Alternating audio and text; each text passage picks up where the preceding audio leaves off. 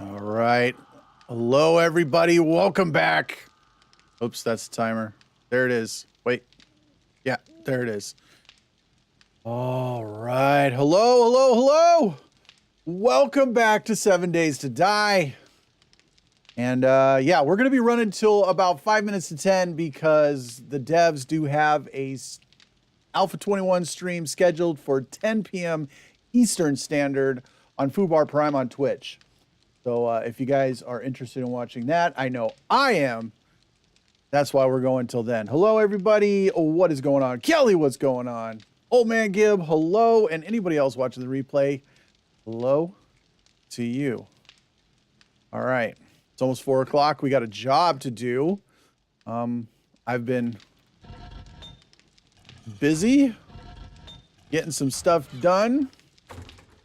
And I think, wait a minute. Yeah. All right, let me eat a little something. I got bandages. I guess I don't need all that, but the way things have been going lately, you know what I'm saying? I mean, my motorcycle is over here. Streets are quiet this morning. It's weird.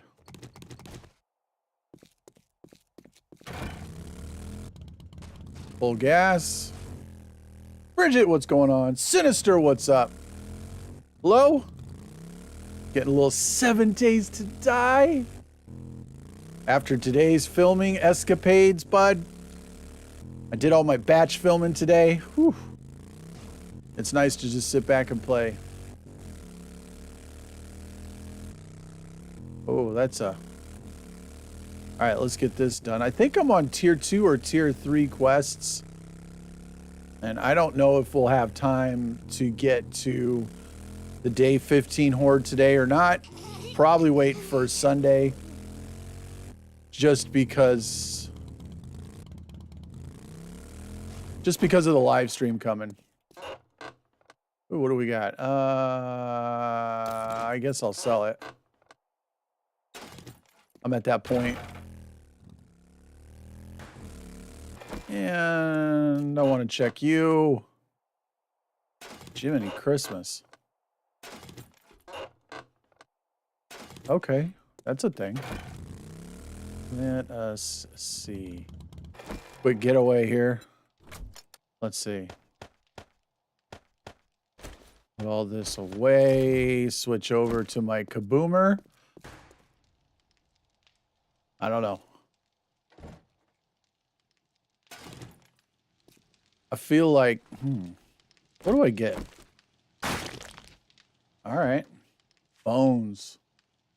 Bones, brains, and fat.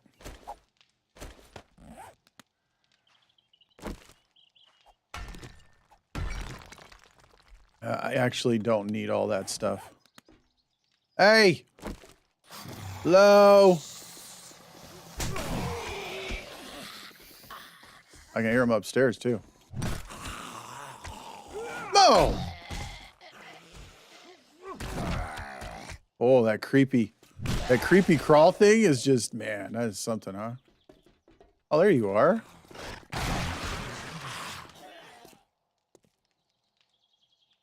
Oh, bookshelf. I'll take that. Nothing there. That is trash. I guess I'll look in the trash. Scrap take. What's up? Okay, that's a no-go. Oh, there's a... Oh, he was part of the POI. Curious, why don't you have a ladder to get you up to your base? Because I'm cheap, Kelly. Check the mailboxes at the entrance. I will on my way out.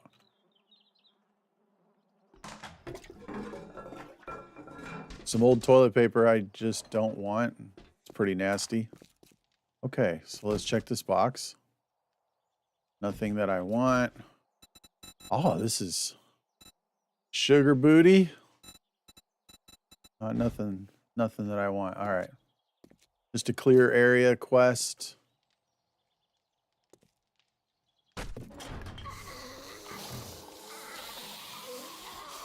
Hey guys. Oh, you are sprinting at me, lady. Back up.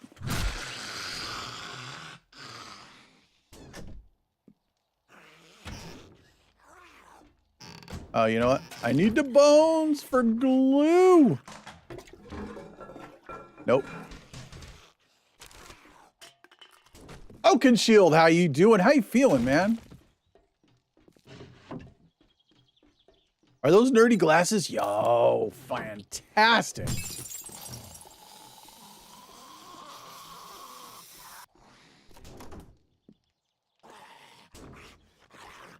What are you guys doing?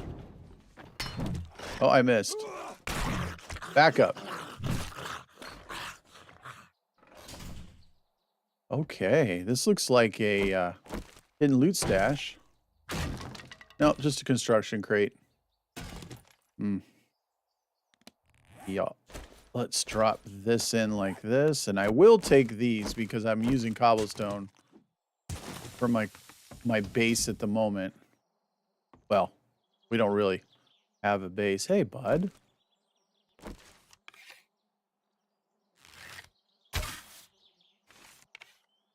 Dude, how you miss? There we go. Oh, I see you.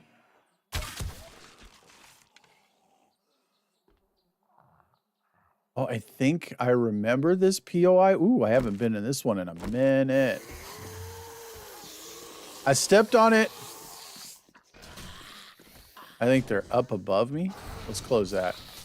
Oh! Back up!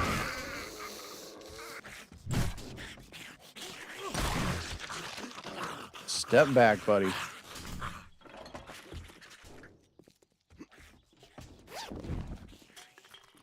Bullets. I don't need the lead. I can farm that. Mine it. Let's go this way. All right, let's check this. That's a tiny kitchen right there, huh? I die a lot when I use the sledgehammer. It's too slow for me. Yeah, it's a timing thing, and I'm not saying I'm a professional at it because you guys have seen me die last stream like a lot. I just want to do something different other than the knife, you know what I'm saying? Because the knife is so quick and I can just dodge and evade and let them bleed out. I thought, you know, what if one day the fun pimps make that complete shite, you know what I mean? Oh, there's a key down there. Okay, what are we doing? What are we doing, guys?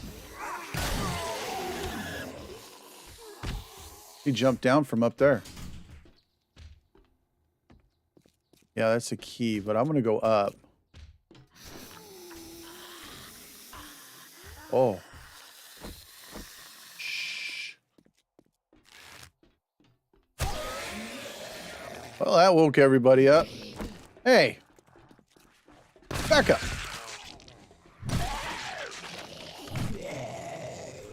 Mo. I didn't know she was your daughter, Mo. Oh! Alright, let's go. Are you still... Oh my goodness, it's big boy. No.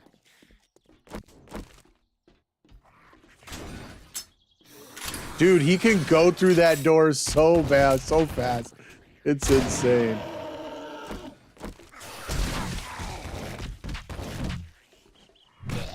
Okay. Now you're dead. Back up. Back up.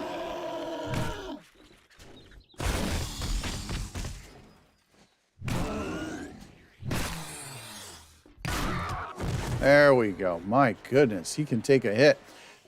Yeah, you know, one thing I noticed, Kelly, is like, if I go to iron or steel sledgehammers, then it's like really slow and like sucks up my stamina really bad. But if I stay with the stone, it still does a good amount of damage. And I can swing it more, you know what I mean? We'll see.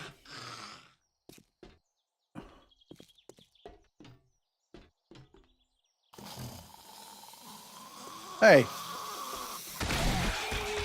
Whoa.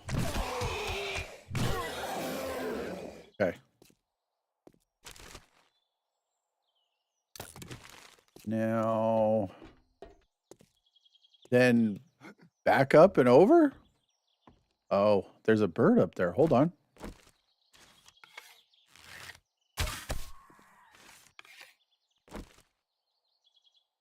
I see you set the bottom vertical along their head. If you set the bottom vertical along their head, you'll hit your target. Yeah, but it's me, Kelly, you know.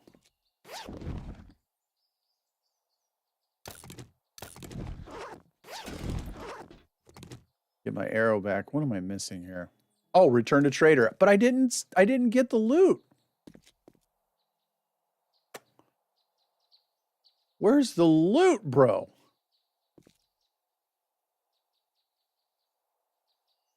Metastopheles. This game is so infuriating. I wish I could toggle run on without holding L3. Have you yet to find a building? Have yet to find a building. Hope I can find a place to hold. Let's see. So if we go back down, there was this down here. I want my loot, you know? Oh, it's tell me this is not it. That's outside. Oh, this is it. Okay. Take all that. Let's go ahead and use that. That is the wrong tool for the job. I'll take that.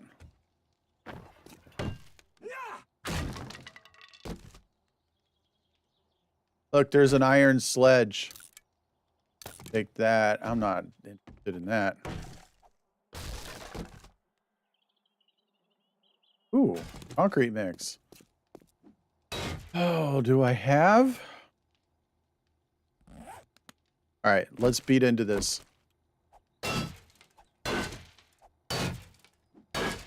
I think it'll go pretty fast.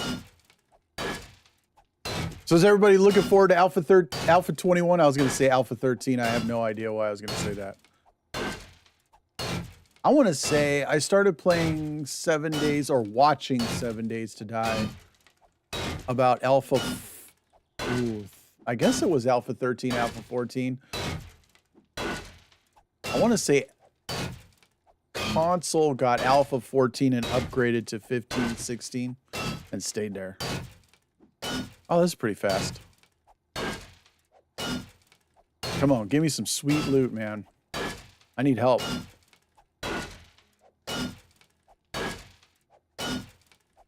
I did some mining off camera, just so I had a lot of materials for building.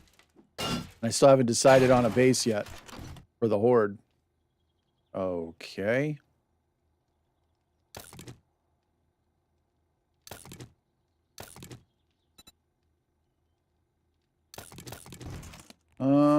Do I have the brace mod on my impact mod? Yeah.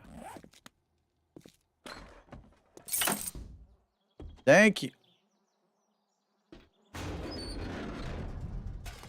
Let's get out of here.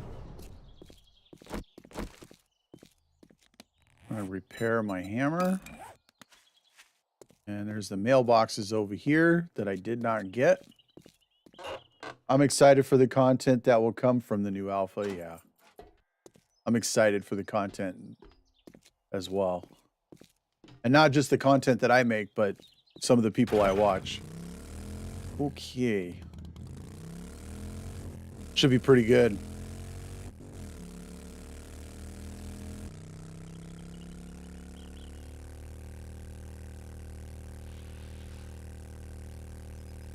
I'm excited for it. I want to know if the spear is actually better than what it is now, yeah.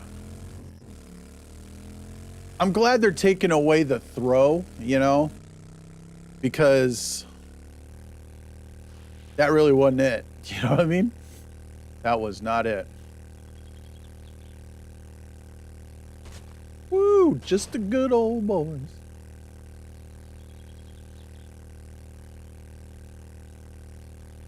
Hold on. Sometimes I just cannot resist. I'm like a child at heart. Oh, you still there, bud? All right, there you go.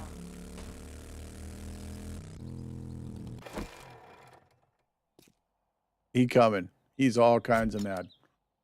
That away, that away. I'm gonna keep those. You're mad, huh? That. Robotics parts. I'm gonna sell those.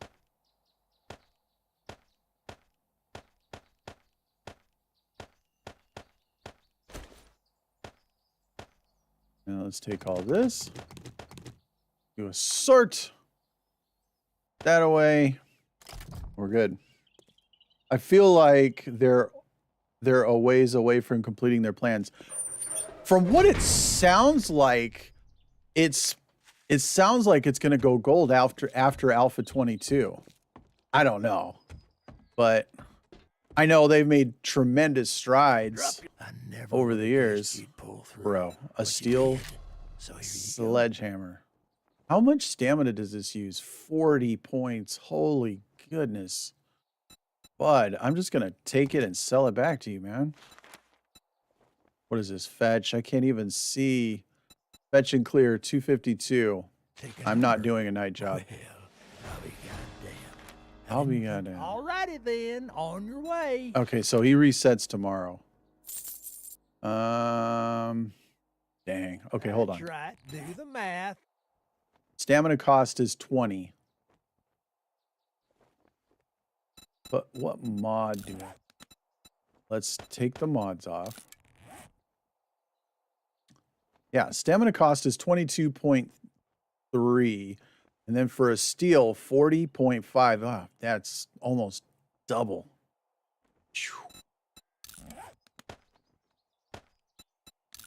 It's a lot. You know what? You can have it back, my dude.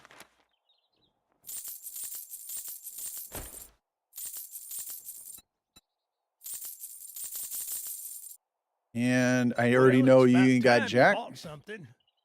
All right, let's go. We got plenty of time in the day to get some jobs done. I need decent loot, so I'm just doing jobs until I get to the point where I really don't need to do them anymore.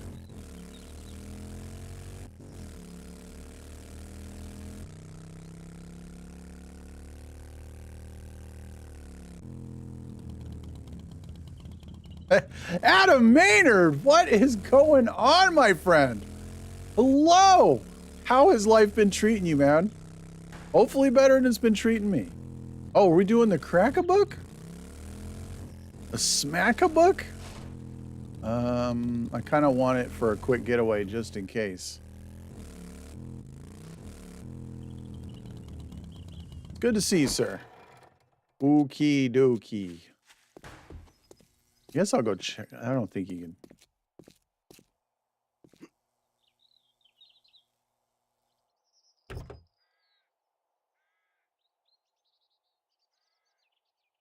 Repair kit, totally worth it. Wow, that was a lag spike. Grab these chairs. Ain't nobody sitting them in them anymore. Don't need that.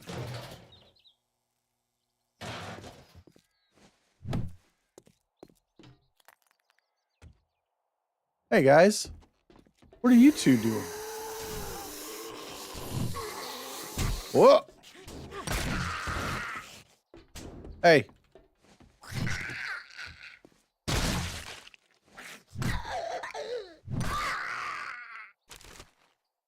Starting to get to the point where I think we're going to have to up the difficulty a little bit. Like, maybe move it from run to sprint, or turn it, turn up from warrior to the next level up. Ooh, I'll drink that. I will take a coffee. Mega Crush? Life's been hauling me around blindfolded and not in the fun way. I feel that, man. I feel that. I've been going through it myself.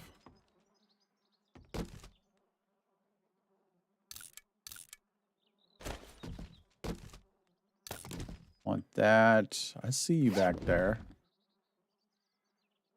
Oh, what is this? A stone spear? $34 pipe pistol. I'm good, thanks.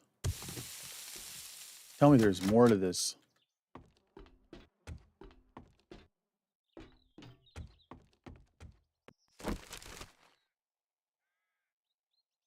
Huh. This. Grab my chairs. Close that. Oh, I can search that garbage.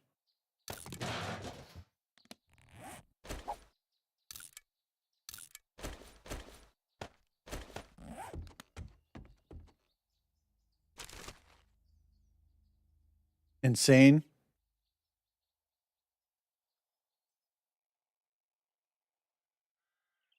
I don't know what it's up from Warrior. Is it insane?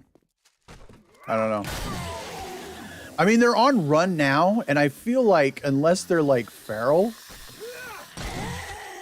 most of the time their run is like a jog, you know? Like, look at this guy. I know he's got a messed up leg, but.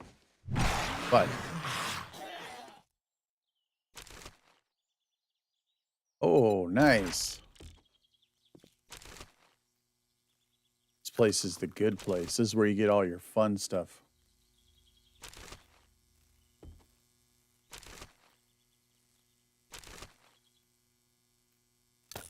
I'll go ahead and sell it for a little cash. Oh yeah, that's right. It loots it on the other side, which is weird, but yep.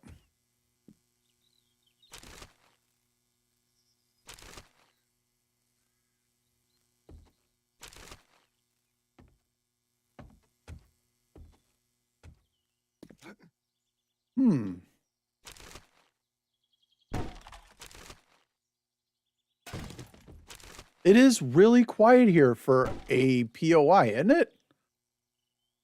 I haven't cleared the area. This is odd. I feel like I'm going to get ambushed. Here it is. Only 2 of you? I'm insulted.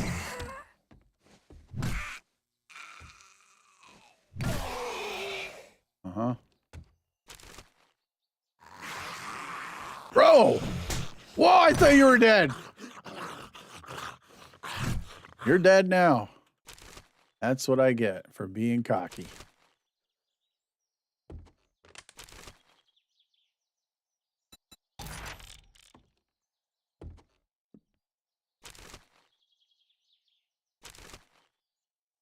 Sweet.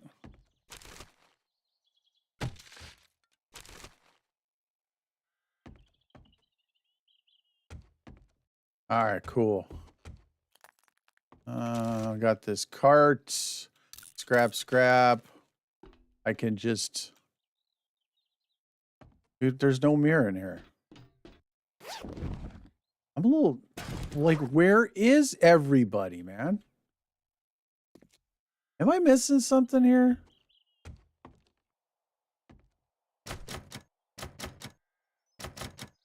Hold on, let's go this way.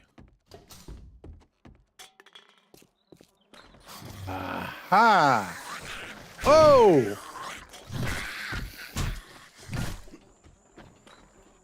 Oh, there's a few of you guys. Come on.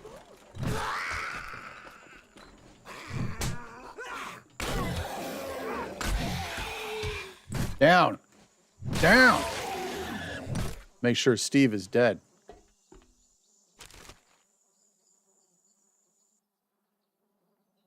Box in the back room. Yeah? Maybe. Oh, good eyes. I did.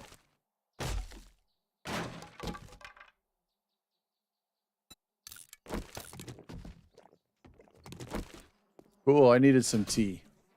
Red tea. Ooh. Oh, that's right. They came out already.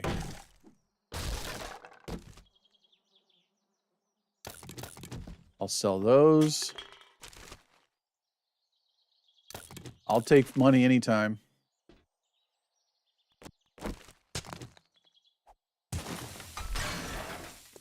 And up. Hello, you degenerates. I'm looking for birds. Hey, sunshine.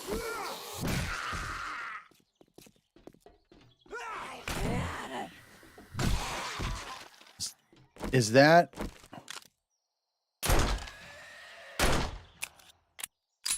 Did he just jump off? Hey! How'd that work for you?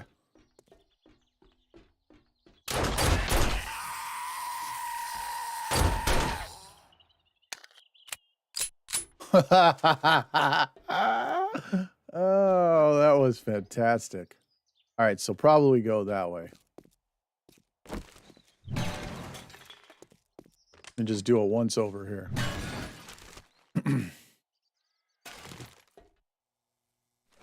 Yep, that looks like the whole shebang. Okay, let's load.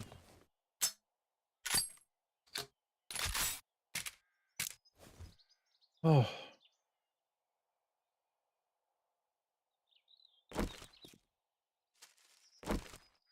Yeah. There it is. Yeah, okay. What do I got here? There's a few of them down there. Not that many. You trying to get me, Mo?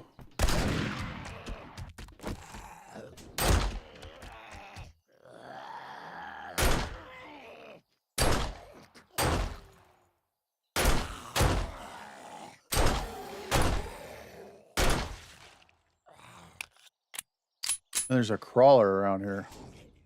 But I'm just gonna loot this. Wow, nothing. Wow. A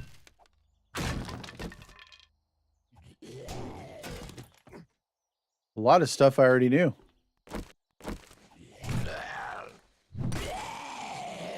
That's it.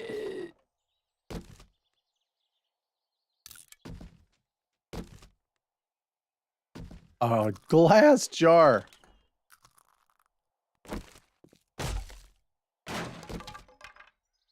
Have I tried killing them with kindness? Yeah, but they just laughed, man.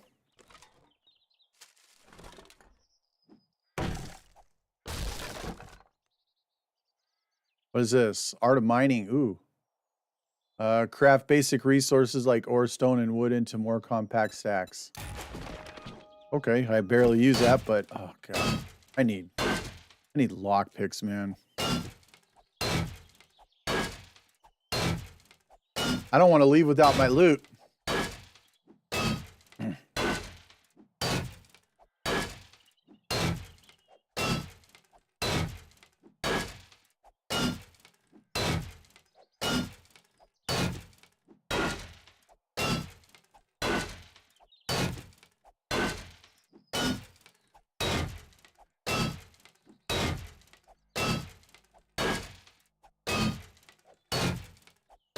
What do you mean you can now use the XP cheat off camera? I don't understand. What, to give self XP? I don't understand.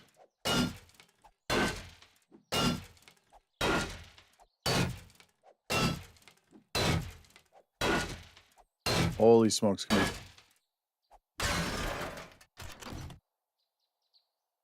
Hey, I got another sledgy. What is that, an 8 scope? A lot of, yeah. Is there a way out of this damn place, or do I have to go? Are you kidding? They didn't include a way out of here? Why?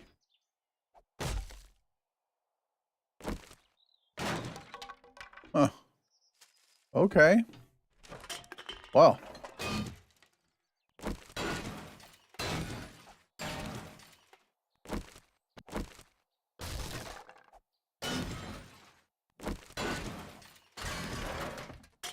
Done with that. Probably got time for one more job. Then we'll do a little milling around in the base to kind of get things situated.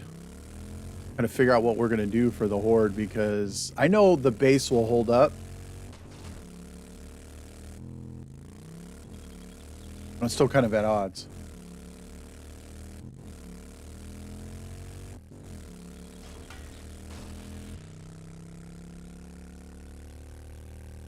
I know it's not going to hold up for much longer.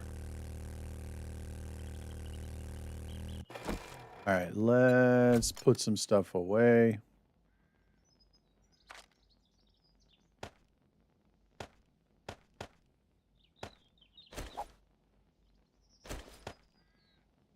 All right. Just leave it open. So if you have 6,000 coal, you can put it in a stack of 1 every time you make the stack, you get XP. And the XP trick is to create a stack, open, and then restack the item until it reaches 0. No kidding. I didn't even know that was a thing. Hey, buddy. I hope you didn't let the dead follow you here. God, these rewards suck, bro. I'll take that. What do you got? Something quick, clear zombies. Wait. Well, I guess you're a quitter. I am a quitter. I'm a tier 3, okay. God, that didn't feel like a tier 3. I have a little great. If you're lucky and pull this off, I'll take care of you. You said that last time. And I won't even talk about what I had to do. That's all you're gonna buy. I'll let you show yourself out. All right. I didn't even know that was a thing.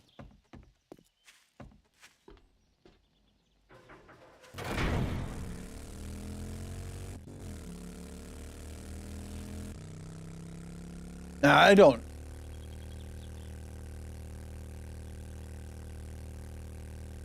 There's thick. There's 4 or 5 different items you can do it to. That's insane. There is an exploit for every game. I swear. I feel like there is way more options on PC versus console. Of course, just hit night or of day 2 and found my first 2 houses, haven't breached yet. Well, once the new version hits console, you'll be playing the same version I am. The only difference will be that, hold on, let me flip around. That PC will be able to mod. This place is kind of big. Hello! I have arrived. Oh, hey, back up. There we go. A little bit of food. Oh, yeah.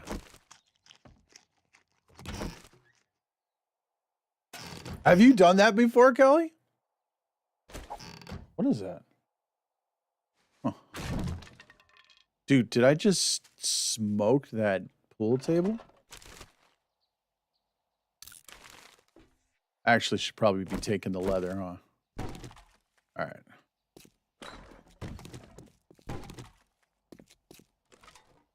She said, oh, hell yeah. Ha ha ha. I love it. Okay. Are they a thing in this early version, like to call hordes?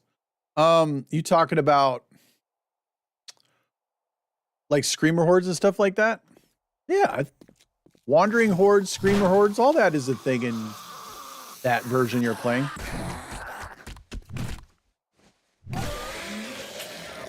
Look at this place, man. Somebody has my bathtub here, man. What is up? Dude, okay, hold on. Can we talk about this setup? So you're working out over here while some dude is over here resting his Johnson inside some hot tub, and some guy over here is changing his clothes. Can we talk about how awkward that really is? I mean, what?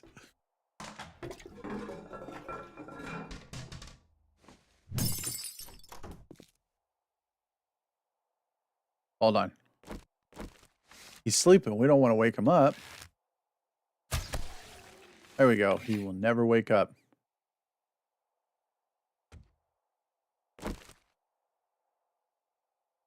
Crouched and peeing. Okay, I see boots. See if I can do some stealth ninja style. Doodaloo. I told you, man. Oh. Mission Impossible's true. They made it after me.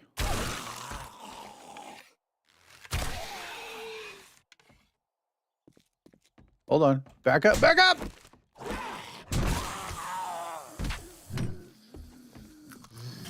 Here's another one. Hold on. Let me go ahead and get one of these. There we go. Oh man, it sucks, huh? Watch the car though, you're gonna blow it up. Bro, that hit took half of my health.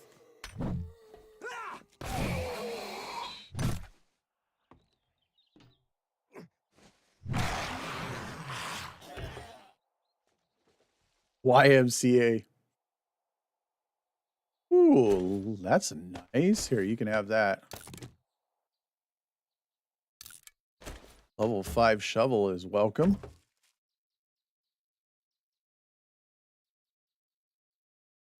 Iron sledge, a nice old sandwich.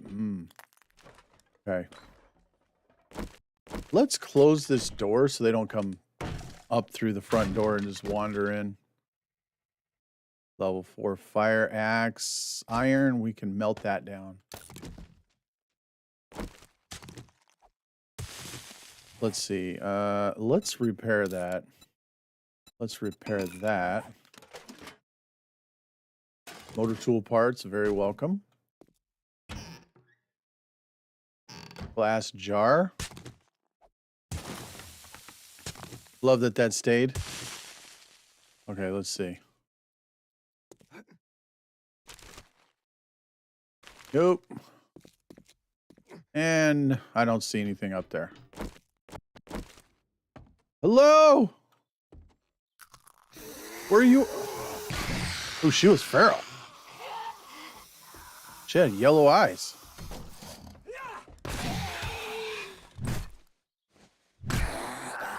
Oh, he's feral too.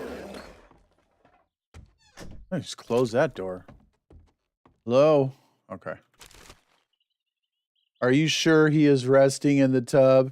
He might not be alone. Just saying. Was that not the oddest setup? That's all stuff that I think that runs through my head as I'm playing by myself. I'm just like, what? What is this? Hello?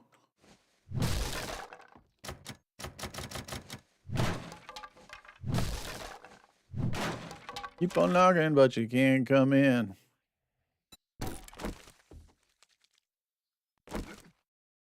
Nothing there.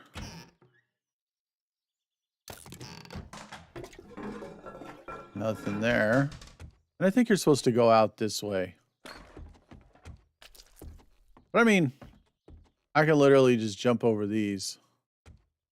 Because I'm Ethan Hunt. Illegitimate brother. Nope. Get rid of that. Okay. That doesn't sell for jack. I want to close these doors. Where's the bathroom locked? Whoa, big boy!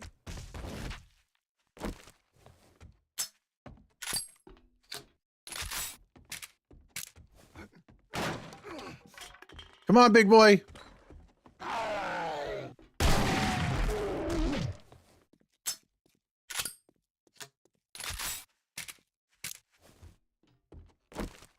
Diddle-oo, diddle-oo, doo-doo, doo, doo, doo, doo, doo, doo. Oh, weapons bag. Heck, I carry on complete conversations with the NPCs. Exactly, shotgun parts. It's good to know that I'm not the only insane one here, that you guys all do too. I love it.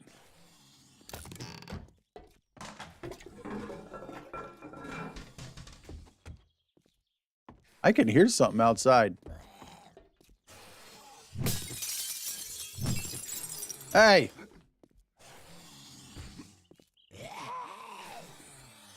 I don't think Big Boy's part of it. Okay, so we have the kitchen. Oh!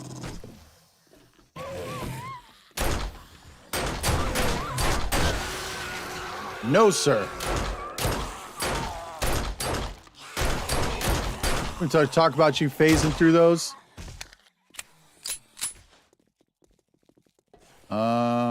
It's getting dark.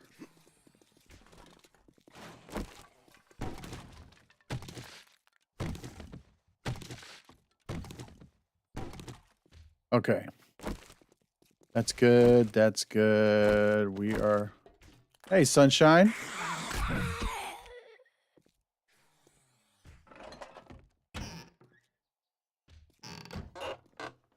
Anything. That's weird. Why is that doing that? That's like a horde night kind of a thing, isn't it? Well, the sky isn't red though. We start getting thunder about 1800. I have it set to every 5 days. Okay.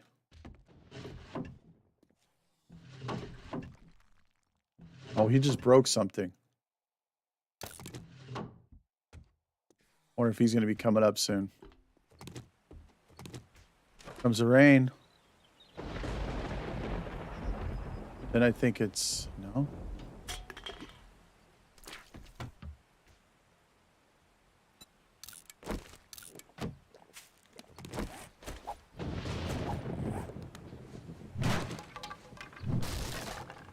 Ah, here it is.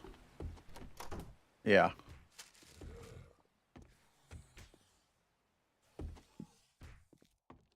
Let's see how he's doing. So he went to the other side. He broke this side, went to the other side. He's going to break that side. All right, you're doing a great job, bud. Hey, wait a minute. Ooh. That's right, I closed this door. Aha. Nothing. Well, let's close that. Let's get it going. Let's get wicked. Hello. Oh my God, there's a lot of you.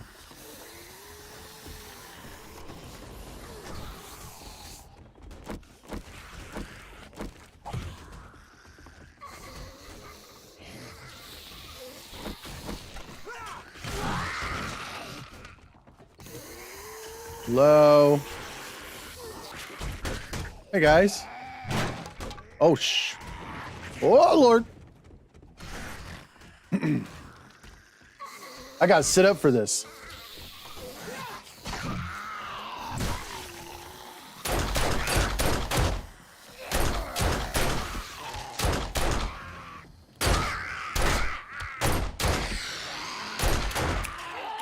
Wait. I gotta reload.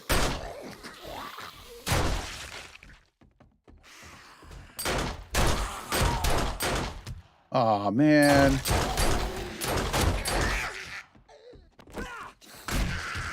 Get back, lady. Holy smokes.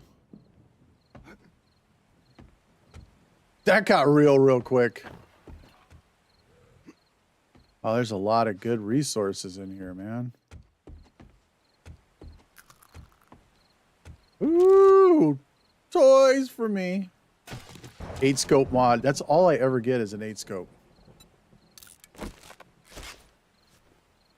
Wait. There it is.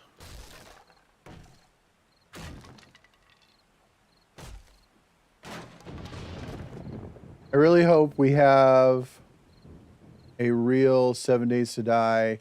Can you just imagine all the female Zeds with implants running? What the hell is the matter with you, old man Gib? Oh, Jesus. Oh, that's amazing. Actually, I'm going to take that. Okay, let's see. I got time, I think, to bust into this thing, and then we got to go turn this in and get to safety. I think the only thing different with night is, other than it's dark, is they all have like feral scents, because I didn't turn that off or anything. So whatever the default was, which is, I believe, night. That's it. Oh, come on. I'm hungry. Oh well. I'll be fine.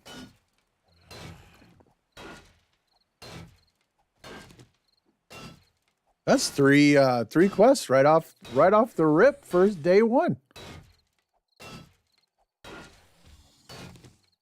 I can hear Big Boy downstairs tearing it up.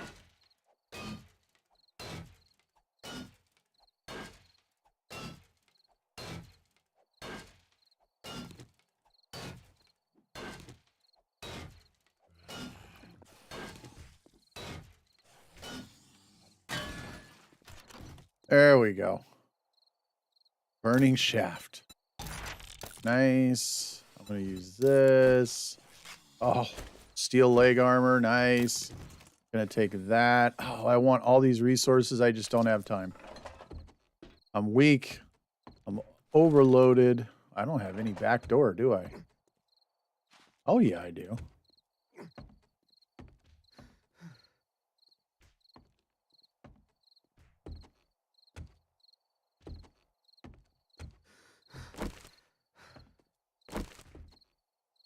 Dude, I cannot move. Oh, I'm going to break my leg up here. Dude, this is no bueno. Let's see if I can do this. Nope.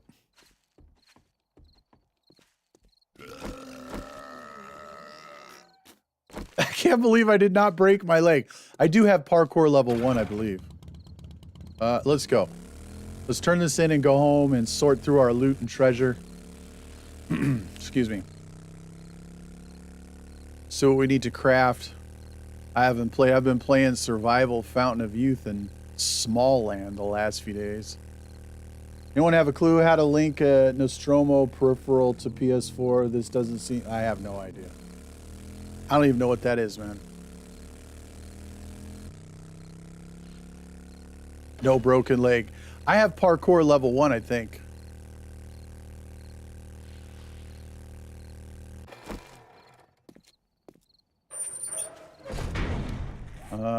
I believe. Let's see. No, I don't. Shoot. I should have broke a leg.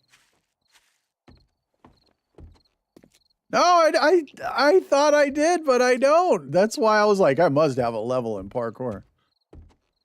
I literally jumped off a 2-story building. I don't care what folks say about you. Pup. Shotgun. Okay in my book. Finally give me something good. Give me another job for tomorrow. Glad you came to All right, let's see. I'm gonna sell that.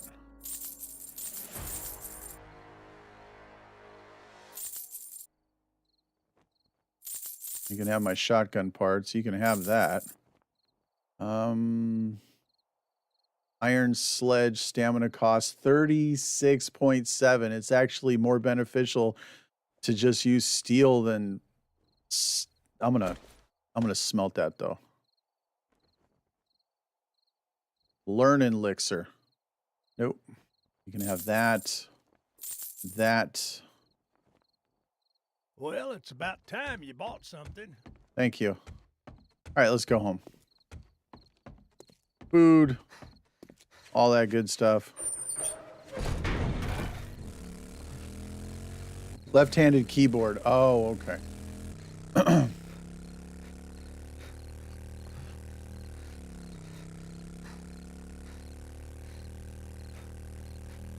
I'm surprised I've never heard it. My son is left-handed.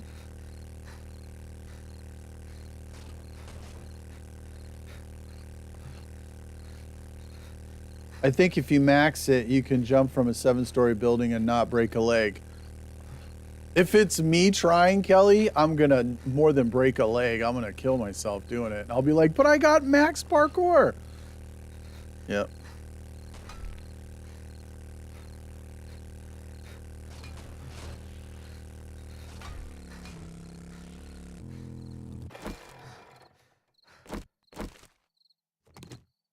All right, hold on.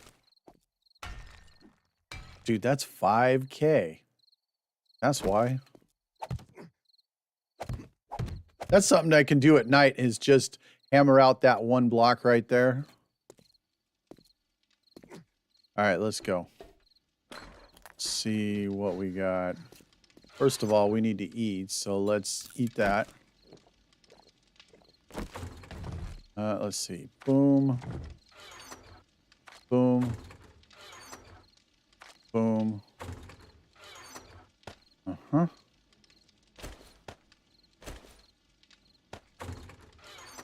That away. That shotgun's coming with me. I want to say this.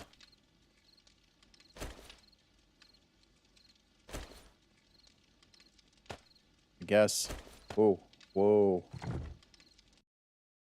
I'll be right back. I need to use the restroom real quick.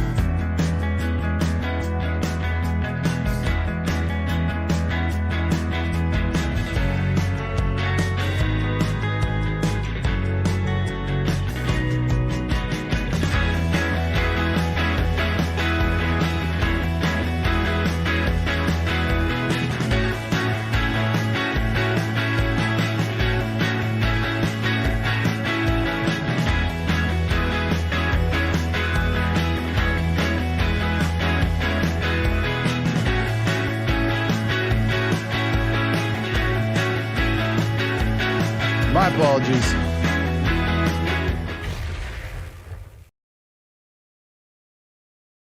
See you later.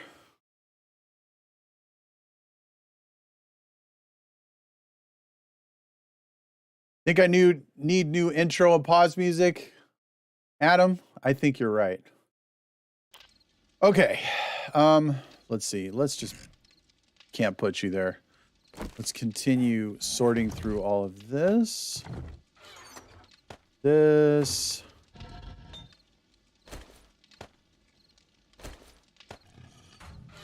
Put that away. That's pretty good. Burning shaft.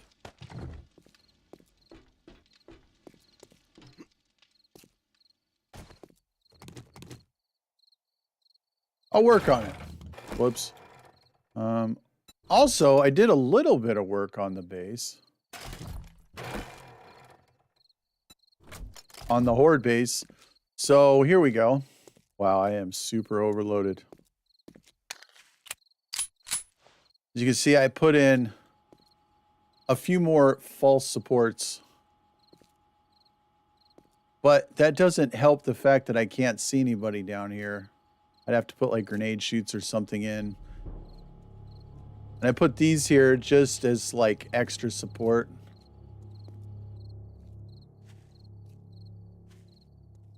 He doesn't even see me.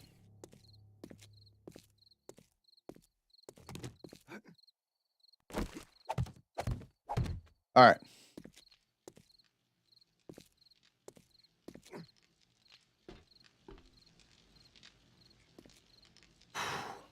All right. Dude. Let's put that away. There we go. That's any... All this can go in there. The fat. And holy goodness. Okay, let's do this. This is gonna get burnt. This is mod here. Iron breaker. What do I got in here?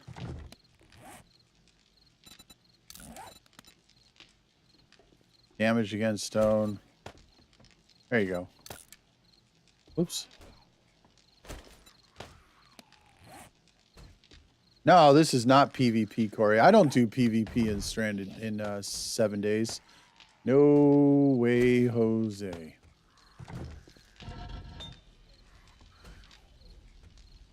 All right, that's gonna take some time. That away. I'll put that in there. And yeah, I think that's it. We can take this out.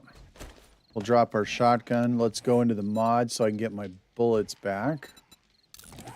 There we go. This sells for 126. Put that in there. If you get an SMG turret, you could make a 2x2 4-block high and set it up to take out zombies around the base. I like it. Yeah, I don't do PvP.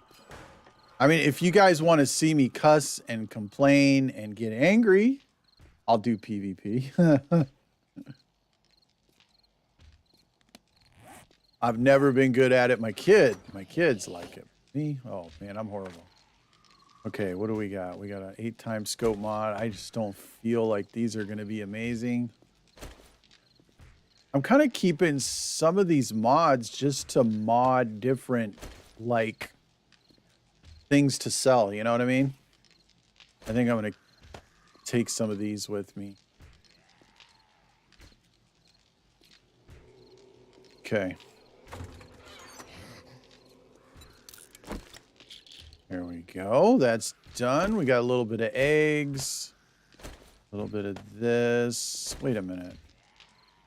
Wait, what does it take to make meated stew? I didn't mean to eat it. Okay. The meat of the stew. Okay. I don't have the perk yet. I'll hold off. Been a while. I was super into the Stranded videos for a while. Tips helped. Hey, Corey, thank you very much. I mean, what the hell? What did I just hit? Why do I have a green box? I don't have DM on. Did I hit Z on accident? AX.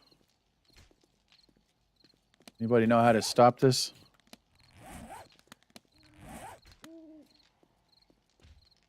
Why is there a green box over?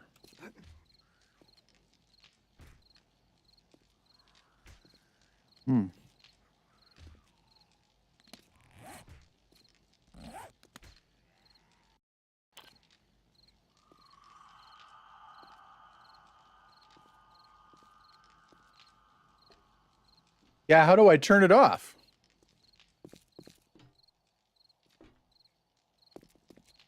I don't want to see it.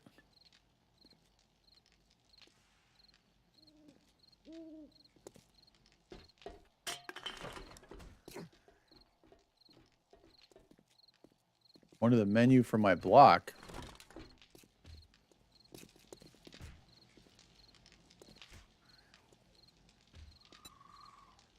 Oh, there it is. Okay. All right.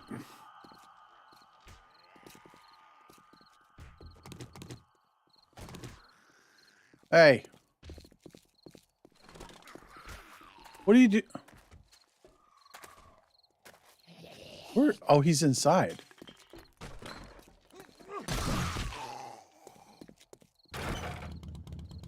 Let's do a night job.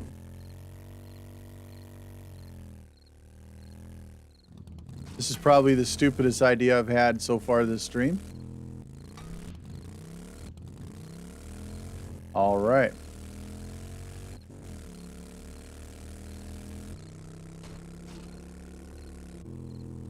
I went the wrong way. No, I never, like, hardly ever use... I don't think I've ever actually used that boundary.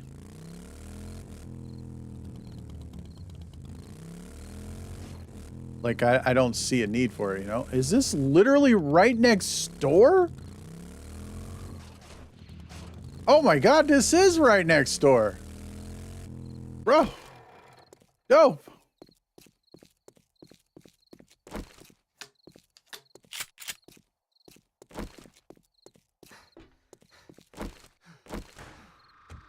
What's up? Hello?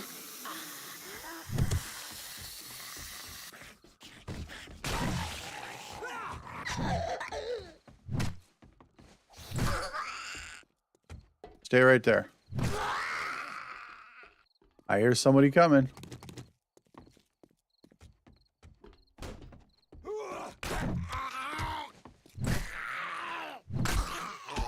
There it is.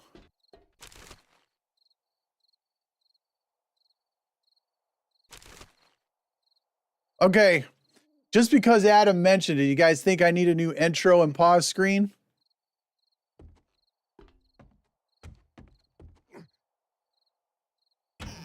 It is built outdated, I think.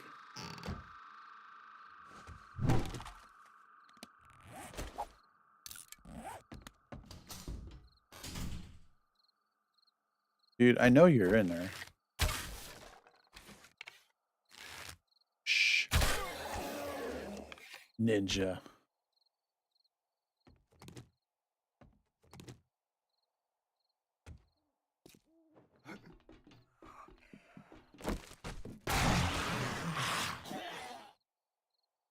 It is the first thing I do before making anything. That way I can get my living space and horde base in the same area. It's a good idea. I usually just drop it down. Hold on. So, like, usually when I get into town, I take the first quest, and whatever POI that is, that's my temporary base until I can set up a permanent base. I've always played that way. And so I'll throw down a land claim for that. And usually because we got the land claims, you know. All right, hold on, man. Where this place is all over the place.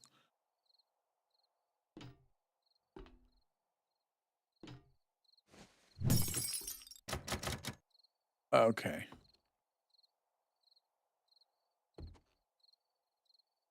No broken legs.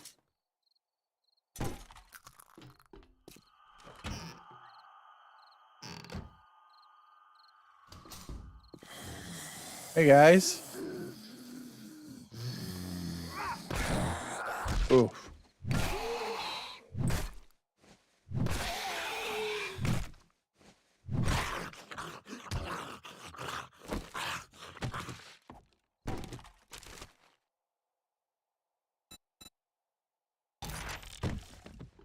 Give me a coffee. Yes. It would be cool to change up to something new. You have had that current one for about 1.5 to 2 years. That's true. That's very true.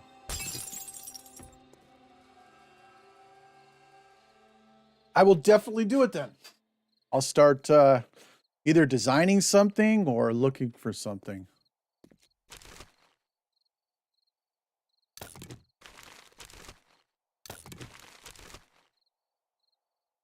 That is no bueno. Hey, guys.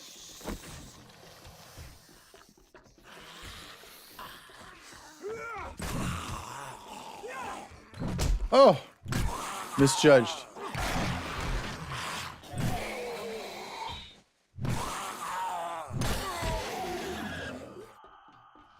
Yeah, you have access to a land claim block.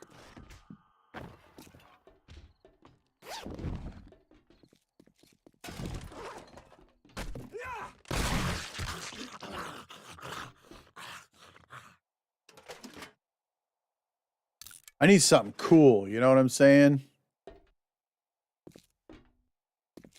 I want something to kind of match both exit strategy and Granddaddy Gamer. I don't want to have to get 2 different ones. Ooh, give me some good water. Barbie girl would be a good one. Dude, don't tempt me, Adam. I will do it. You know what? I will put the gif of that guy dancing in that bikini in the snow with his cowboy hat on. That will be my start screen. And it'll just be 5 minutes ticking down, and underneath it'll say, and then I take it all off. Oh, wait, let me get out of there. That would be great if I could.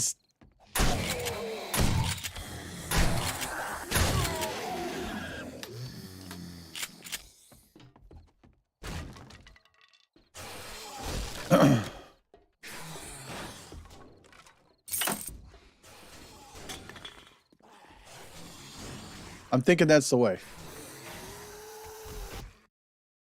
Yo, Rob, what's cracking, my dude? A big guy.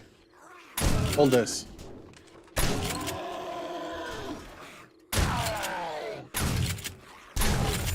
Bye-bye.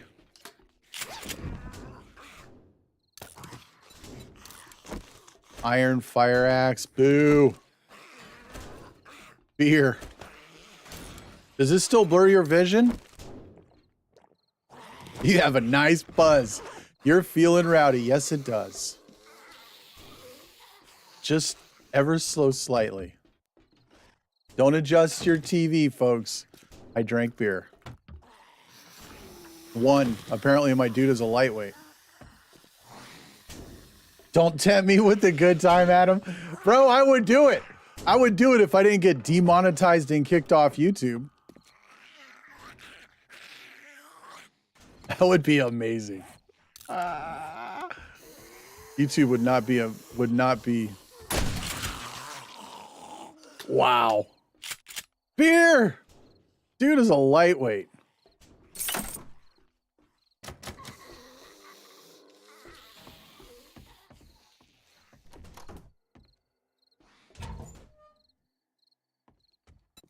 Puts the lotion on its skin, or it gets the hose again. What are you doing?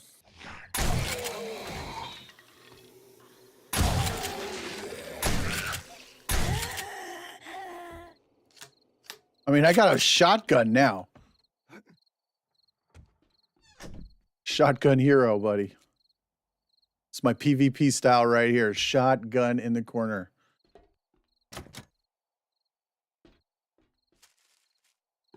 Okay, then that goes up that way. Hold on. There's more over here, though.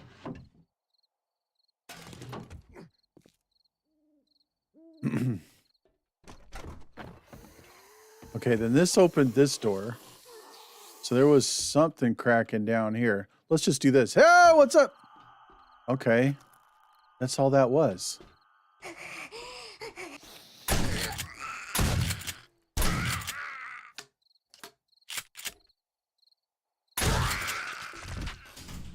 All right, well, that's disappointing. I don't understand why that door was a thing.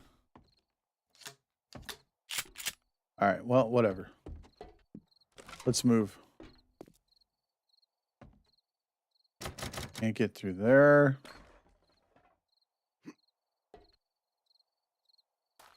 Shotgun granddaddy. Yep. Well, there's no aiming involved, Willie. I mean, you just point it in the general vicinity of your enemy and everything is good. You don't have an enemy over there anymore, usually.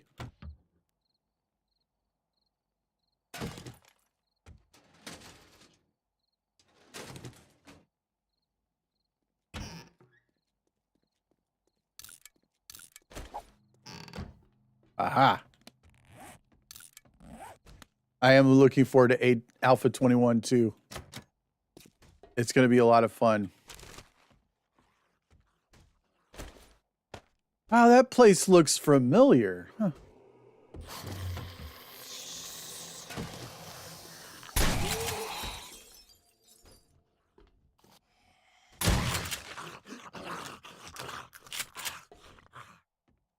Wow.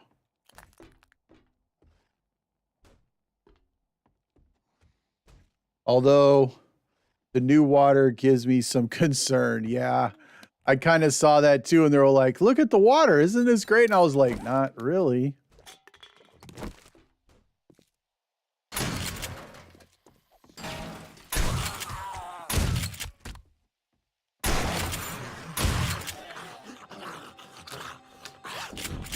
I believe this is the main loot. Iron sledge. Get rid of that. Trash. Take the shotgun and the brass? No, this is not the main loot. We're still going. Bro.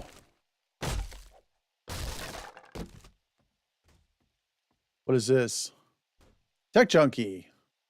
This technique gives a 25% chance for regular and 50% chance for power attacks to instantly charge stun batons. Oh, I don't care. I'm not using that.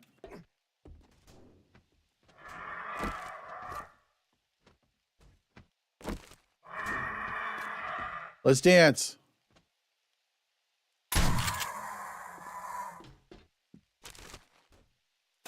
$3 water a day with the... Oh, you're talking about that? Yeah. And then I thought, well, you know, you can just make a bunch of them, but you need... I saw in last Wednesday that you needed a water filter. And I was under the impression that you couldn't craft it, so...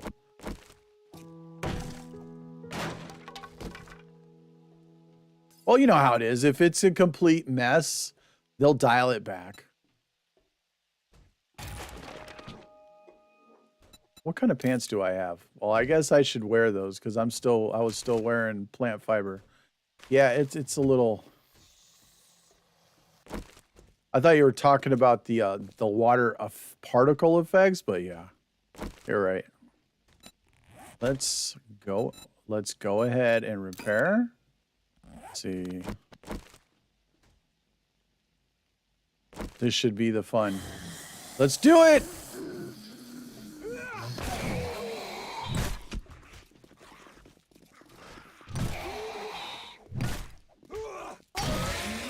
Oh, big boy's down.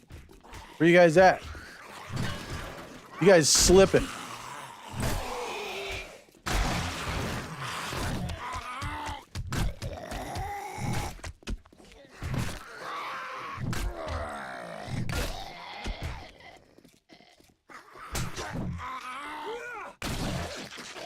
I think that's it.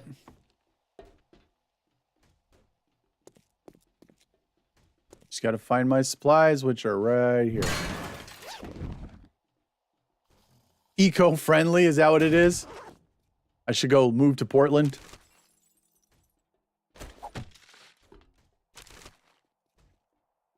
Nice. Yeah.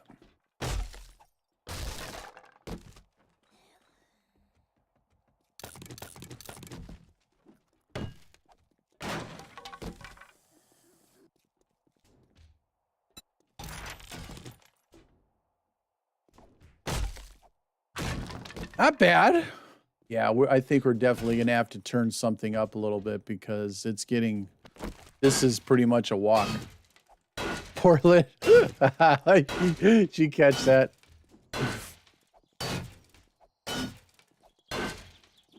All right, hold on. Let me do it this way. That way I can see something coming at me.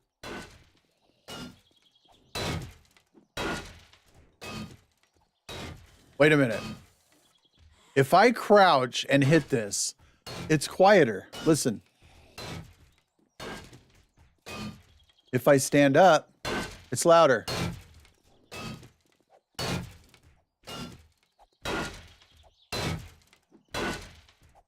Is that for stealth? Okay. I mean, I love the idea. Ooh, serrated blade. I'm gonna use that. Use technique to increase attack speed with axes. Use one of these and take it. Iron knuckles, sell for jack. And that's it. We're done. Think I can get lucky again? Oh, is that loot over there? Oh my God. Kelly, I'm about to do something stupid. I mean, it works. You could jump rooftops in the movies. Yeah. What's up, guys? I'm just here for the loot. Oh, you guys got trapped in cloth.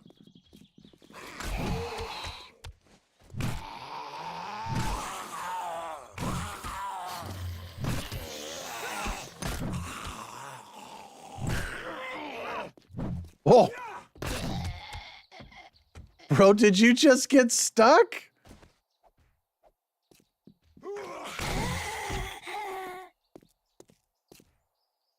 Yeah, it's just funny, right? Like, if I crouch, I don't make as much noise when I take this steel pickaxe.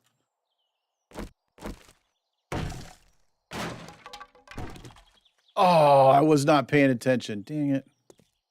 I could build a bridge, but then it wouldn't be as exciting. Well, that sucked. That was all on me. That's what I get. What's up, guys?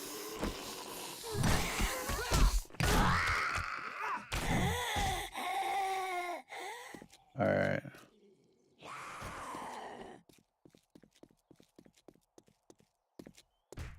Ooh, I'm kind of way down here.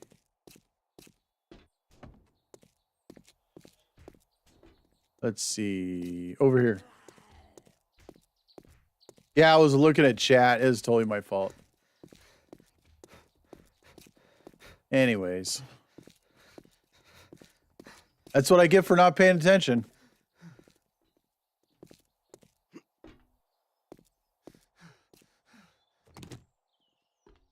Oh my. I am so overweight. Well, that was cool.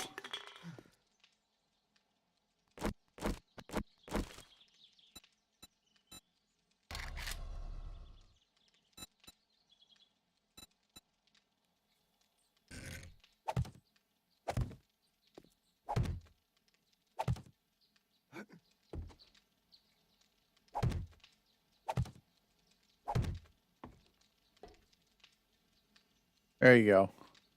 Oh, that's right there. Oh, that's cool.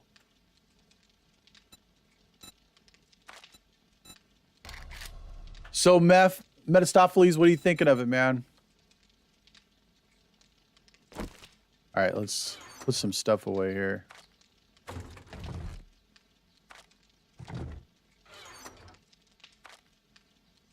Okay.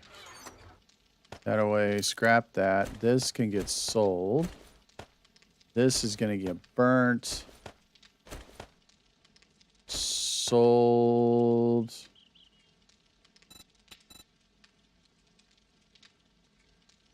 You know what? I don't know right now. I'm not going to keep that knife, so I'm not even going to bother with it. All right. That in there.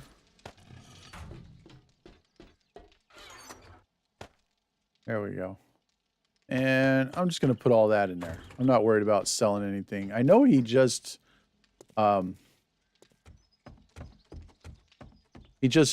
restocked his loot today, so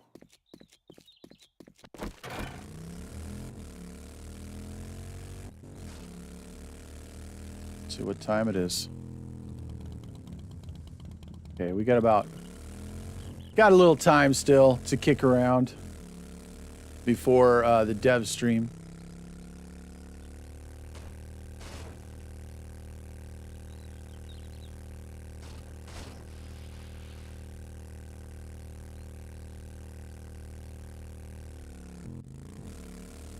I went the long way. What is that? Huh. Did you see that? It was just 2 puffs of smoke in the air.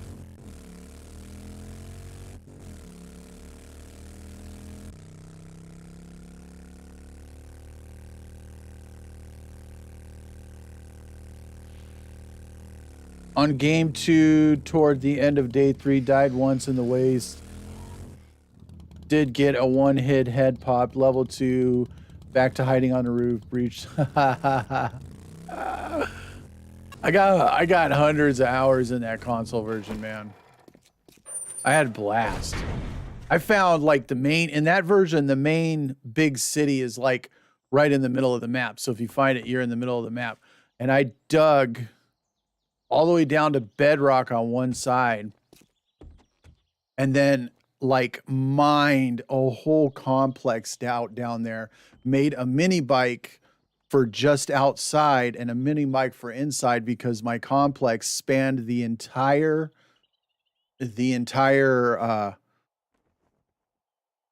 size of the city, but all the way down at bedrock. It was awesome. Well, Took me forever to I make. lost the bet on this Ooh. one. Here's some money. Steel shovel, my dude. Lost the bet. I have a job for grade. Let's get down. Hold on, let's see what you got, dude. Hubcap land mine. Ooh, some of those. Gosh, that is expensive. 3K for 90? Dude, I feel like you're kind of robbing me here. Let's see, AP ammo. Motorcycle for 30K. Lucky Looter Volume 2. Fire more ammunition. That I'll buy. That's going to be super useful, so you're not charging me all that crazy money, my dude. Pistol Pete, weighted head mod. Robotic drone cargo mod schematic. Shotgun shells, okay. Those damn things are selling like hotcakes.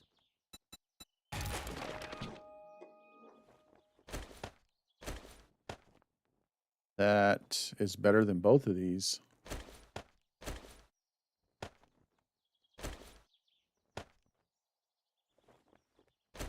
So these are both iron, and I think they'll go ahead and get... I feel playing on PC will feel better. Yes, it will.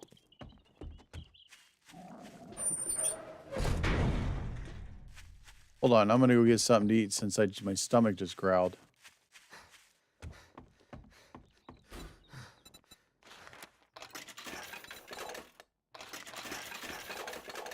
Skull crushers.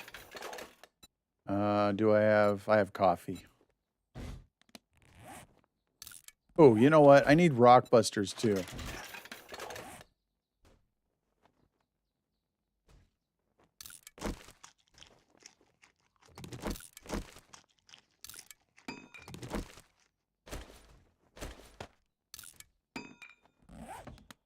All right. I do have some points, so I got 6 points. Let's take a look. First, let's go here. Okay, so I'm maxed on this. I could probably go into here. We'll see. Skull Crusher. Yeah, level 10 for that. Let's see down here. Craft, let's see. You can deploy multiple robots, but only the closest will be active. Unlocks the robotic sledge crafting. But do I ever get more than 2?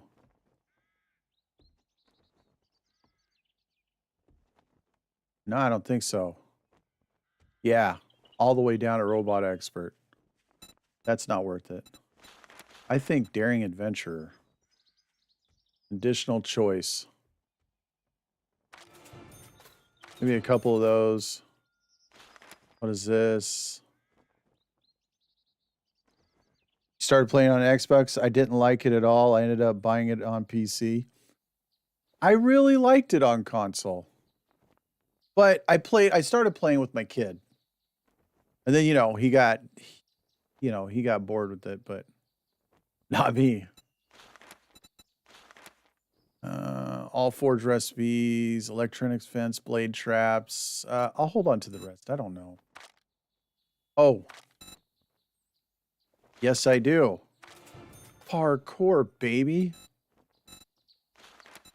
Let's see.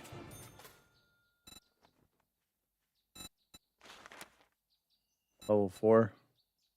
I'll at least maybe back into strength here. And there you go. Okay, let's go. Hey, Arlene.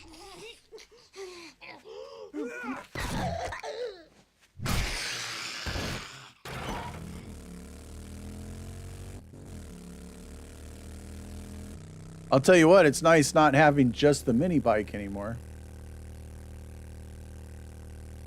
Better barter makes things cheaper, yeah. Avoid wasteland and snow biome unless you got a good pipe machine gun or an AK-47. I don't think his version of the game even has pipe guns in it. I don't even know if he has a blunderbuss. I miss the blunderbuss. That was a great weapon. Let's see what time it is. Oh, we got time, man. We got time. Hey, what? Is this a wandering horde?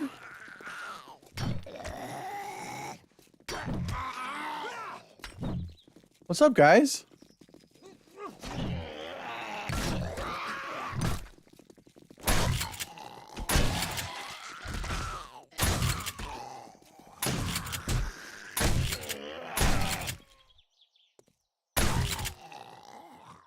Wow, that was a lot of soldiers.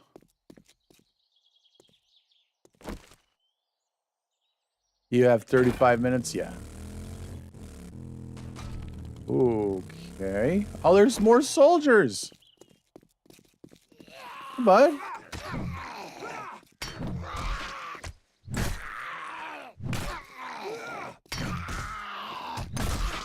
There it is.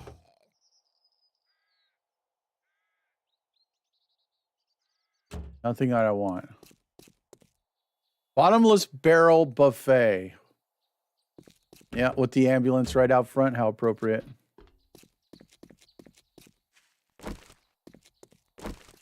That's me, man. I don't know about you guys. Oh, man, I can one-shot those blocks now. That's cool. Hey.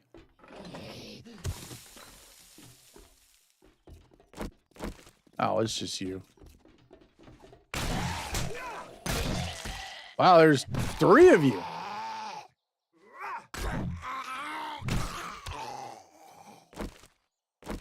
I like the pink sound when you hit something with a helmet.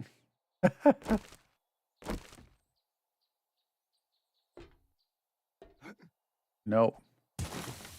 Wow, that's pretty good, man.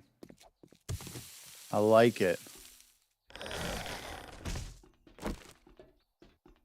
Marlene! You decided you didn't want to play anymore? Okay. Up we go.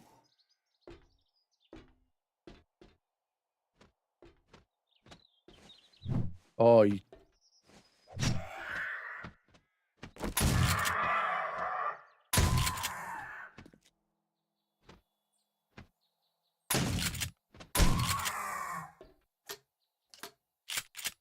No. No. Okay. Oh, they fell from top. Okay. Oh, if I just get one more level of parkour, I could probably jump right on top of that.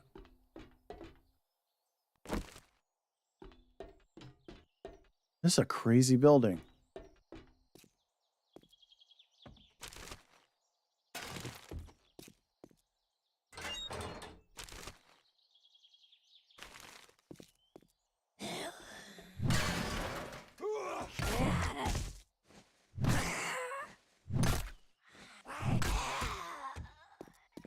Cool.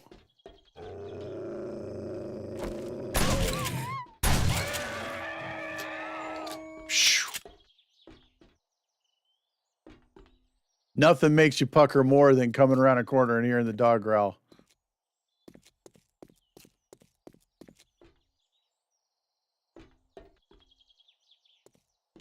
And that's it, I guess.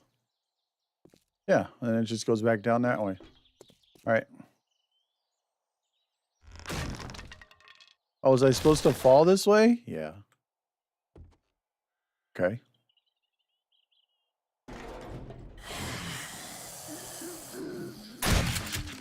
Oh, because you're locked in. Okay.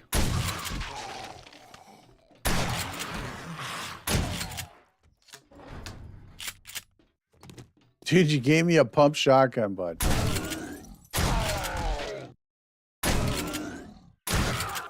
I am now Barbarian Bob, as my son would say.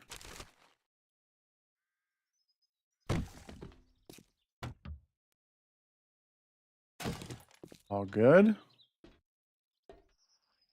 Oh, I think I saw it from that side. Okay, cool.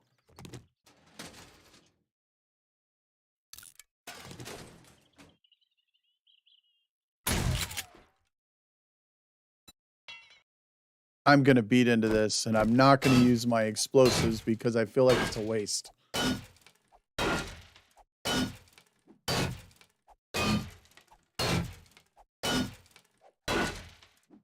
You see it in the recipes?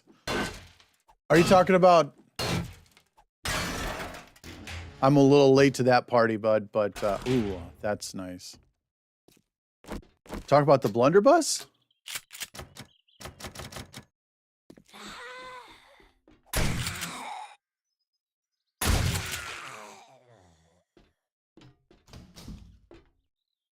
Wow, this place is all kinds of turns. All right, let's go back to this.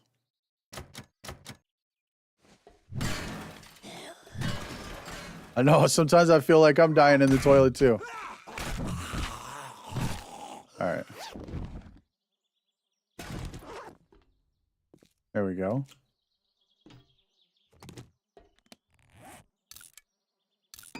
Let me get rid of that. Let's drink that. I'll actually scrap that.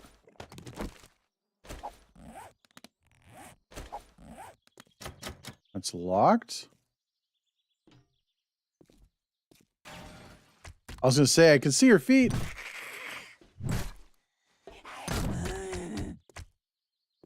Oh, blunderbuss? Dude, I missed that gun. Great. Great starting weapon. Oh, right here. Raw? Right here, buddy.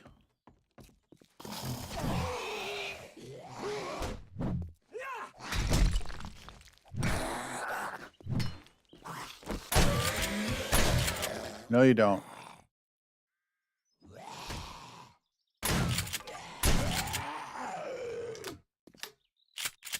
I am too comfortable with a shotgun. Let me tell you what.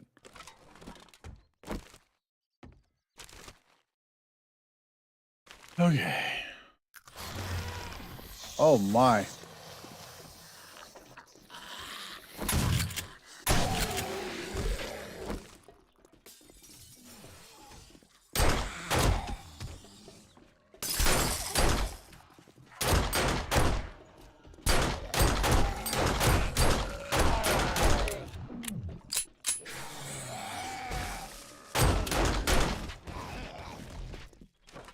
There's a feral white outside.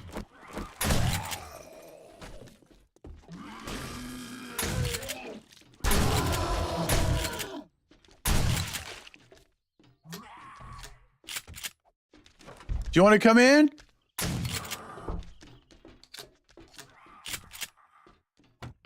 Okay. Let's go ahead and drink. I'm gonna be sorry if he gets in.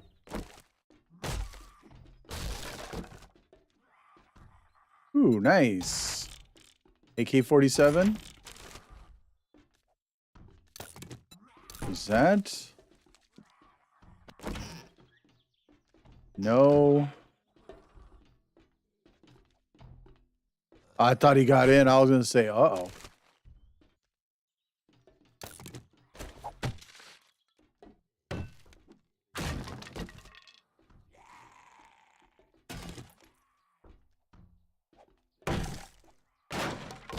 Slow, yeah, it's a one shot. It only has one shot. But it does crazy damage. And some people, we used to take and like get a couple as a drop, and then we'd get them as drops. But then we would like put a couple on our belt so that we could swap down the line and fire them. And then, you know, if you get jumped, because it did pretty good damage. Let's see.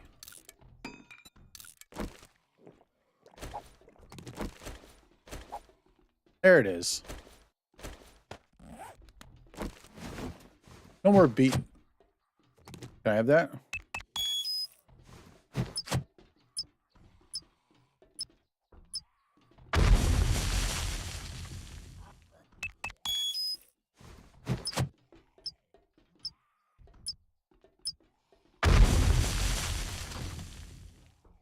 Wow. Okay. Hey, I got the lockpicks though. And then I'll deal with all that later. All right. Turn to trader. Oh, right here.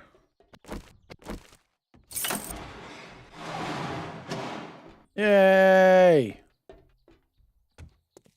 This is gonna get real. Let's repair this first. Hey.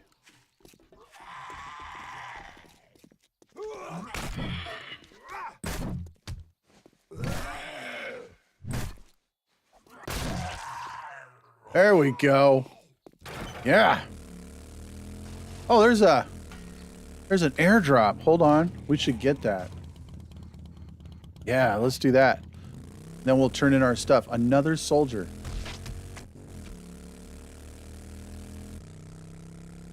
Cody Walker, what's up, dude? I'm just playing a little 7 Days to Die until the Alpha 21 dev stream starts at 10.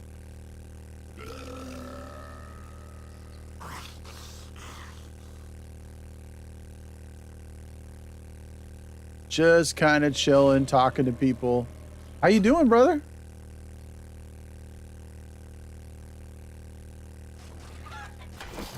I don't feel bad for running that chicken over.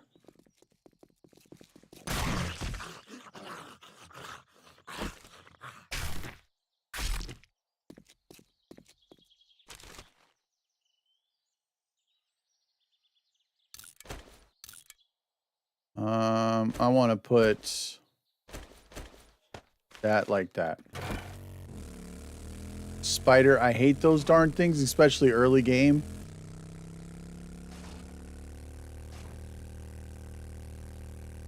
I feel like we're going the opposite direction we need to go, but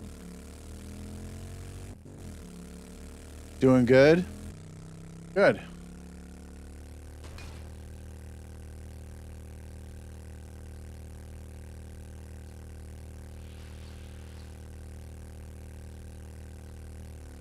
Feeling pretty good that the day is over personally. So we have melee mods bundle and some corn on the cob. Amazing. And some of Mama's fresh cornbread. There you go. Yeah, oh, and I did that 4K special job way over here. But the desert's on the other side of the snow biome. I bought myself and my daughter a shirt that says "Don't kill the chicken" with Skyrim themed. Haha.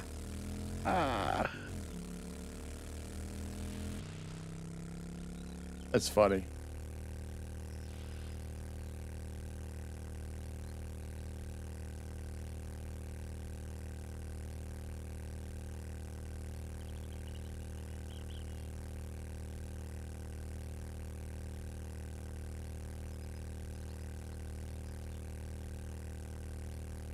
No, earlier, if you guys noticed what I said in Discord about Smallland, so let me check.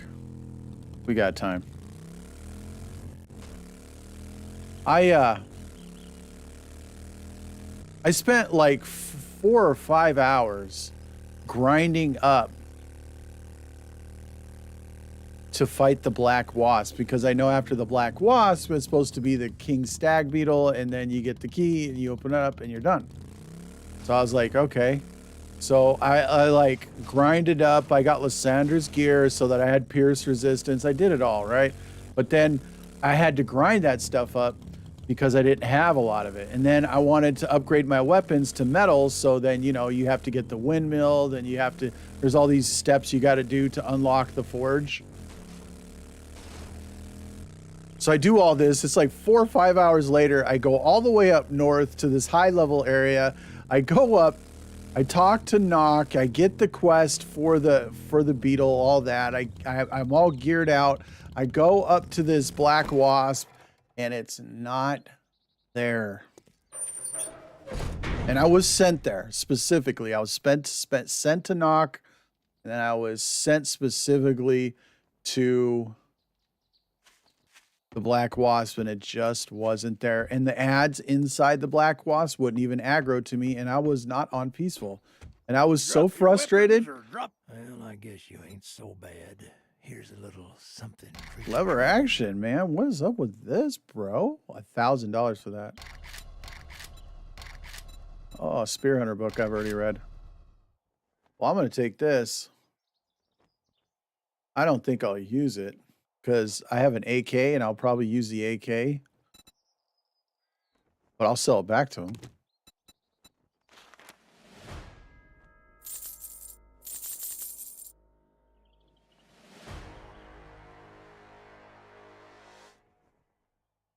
That's all you're gonna buy. I'll let you show yourself out. Then there's one more fetch. If you're lucky and pull this off, I'll take care of you. He will not take care of me. You said that last time and nothing happened.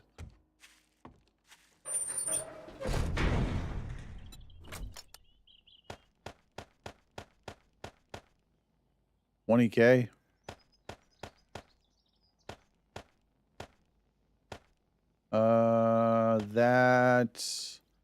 Yeah, the iron shovels need to get melted. We got a little time. I wish I could find a hammer. Haven't.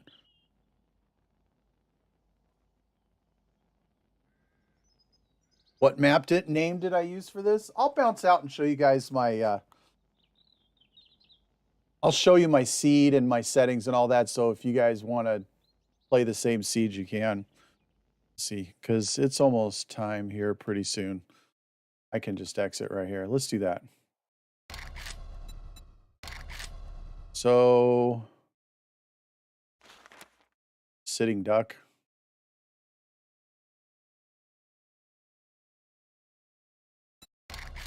See, I got it to always run, but it doesn't feel like they're running, does it? And I got my block damage to 150 so I can reduce my mining time. Oh, Blood Moon, that's why. There we go.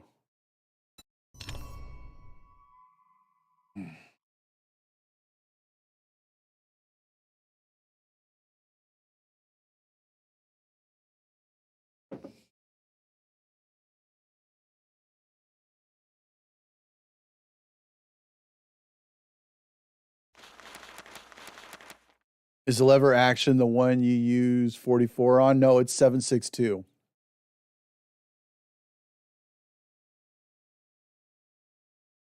So like, you know, you could use what, the tactical rifle, the AK, the lever action, which is nice. Oh. Oh. Yeah, I'll bounce out here in 1 second. I want to get home before I end the stream, or at least get to my next job so I can do it when I bounce on here later tomorrow.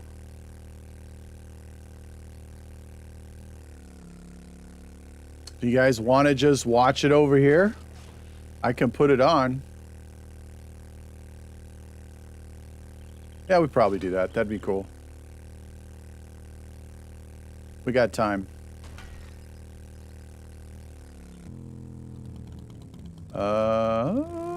Don't know.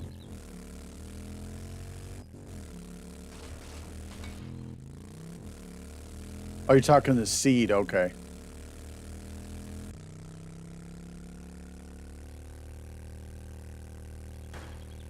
The buy and go.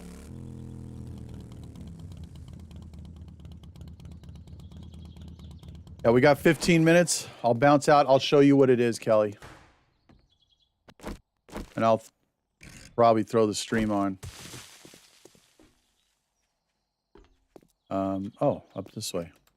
I guess we could do it that way. I wasn't sure if anybody would want to watch it.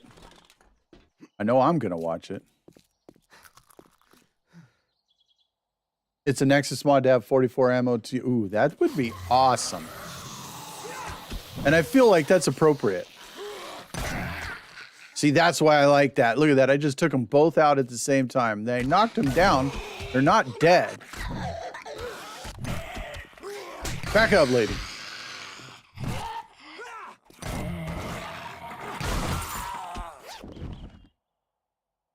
Let's drink that. Let's take that. And let's scrap that.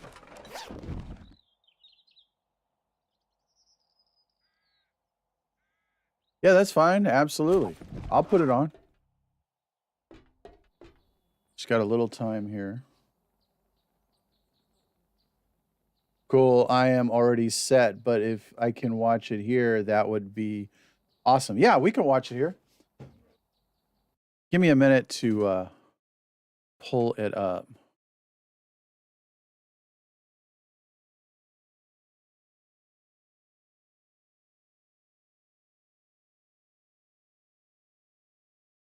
All right, yo, get on the song. You know, it kind of felt like it.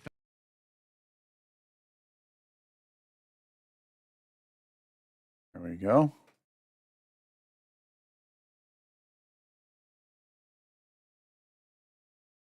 Hey friends, Fubar Prime.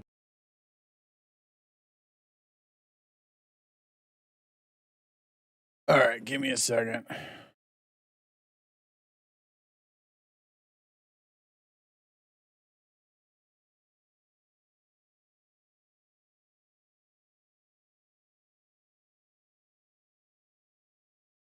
Gotta log into my Twitch account. Bingo. Okay. He's hosting somebody right now. Ditch. All right, and then let's pull this up.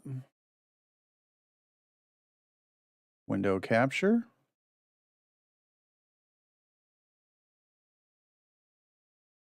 Say okay.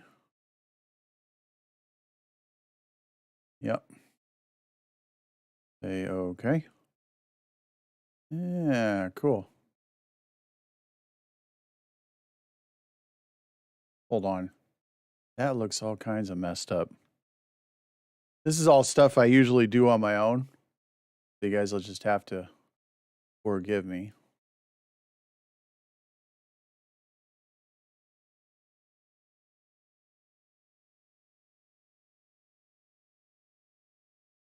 Why is this all kinds of messed up? There you go. Now we'll just get rid of that.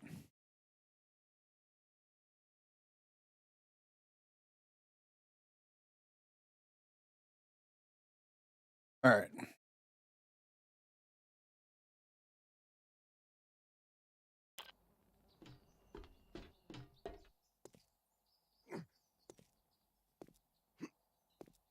Hello?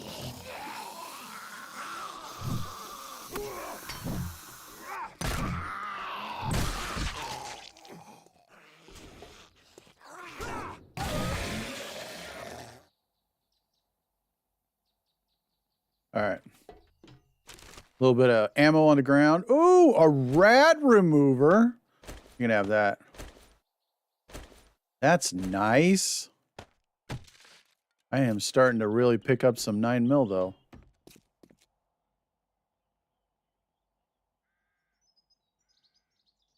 GDG has a Twitch account. Do you also have OnlyFans? Yeah, I have a Twitch account. I don't stream on Twitch though. Where are the actual... Right? That is not the way. So we came up this way.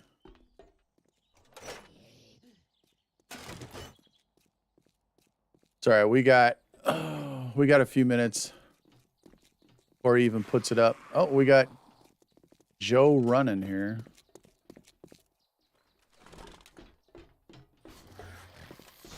Oh, here. Hey, Mo, what are you doing?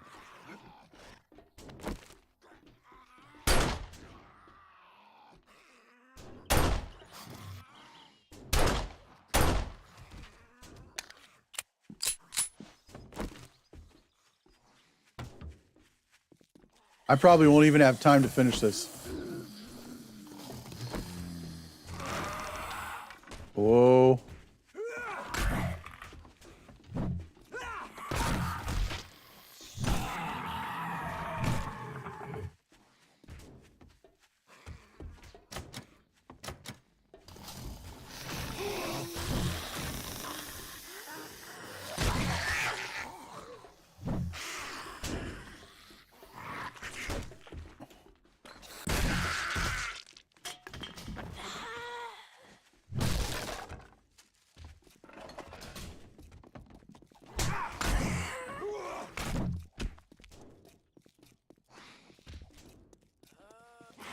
Thank you, Kelly. We'll all watch it together, man. That'd be cool. Oh, I put him in the bike. Dang it. Whatever.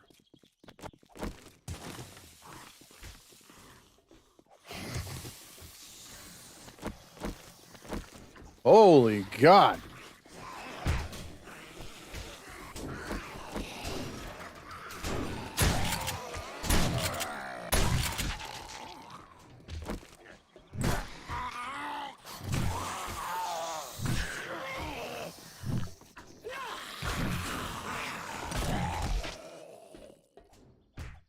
Woo.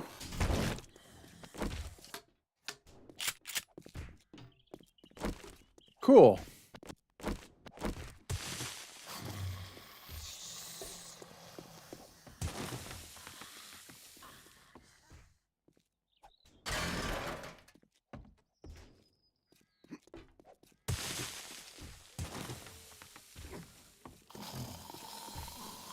Something upstairs that sounds like. Uh-huh. I will definitely take the fat. Hey guys.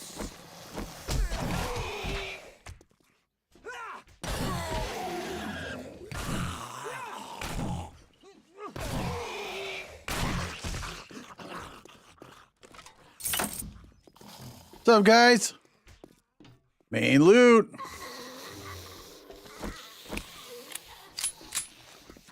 Let's do it.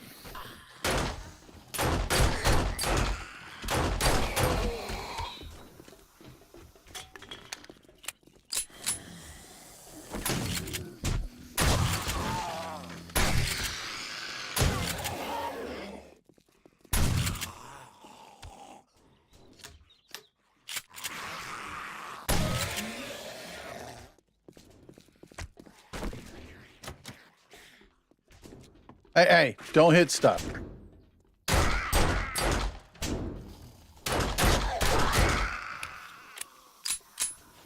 Supplies are way over there. Whatever.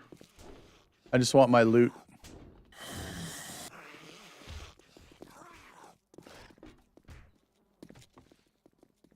'Cause I gotta bounce.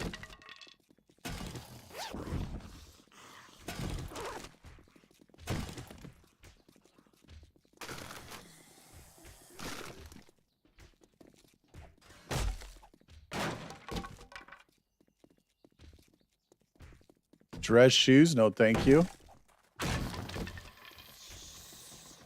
Nope. Must be on the other side of the door. And let's do this.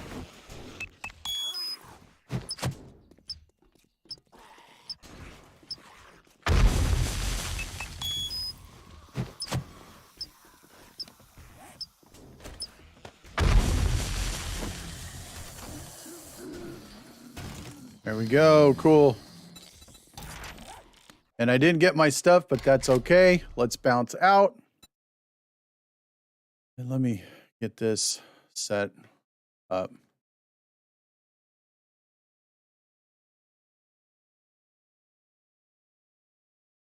What the heck?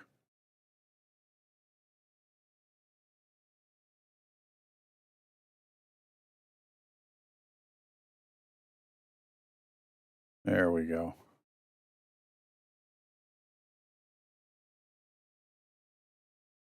That should be good.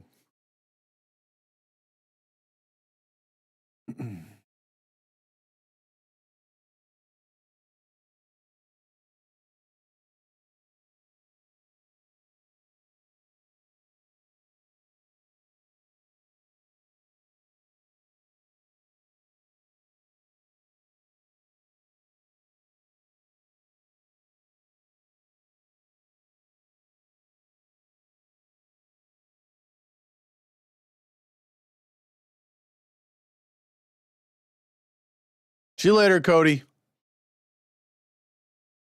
I'm over here trying to set this darn thing up.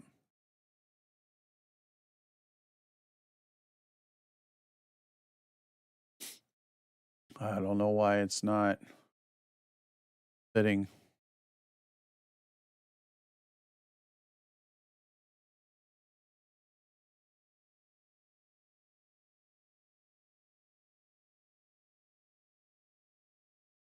Okay, just give me a minute. We'll just chill right here while we're waiting for them to start their start screen.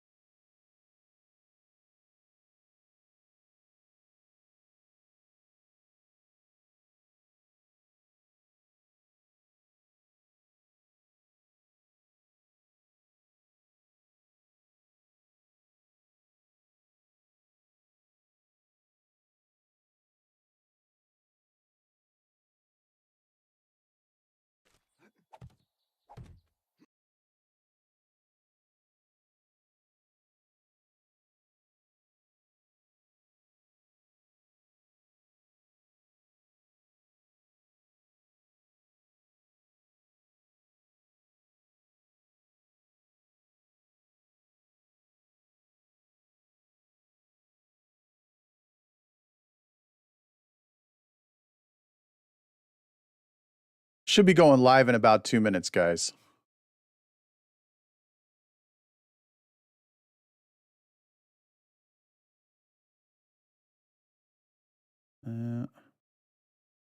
That's why.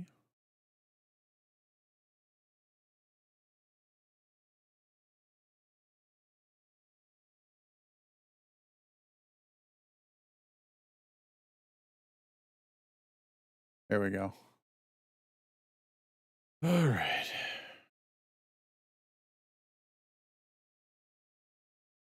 There we go. All right. Let me go back into this for you, Kelly, and show you while we're waiting on this guy.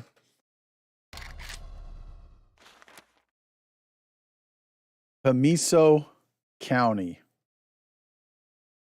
Just some crazy map that I made. Yeah, I don't think you would see it here. Kill strangers. Yeah, right there. All right.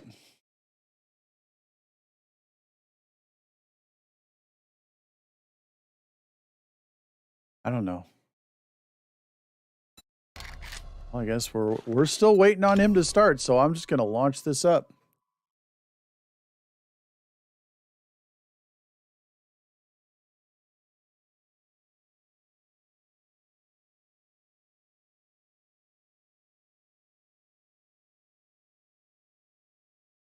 Not started. It's 10 o'clock. Come on, bro.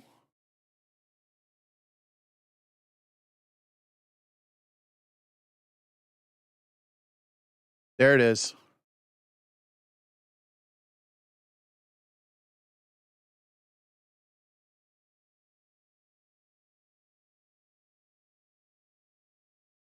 Oh, that messed up. There we go.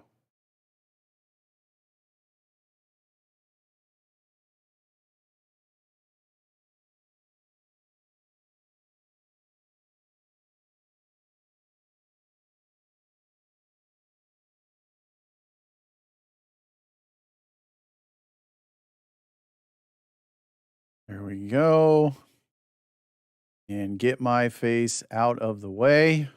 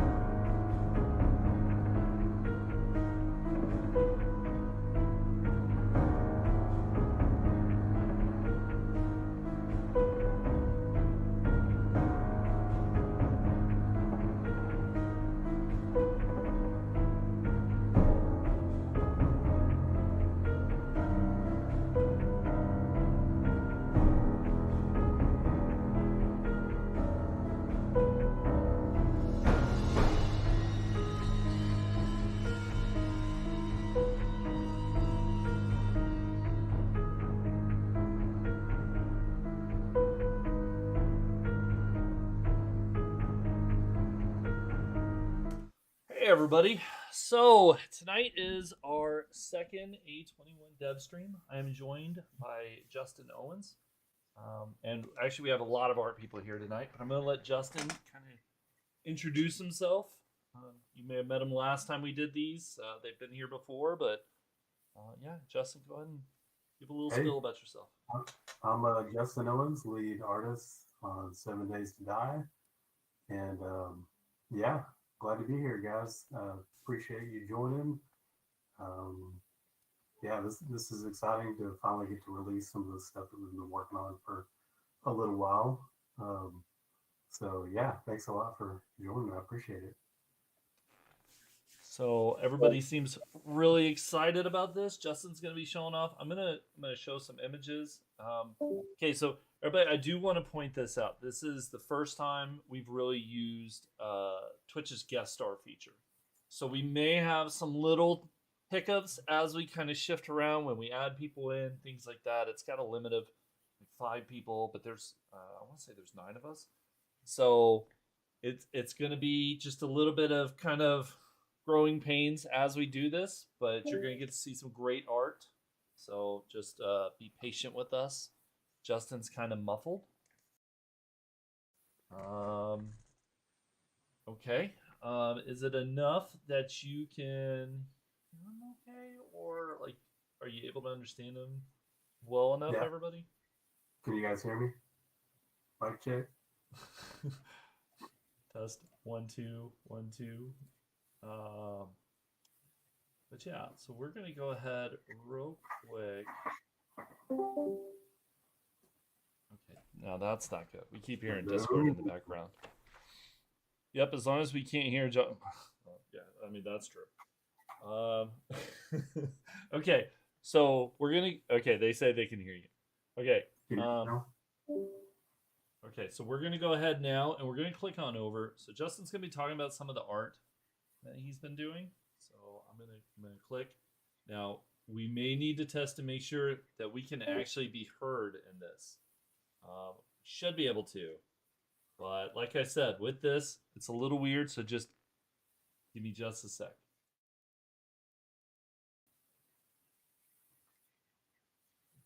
Hello. What's up, y'all?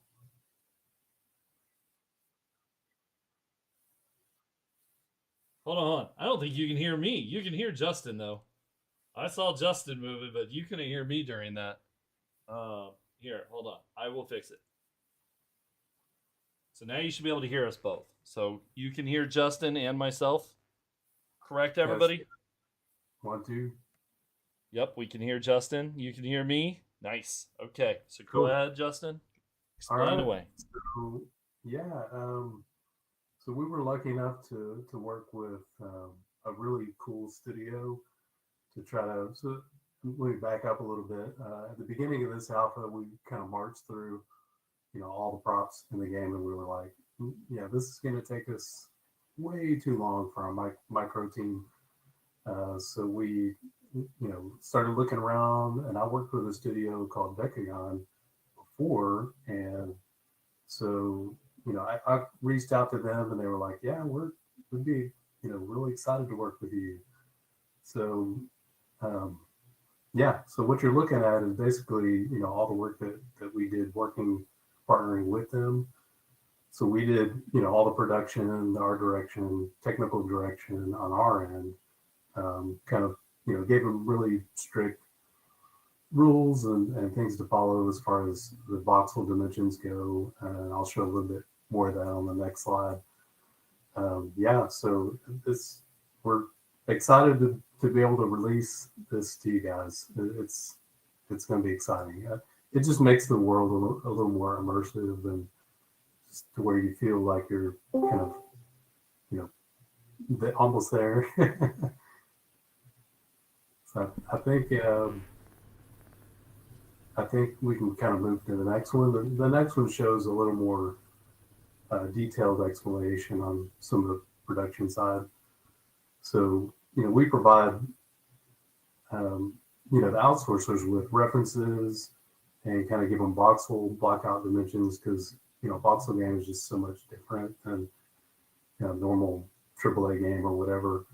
So, we give them very strict guidelines on voxel dimensions so that, this prop can be used in different ways, by level designers or by just, you guys or whoever is exposed to the tool set. So next stage is a high poly. We'll give them feedback, get the high poly again, and then more feedback. And in this case, they kind of made something that was, kind of a standard fitment on wheels, but we wanted something a little different. So we gave them that feedback.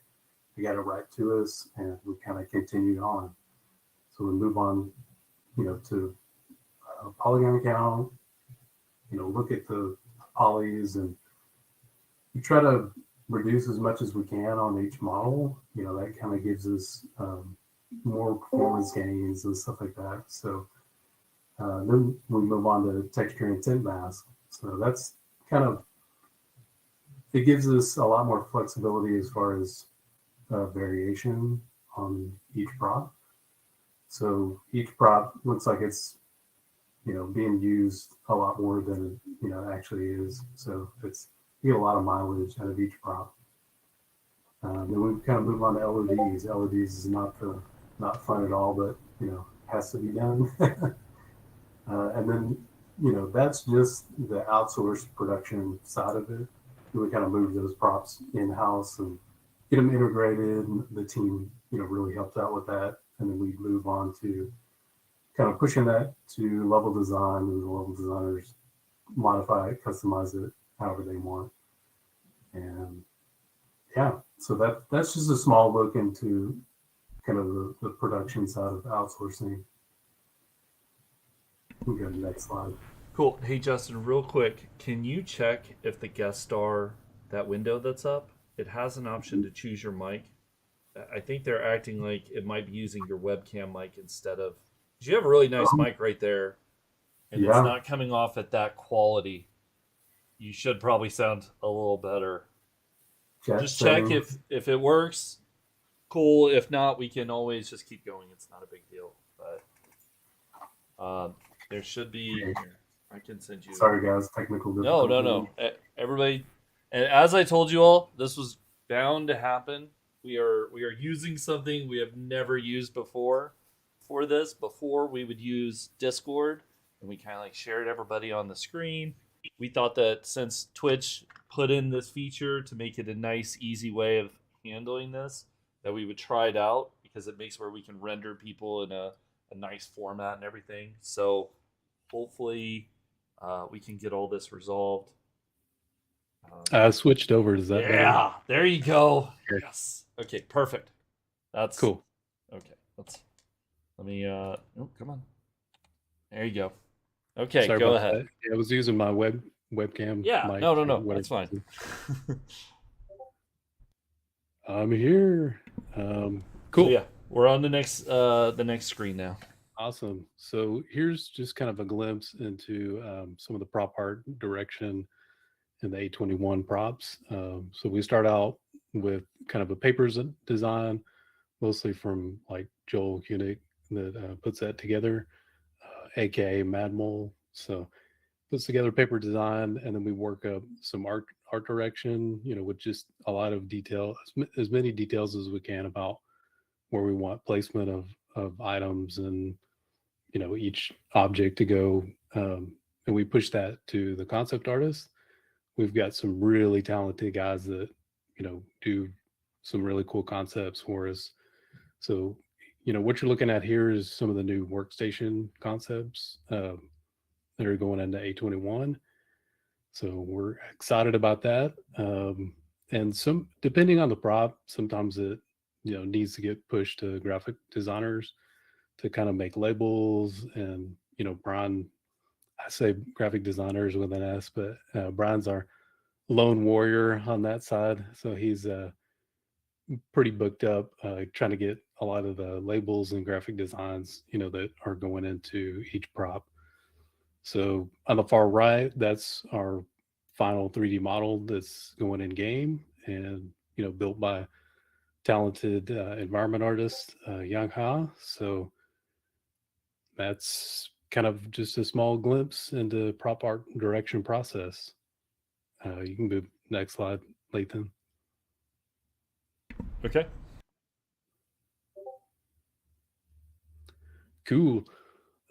So yeah, next up is technical art for A21. This is just a few things put into one page, but we've been I've personally been working on a lot of the improving the glass, and we've been working with level designers on getting some really old glass swapped out and updated in new shaders. So on the left here is kind of a graph that I made in Substance Designer, and it took a little while. It took longer than I wanted to kind of figure out kind of some fractal design and break textures that looked believable. You can kind of see a little bit of that on the far left. So yeah, I mean, a lot of that is getting swapped out right now, and you should see a lot of that in A21 release. So a lot of cracked glass and broken glass and shattered glass, and refraction and reflections that look believable and stuff like that. So yeah, we're excited about that. And then we've got some really cool lighting features like light emissive color matching. So level designers can kind of pick if they want the emissive portion of the textures to match the actual light color. So they can have different warm or cool lights depending on what they want to put in their levels and their POIs. So we're excited about that feature. That was fun implementing that. Improved screen space reflections. So we have kind of a new way of doing it, and worked with Sean Liptak on getting that integrated and optimized. And you can kind of see a little bit of the reflections in the new vending machine that Hung made. So yeah, he actually sent that screenshot out, and he was like, "Hey, this looks really cool. Like I can see it in this, how it's working, in this shot." So we were excited about how good it looked. And the top right, there's some of the technical props that I did. So there's on Trader Rect, there's like some feed pipes and stuff like that are on the roof, and hanging ropes and all kinds of crazy things going on that we couldn't really achieve with blocks. I mean, we could, but it was just way too technical for kind of a one-off thing. So I just wanted to build in that, so that we could put up that as a custom model, just to kind of enhance what we were trying to achieve with Trader Rex. And then we've got on the top right, there's a bear rug we got in Trader Joel's, and that's using the head that Brett Briley, the high poly sculpt that Brett Briley did, is a really talented character artist. So yeah, we got that. Was able to figure out how to kind of bake down fur in a believable way to make it look interesting and work with the shader that we have. And then kind of a working stiff poster that I made is you guys will be seeing that in A21 around. So yeah, it's fun stuff. And bottom right, there's the prop foliage shader that I built just for some of the hedges and some of the bushes and stuff that we have coming into A21. And I think that's pretty much it for technical art.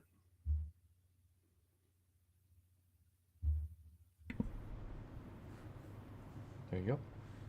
All right. So next up is trader locations. You guys, I don't know if you saw the other stream, but they showed, some of the new trader locations that we made. And, we met with level design at the beginning of this alpha, and we were talking about, what can we do to kind of enhance the trader locations and make them feel a little more believable and a little more connected to their design.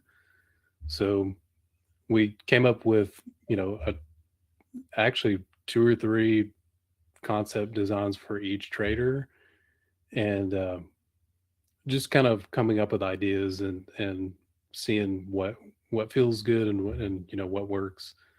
And here's a few concepts, and you might be able to kind of guess which one is which just by looking at them.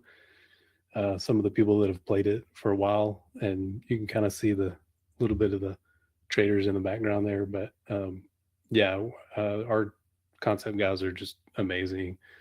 So it was really fun working with them to try to figure out, what the new trader locations are going to look like. And we're excited about you guys being able to see it as well.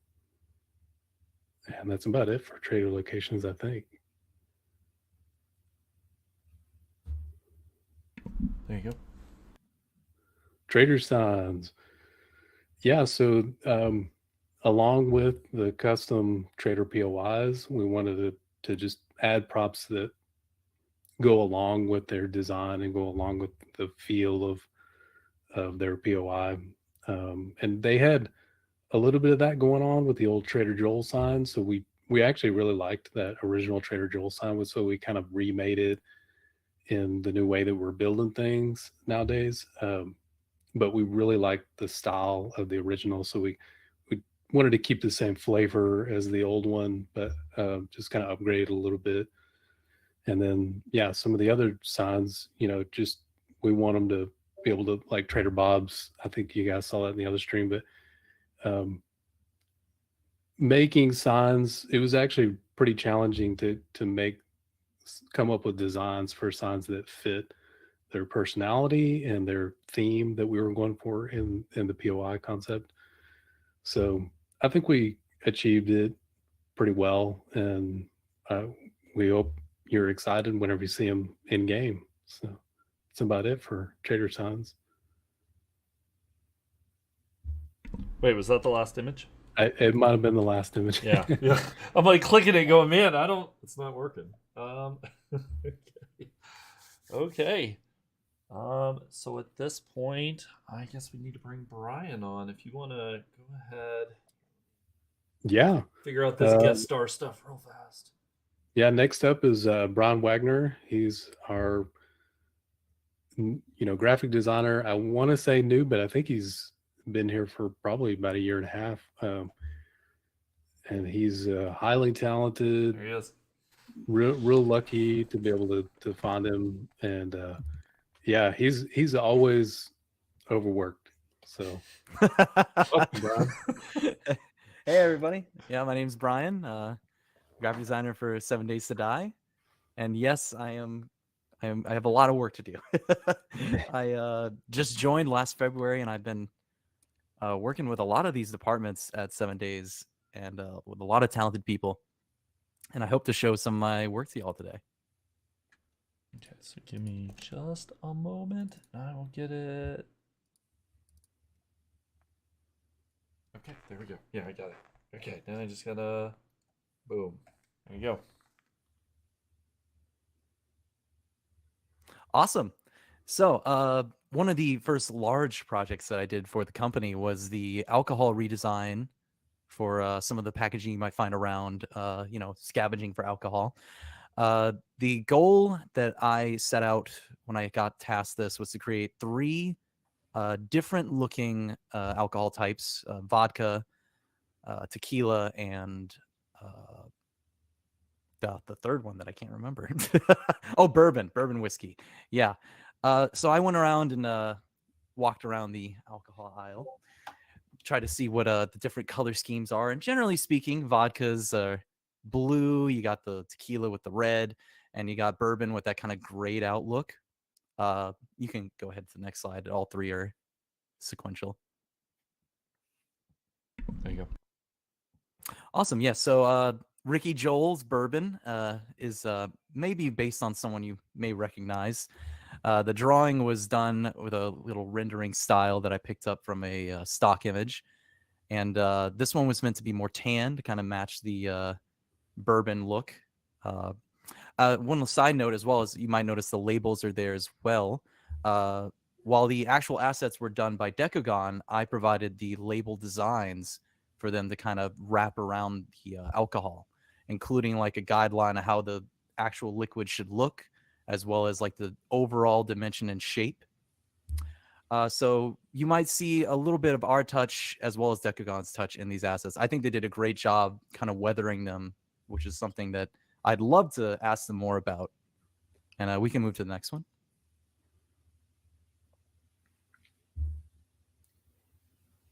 And this is a Stratum vodka. It's been distilled 21 times, which I'm sure cannot be good for it. It is a blue clear vodka.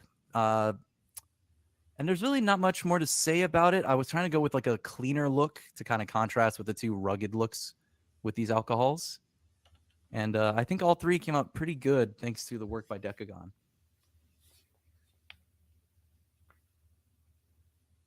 We can move on. There you go. So one of the biggest projects I got to work on that I absolutely adored was the vending machine candy redesigns. Basically, we needed a vending machine asset, and in the process, since we already had the candy built into the game with the buffs and debuffs, they set me on that task as well.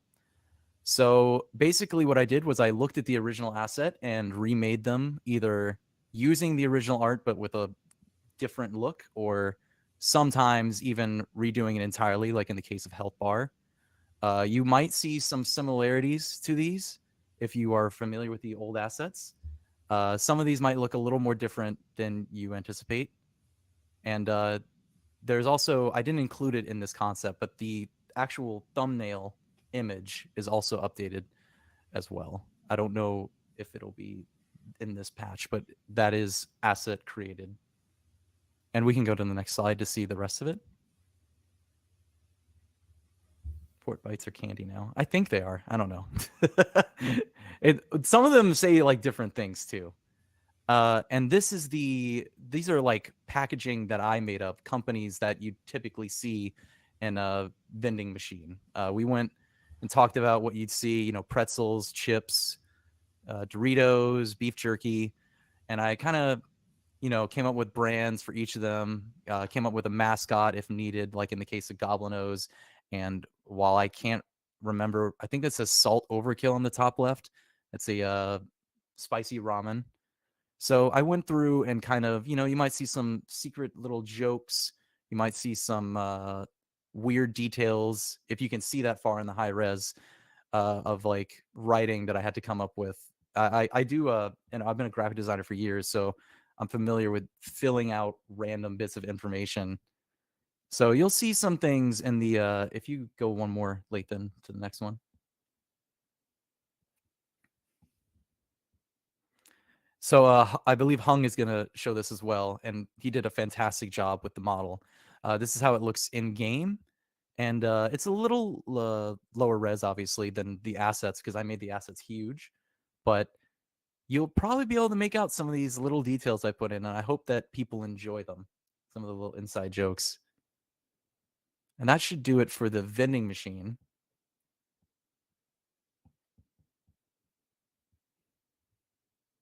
Okay, so now we're getting into one of my more recent projects. This was Trader Hugh's concept. I believe Justin showed some of the concept art, and I was tasked with doing some of the background assets for that art. So this is the target practice posters. I referenced a lot of what people like to see in posters.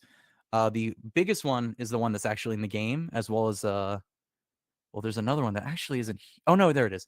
Bottom middle. You'll probably see that later in the stream. Both of those are the ones that are actually being used in the completed version. But these are just some of the other concepts I came up with, because I like to usually prepare extra. And we can move on.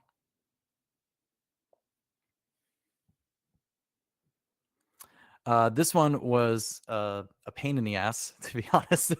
This is a lot of referencing military awards, and we couldn't reference them too closely because, of course, there's rules about what you can and can't use.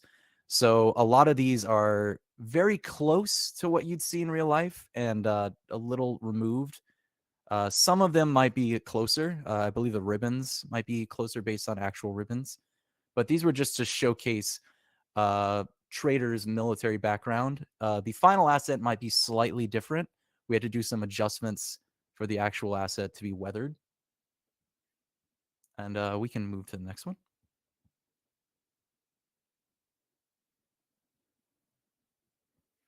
This was a very cool part of the project. I had to do some gun blueprints and a gun breakdown. For the record, I know next to nothing about guns.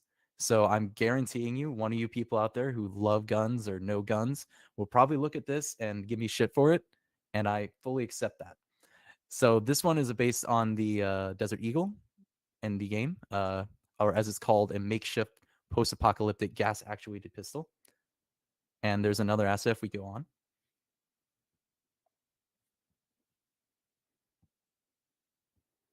And this one is based on the M16, the makeshift post-apocalyptic automatical tactical rifle.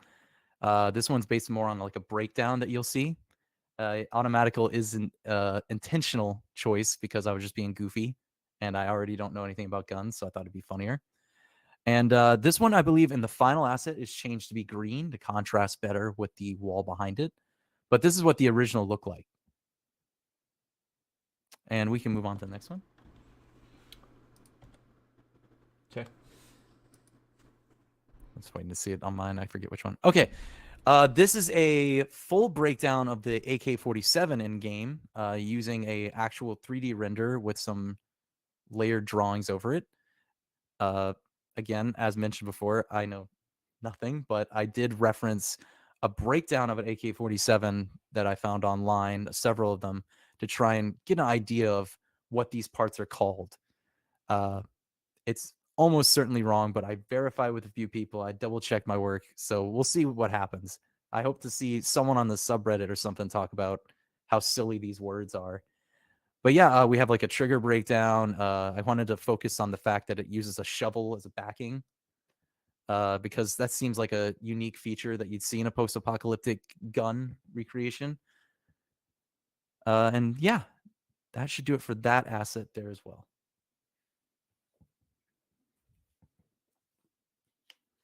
Here's another concept for Trader Hugh. There's some flags.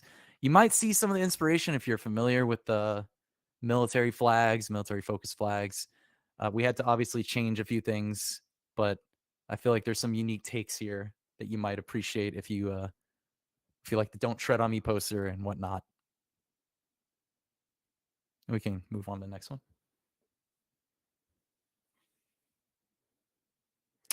Here are some edited photos that you'll see hanging about or on like a frame or something.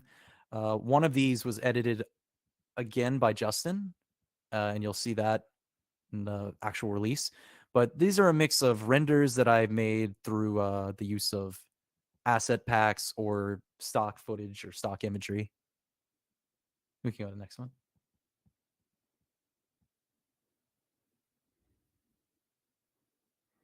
And of course, you wouldn't have a gun store without some very aggressive signs. So a lot of these kind of were made to fit what I imagine Trader Hugh would be like, including the fucking liberals, little scratch out in the bottom left, smile asshole, all the kind of stuff that you'd expect him to say or have in his store. Go to the next one.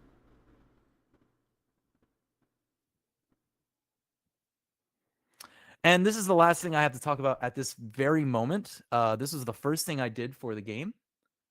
It is a achievements image. If you've been watching the game, you'll already have seen some of these in use. And it was a long project, and I hope that many of you liked it. I haven't really got a chance to see how people's reception to it has been. But hopefully it is a good choice for everyone. Be sure to let me know how it comes out. That about covers everything I've done so far. I guess you'll be doubling back to me, right? Yes, Lathan? yes. So the plan is we are going to show all the Alpha 21 stuff. Then we're going to kind of circle back around to the people and let them show off just a little bit of a sneak peek of Alpha 22. So thank you, Brian. Like we said, we'll get back to you in just a little bit. But I'm going to go back to this screen. So now Brian. It's cool stuff. Yeah. Thank you very much, guys. See you in a sec. Okay, and then let's see, remove. Sorry, there's a whole process to this. I gotta like move. No, don't move him in the slot. Move him to the queue, and then bring in Hung. You want to go ahead and introduce him while I Yeah, next up is Hung Pham. He's the lead environment artist. I'll let him talk more about himself if he wants. There he is. Hi, can you guys hear me? Yeah, I can hear you good. Oh, awesome. Cool. Hold on 1 second. I'm trying to figure this out myself, but yeah, so actually I'm one of the environment artists here, and for this alpha is kind of apropos to follow up with O'Brien. I got to make a lot of assets with a lot of his labels and utilizing his graphic design. Back on Alpha 19, I think it was, I had to do a lot of the commercial assets, and I was like a ton of stuff, and it was a ton of fun too, but it was extremely time consuming because it was making a lot of like store products and like foods, items, drinks, and all of that kind of stuff. And you don't realize like half or even more of the battle is coming up with the labels and Yeah, it is. the little quirky funny ideas and things like that, and the inside jokes, and actually making it look in the like a true in vein and the flavor of the actual product, so people kind of recognize it. So that was extremely difficult. And with this alpha, Brian came on board, and he's, as you've seen from his work, he's fantastic, and he's been a huge help. So I was pretty excited kind of bringing some of his art into the game as well. So I guess Lathan, you could start the slideshow. I'll show off some of the stuff that we collaborated on. Okay, let me get this going. And okay, perfect. There you go. All right. So Brian was showing this earlier. So part of our pipeline here, I guess, was that Brian had the task of like making a lot of these labels and posters, designs, and things like that to kind of give a lot of life to a lot of these environments that we're working on in this alpha. One of the particular ones was the trader POIs, and with Trader Hugh. What are you doing? Sorry. Yeah, that's all right. It just decided to go away. I was like, okay, yeah. Sorry. We had to do a lot of military posters, signs, and things like that, targets, what Brian showed. And so part of the pipeline was, so I would take something like this AK-47 poster that Brian created, and try to, get it in game, and making it look nice, and making sure it fits on the wall and the voxel space and everything. So you move to the next slide, Lathan. There you go. All right. So you see, here's that in a framed poster form in game, in one of the trader locations, and it looks awesome. It just grounds the whole area and everything, and has so much believability to it. Sorry, I Go to the next stole your slide. shot. No, it's great. People can kind of see it again, Yeah. because it looks awesome with the reflection against the Yeah. vending machine.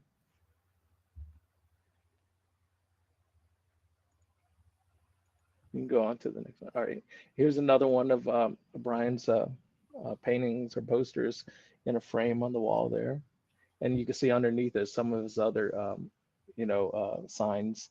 It's pretty funny. Smile, asshole, that sort of stuff. A lot of Brian's humor. You can go to the next one. Okay. Again, another one of actually two of his, one of his target posters there you see, and then a tank photo on the wall. All right, you can go to the next one. It's cool. Yeah, it adds so much details to these plain walls, so you see all those gun schematics, the target posters. Yeah, it just adds so much. You don't notice it, but then once you're there, it feels like a surplus store with all these wall deco items. And go on to the next one. Again, here are just some of the examples of some of the gun signs that Brian made. They're a little bit far out, but you saw a little bit more detail in the images he presented earlier. Go on to the next. Okay. Yep, some more of these. Some of these are the in-game targets that made it into the game that Brian referred to earlier. Next one. All right, so this was awesome right here too. It's like like I was saying, it takes so much time to come up with believable looking labels and branding and stuff. And so it was awesome when Brian provided all of the stuff. It was like gold.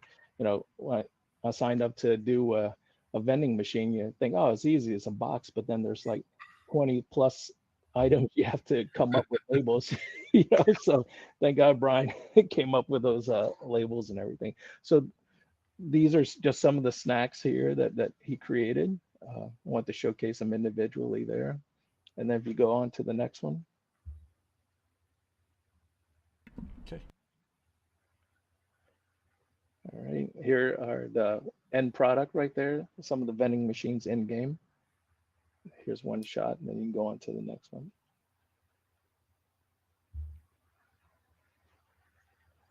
All right, and here's all the variants with the full vending machines, the empty ones, and then the busted up ones. All right, go on to the next one.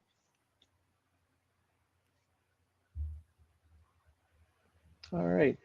So one of the other cool things about working at the Fun Pimps, our team's still relatively small, and so we work so closely with interdepartmentally, getting to work with Brian for the graphic design, and then with these tents, I got to work with one of our lead level designers named Brad, and he's fantastic. And also like Justin, who did the concept for this? Was it?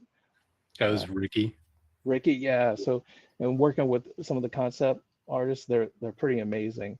And so with this, this is like some of the tent concepts that Ricky made for our hazard tents, which we had planned on making hazard tents, but also make these flexible to where we can retexture them, make them military tents, all sorts of different tents. So we were pretty excited because we could see ourselves utilizing this in so many different areas and levels in the game.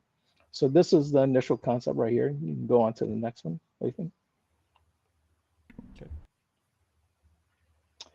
And then, so here, Brad mocked out the tents right here is proxy. The other cool thing about the Fun Pimps is like, we all kind of wear many hats, and Brad, not only is he a great level designer, he's actually a pretty amazing modeler as well, as well as a lot of our level designers. And so they're able to provide these, proxies, but you could, get all these little details that they provide. They kind of go above and beyond. So it's amazing. And so what they do is like, with our game, everything's pretty much destructible. And so I rely on them a lot to kind of provide like really nice proxies to kind of test it out to see how they work, if they break right, and if it looks funny, things like that, if they fit in the voxel dimensions. And so that's a huge help before I even start on the asset. And so this image right here is the proxy set that Brad modeled and tested out before he even handed it to me. If you go on to the next one. Actually, I do want to point one thing out before anybody like clips this and looks at it. Yes, that roof looks weird, but it was just a bad texture atlas at the moment. I don't. That was just a bug. That's not something real in the game. Don't start posting. What the hell are they doing with the roof in this? Yeah, that's my bad. I was working on some block textures, and that it was out. I hadn't rebaked the latest. So. Yeah, I just wanted to clarify before people started making videos. Look at this weird roof they put in. Yeah. So they're getting a little behind the scenes look right here. Yeah. All right. And so this image right here is some of the pieces that Brad created before he sent me this task, and you can see the amount of detail and the forethought that he put into this. So, you can see, he can, with this set, he can make L-shaped tents, really long tents, short tents, also it's so flexible, and it's through his testing and proxy work. And so once he hands this to me, I grab this, and then if you go to the next slide there, Lathan, I take this and I use the same footprint, and then I start doing some high poly modeling work on it right here. And so I start sculpting in a lot of the wrinkles and things like that. And then once I get the high poly, then I start texturing it. If you go on to the next one, we can.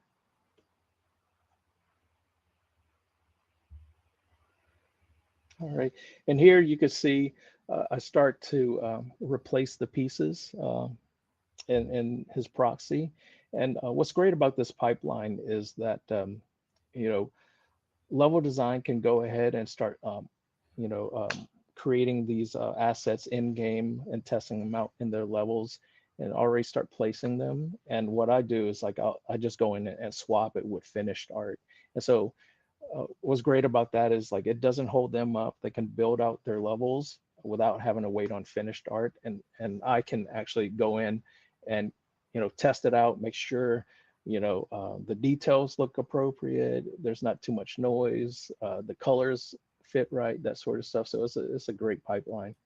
And if you go to the next one, you'll see another image of me starting to replace some of the pieces in the interior. So I started, replacing some of the roof assets, and then the walls are still proxy at this point. All right, if you go to the next one.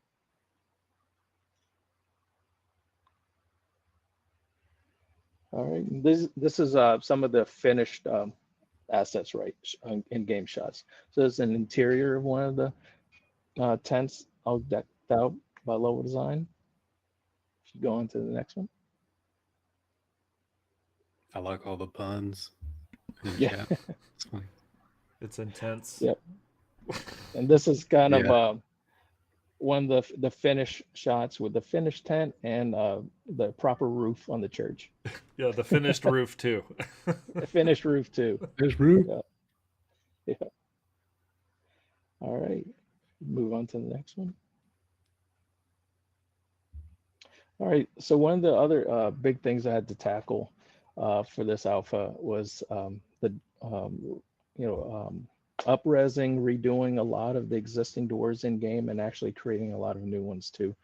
And I think last time we did a stream, I might have shown, I was starting on the doors, and I've shown some of the new upgrades. And then one of the things that got a lot of people excited was adding like double doors. And so a lot of people are really excited about that. And so we have a plethora of all new different sorts of doors in game now, from single doors, double doors, roll-up doors. When I last counted, it took probably I made probably 54 individual meshes for all these doors. One of the big time-consuming things was each door had damage states as well. And so not only are you making the single door, but you're making a damage state 1, damage state 2, damage state 3. And so a lot of these doors actually had 4 different meshes. And you'll see that once we move on with the slides. So we can go in the next one. Okay. All right, so here's a perfect example right here. This commercial door. The first stage was, it has barricades on it. And then once you bust barricades off, there's the intact plain door. And then as you break through to the next damage stage, there's a small hole. You'll probably see a zombie peeking through the other side, and you shoot him in the head. And then later on, when you damage it even more, the door gets bigger. You can do more damage to several zombies. All right, if you go on to the next one.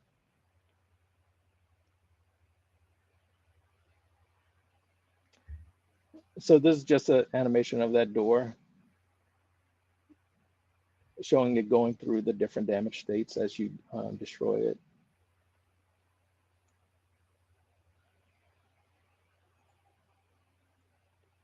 All right. If you go on to the next one.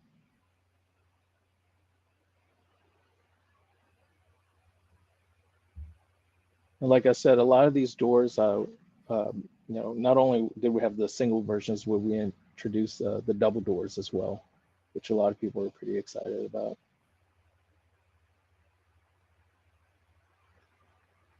You go on to the next one. And so it was so time consuming making all of these different variations. So I had to kind of utilize some other programs to help me speed up the process. And one of those programs is Houdini. Working at a small studio, you have to, do a lot of stuff. You have to try to speed up your pipeline as much as possible. Lathan, if you play that again, it kind of sped up a little bit, but Houdini was a great asset I started utilizing for these doors here, where you can just kind of create your door and adjust some sliders and animate the destruction. And you can increase the size of the hole, reduce the size of the hole, that sort of stuff. Create a low poly from it, as you can see from the video, and then move on from there. But that was a huge time saver. All right, on to the next one. And these videos are just kind of showing some of the different variety of doors that we have in this alpha. So you'll see, now you have a lot of cool monster closets with some of these new doors right here.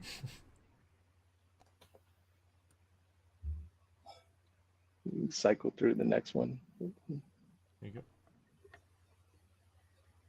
Cool porta potty monster closet right there for you. And that's the sleeper model, by the way. That's not a actual in-game character. That's just what level designers see in their level. Yeah. Another sneak peek behind the curtain there. Yeah. It's a little crappy, All right. but sorry. Yeah, we have some new cool unique doors, unique to the trader POIs.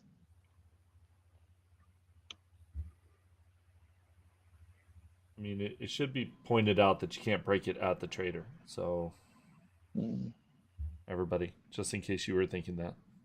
Yeah. Just showing you the doors. Yeah.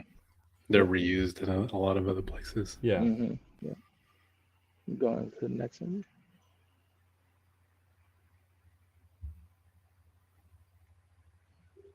We even have sliding doors now, from residential to commercial. So cool. Yeah, and these I hadn't gotten Justin's cool cracked glass shader on it, so it looks even better once you guys see it.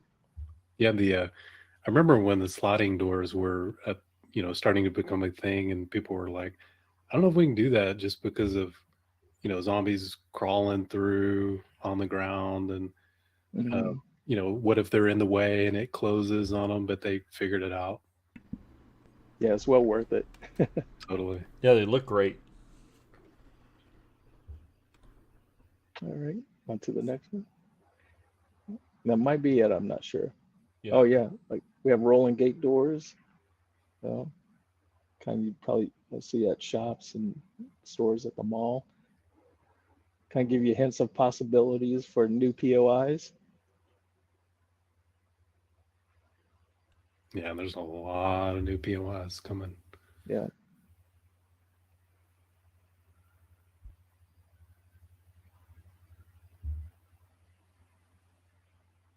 Yeah, we got elevators and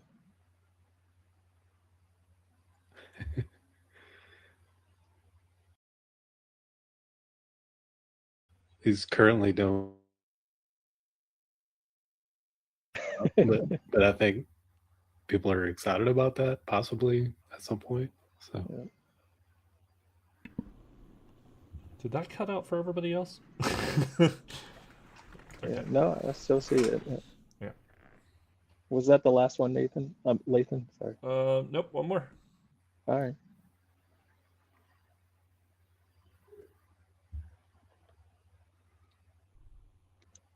Oh yeah, we got even like hatches, that Get sort of stuff. the lost hatch. Hmm. Yep. You need one of those for a post-apocalyptic world, man. So Yeah. then here's a double vault door. It's pretty cool. Animation is really cool too. Yeah. Did you do you did most of those animations too? Yeah, yeah. So yeah, this task was very daunting, just remaking all those doors, but it was pretty cool and rewarding too because I had to learn to do animation, which I never did before. So it was kind of cool to be able to kind of animate these and get them in game and kind of see my entry level animations in the game. So Now you're gonna get all the prop animation real nah, quick. yeah, I'll leave it to the pros. They're way better animators at our studio. So, but I think that's it, Lathan. Yeah, that is the last one. Awesome. So Well, I hope you guys enjoy all these new doors and everything. So Good work, thank you, Hung. Hung. Awesome yeah, stuff. appreciate it. Okay, so let me click over here. Then Young-Ha is the Next up is next Young one. Ha, senior environment artist.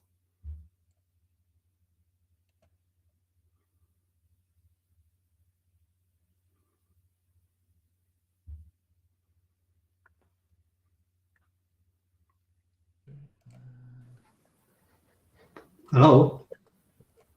Hey, hey, we can hear you and see you. Oh, I thought I was the last. There you are. No, I think we said you were gonna be. I think you were gonna be now. I hope. We might have got the order a little bit mixed up. Yeah, my first name is Wise. Okay. Yeah, I was the last. Oh no. We had just a special order. It wasn't alphabetical. But here, let me.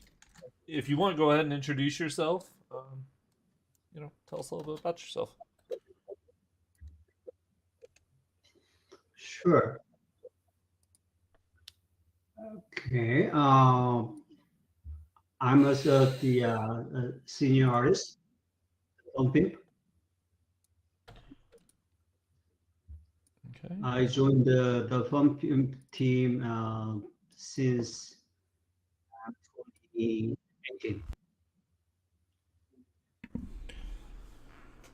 Cool. Yes, time flies. Yeah. So So, I have your art ready. If you want to, here, let me go ahead and click on over.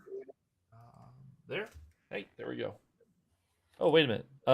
So hold on. Were these Alpha 22 or Alpha 21 stuff? Because I just noticed the icon. I think he was gonna show at the same time. Okay, And just and kind that's of fine. point out a few of the things that are still future alpha Sure. as of now. Okay. So yeah, go ahead.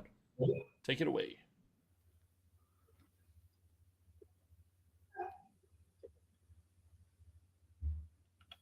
Go ahead, Young Ha. all right. So my mic setting is kind of echo.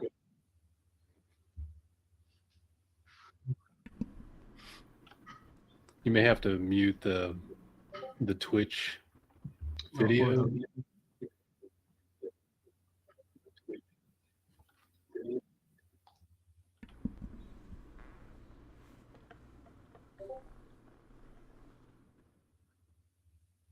How are you seeing the stream and everything? Do you see what we're showing at the moment?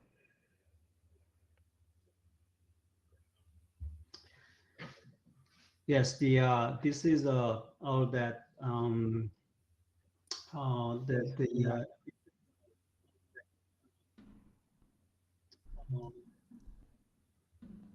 the list of the for the ARPA 21. No, we yeah. have the writable crates on the screen. Your first image.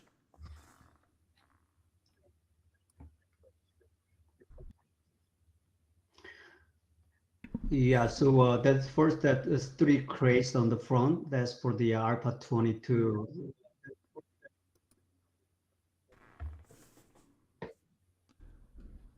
And the behind there's a the vending machine in the center.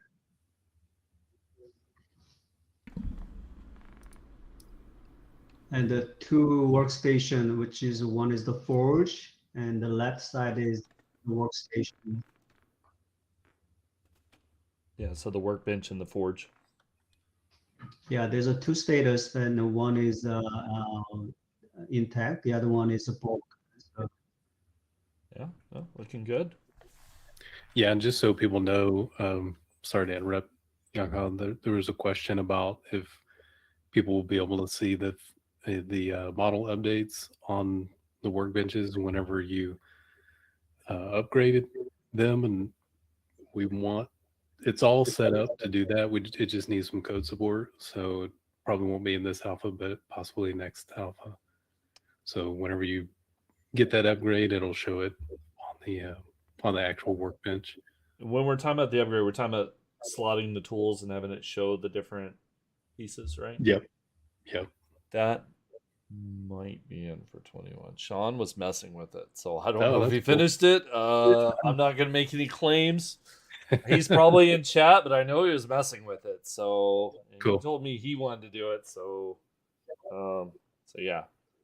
Oh, okay. Well, apparently they're saying he already said it's in, so it isn't. It'll said Nice. it's in. Yeah, they're all saying that. So, okay.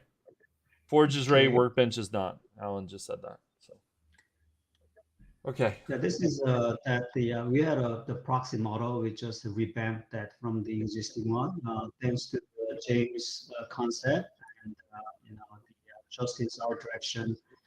Make this the good quality of this product.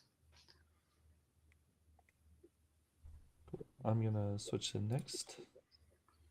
So, and then you can move on. Yeah, so we're on the vehicles now. The cop car and the truck section. Yes, we had the vehicles, in old ARPAs, and then we need to create a new type of the vehicles.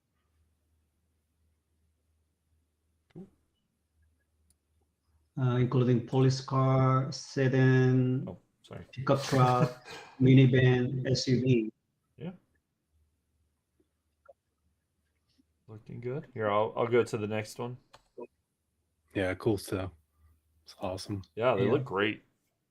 Thanks. And we have a twin turbo switch, the even same model, then we can different color vehicles, more variety.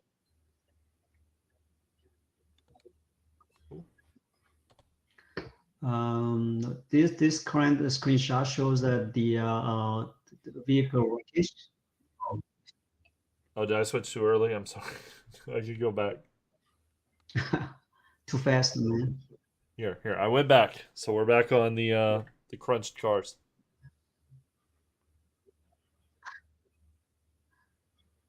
Okay, this is the most challenge for me to build a vehicle has an interior.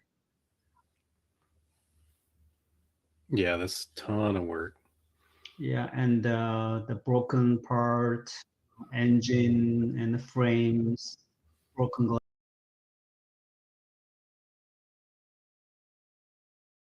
glasses. Yeah, the Yeah, details are great. and you pack the UVs really good too. That's super challenging to get the resolution high enough. Yeah, it's a matter of time. That's time consuming, but I enjoy that the working with that vehicles. So cool. Okay, moving on to the next one. Yeah, let's go to the next one. The fire truck and the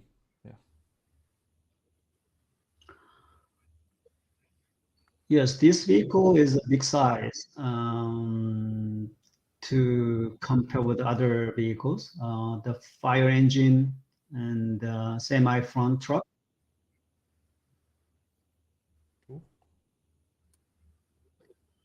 Yeah, just to clarify, these are not drivable. These are just environment props. That's all. Somebody curious about that. Moving on to the next one. yeah, good to lay that the different size of vehicle and in the environment. It's more believable. Okay. Moving on to the next one. This image shows that the heavy equipment at this excavator and the excavator with the different claws on the arms. Oh yeah, you want to tell them kind of the level design request about that, kind of what they do with it and stuff. Yes, the level designer can coordinate that the vehicles grabbed by the claws.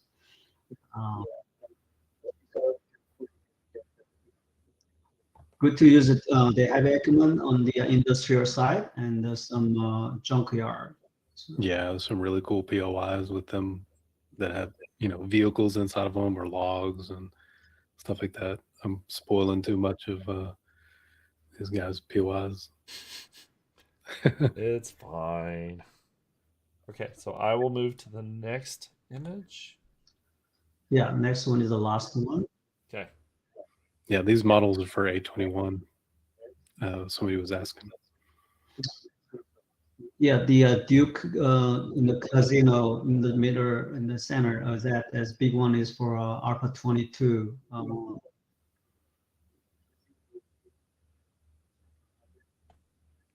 Yeah, so we will be getting a Duke's Casino, everybody. You see it here. Yeah, it's pretty exciting. Spoiler. Spoiler, but it definitely says coming to Alpha 22, so please don't make a video saying, hey, it's coming to Alpha 22. Yeah, 22 plus. Yes. Yeah, there's a plus there, so it could be even later. So, but yeah, these look great. Yeah, I'm excited. Yeah, yes, these awesome. are the signage that for Alpha 21, except the casino, and Okay. Yeah, it's so cool, man. This add a lot of character to the trader POIs. Great work. Yeah. thanks. So I think that is it. So I'm gonna click back over here, but thank you. yeah, so hopefully you guys enjoyed my work. It was awesome. Yeah. Okay. So thank you again for being here, and we will. Thanks, move Young Ho. on. Say bye, everybody. Okay, so clicking on. Let's see who's next. Noe, I think. Get Noe in here. Noe, you ready? I hope so. Yeah, next up is Noe Serrano. He's a senior environment artist.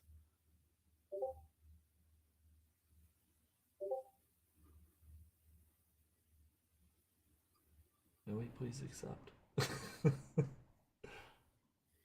Uh-oh.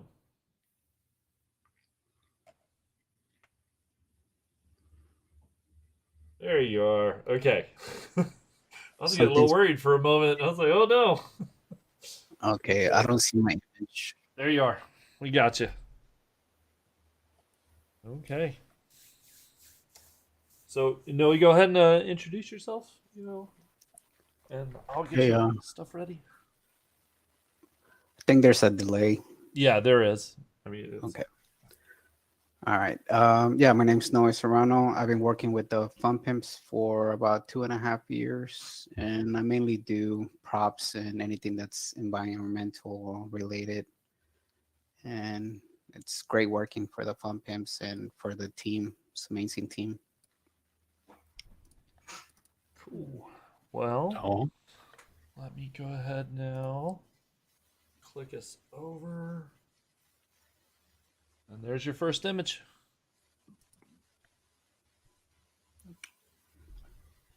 Okay. Yeah, for my first prop of I guess the first Alpha 21, I had to do the pipes, all the pipe kits for pretty much all the environments. That also included the damage pipe for the, what do you call that? The hazard task or The fire hazard, yeah. Yeah, fire hazard. Yeah, you can see a little preview of the fire hazard right there on the top left. And at the bottom, you could see like just the different versions that the environmental guys could use all the pipes. Some of them will hug the walls. Some of them will just stick out a little bit in between the bottom. And there's also, you could be used for the ceilings. If you look at the top right, you'll see I also created some electrical boxes. Those are for outside houses and stuff like that. Also created, so since I was working on pipes, the pipes were very similar to the gas meter. So I went and go ahead and did 2 versions for the gas meter. Next page, Nathan. Okay. It'll take you a second, but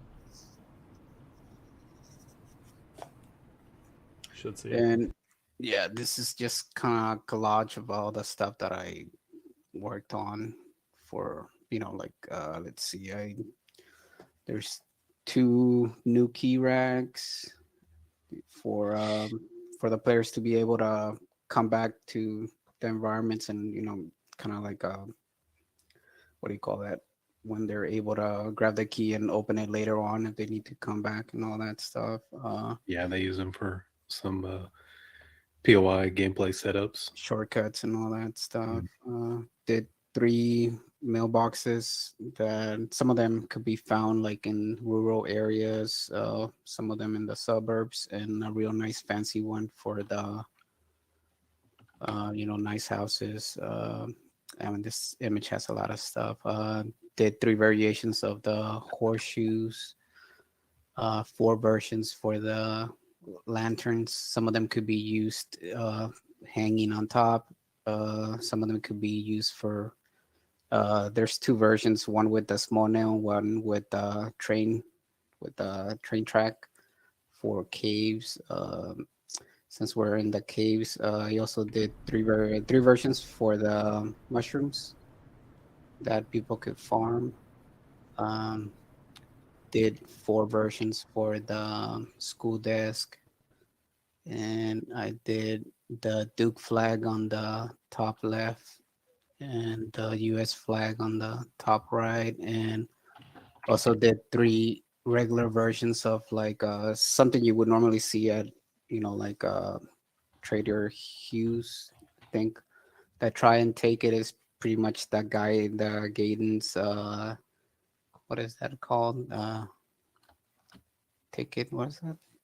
I don't remember the name of it, but yeah. So they're just kind of like different variations of what you would see. Like Honor and Duty is the what is that? The Marines, the Marine Corps. Valiant is pretty much like the equivalent of the POW, and created one for the Fun Pimps. And the Fun Pimps actually pretty cool because you can actually do a color tint on that one.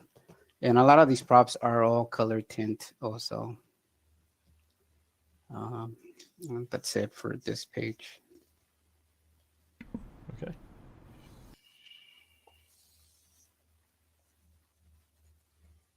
And for my next task, I had to do a bunch of sheet metal that you could use for different types of walls. Like these are mainly for traders, and you could pretty much use them to kind of give you the look of a what do you call it, like a Mad Max feel.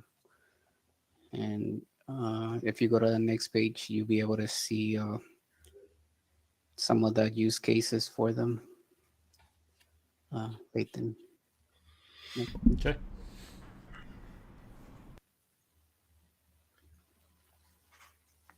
And here's some of the use cases for them. They could be flipped upside down, horizontally. If you look to the top right, you can see the new Eden, and under hidden under there is the Nestle gains. What is that? The oh yeah, the Navis game. Yeah, just added a little story by telling how much population was dying out. Just a little storytelling with that one. And next slide, Nathan. Lathan. And these are so powerful, these kits. I mean, it's like levels of hunters are building all kinds of stuff with this. So Yeah, you could put these in front of anything, really. So yeah, you could just make your whole environment look a little more rugged. For this one, I did, let's see, I did the military locker that could be used for military locations, or something you find in the attics and stuff. And I did 3 versions of the ammo case, one military, one regular wood, and one that's all just worn and torn. And if you look in the back, you'll see that I did the driftwood. That there's 3 versions, but I try to utilize one prop to get a couple of different variations. So I made it to where it'll look decent, like while it's standing, and the other ones where it looks decent while it's laying on 2 different sides. I try to utilize as much as I could for that one. It was pretty fun to work with. Sorry, I jumped a little too fast. It's fine. You're doing great. good job, Lathan. I'm trying to predict when you want to do it because I know there's the delay, and then I was like, wait, is he still saying something? Okay, go ahead. This one was a little more difficult to really do. It's pretty much doing wood platforms. It's a whole kit set that you could use to pretty much create like an infinite amount of different things. The hardest thing on this is just these have to rotate 4 different locations, and they also have to tile in the post. So that was a little tough to figure out, but all these wood platforms are all in one texture, so I think I got a lot for that specific thing. This is another amazing kit that it just takes so much time to make sure that each piece works with each piece. So yeah, Noe spent a lot of time just trying to figure out how the kit was going to work and how everything was going to fit together, and meeting about how to, if this stacks, is it going to look tiled, or is it going to just have a quick cut on a texture. If you want to tell them a little bit about the way that you figured out how to do the tile textures on the beams so that they don't look like they break. Oh yeah, like so I ended up creating kind of like a sleeve that you put in between 2 points, 2 of the posts, in order to get and make sure that thing's always pointing towards one, like a specific angle. So whenever they connect, they look seamlessly. So you could tell these 20 stories high, and they're tiled perfectly. You're never gonna see a seam on it, at least on the poles. You might see some repetitiveness here and there with horizontal boards, but never in the pole.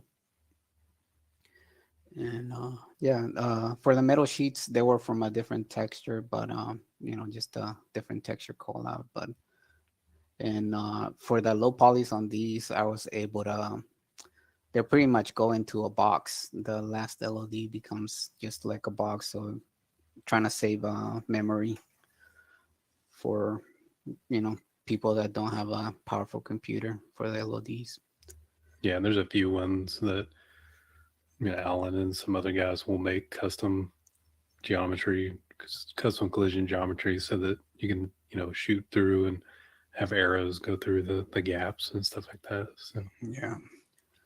And can you go to the next slide? Yes, there you go.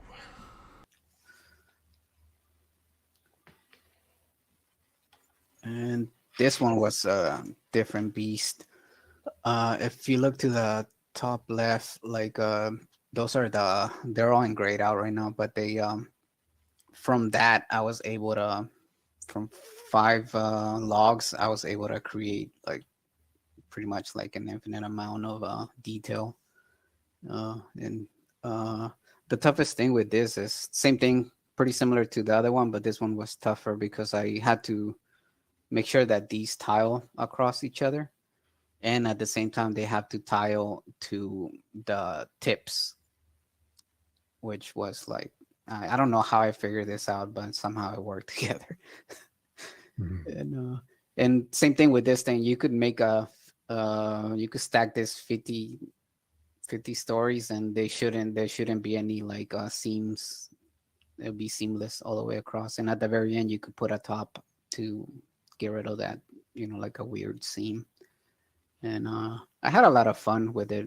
Just trying to get this to work properly was a nightmare, but somehow it worked out. Yeah, it was so cool. And it's just the saddest thing about this is that this was the one of the big ones that I lost on my computer. And it crapped out. Oh yeah. Every time I look at this, I just feel like crying. Oh yeah, the hard drive failure. Yeah. Yes. If you have a computer that's longer than 2 years, Have a backup system. yeah. But Next one. yeah. Next page. Wait. Okay.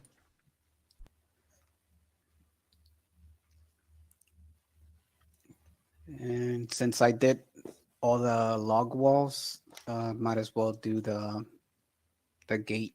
This was pretty fun to do. And same thing, this is all in one texture. And I was able to add a little bit of storytelling by, adding. I don't think that was in the actual concept. I ended up doing it, and just to see if y'all liked it, and if y'all didn't, I was gonna remove all that. But Yeah, that was cool. yeah, that was my own, like, kind of, what do you call it, like producer, like, just There let you me go. just throw this, see if they like it. If they don't, Yeah. could always just take it off. Made the call. Yeah, I love the animation. I wish I didn't know that we were able to put videos, but I don't know if they did a walkthrough through Trader Joel's environment, but this thing opens up, and the animations on it are really nice. There you see all the boards when they open and close. It looks so good. Mhm. The animation, not my prop. But I think this is my last thing. My last Yes. slide. And I'm really trying to get the campfire for the last thing to go into Alpha 21. Nice. Oh yeah, that one's really cool. It's got a lot of sweet upgrade details and stuff. Yep. And that's it for me. Thank you, Great work, Noe. Noe. Yeah, thank you. Thank you, guys. Give me just a sec. Next up is Joey Struvey. He's a senior artist.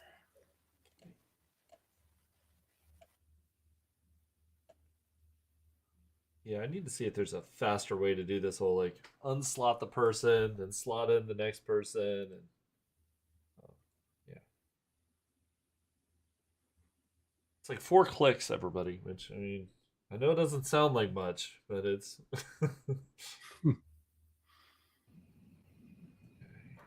Joey, we can hear you, and now we can see you. Hey, how's it going? Sweet.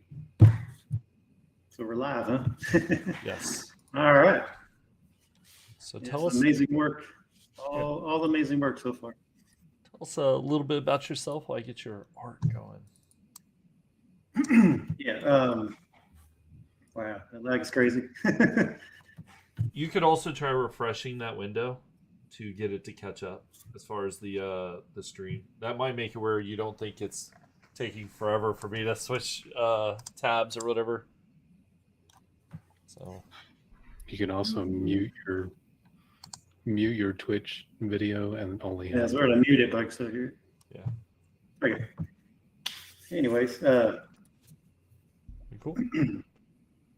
Tell us a little bit about yourself, and then I will get this up.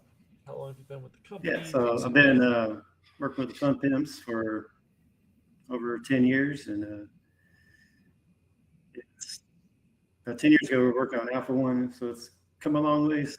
It's kind of amazing. With this long time late, so you've seen the evolution, and so. Sorry, someone said, "Is that the person from the 7 Days to Die trailer?" And I just thought about, you actually do kind of look like him. You know, kind of. It's definitely And the not answer him, is but yes. kind of. Okay. Sorry. Here, I'm gonna go ahead and pull up your image. So there you go. I just realized I had to switch windows open.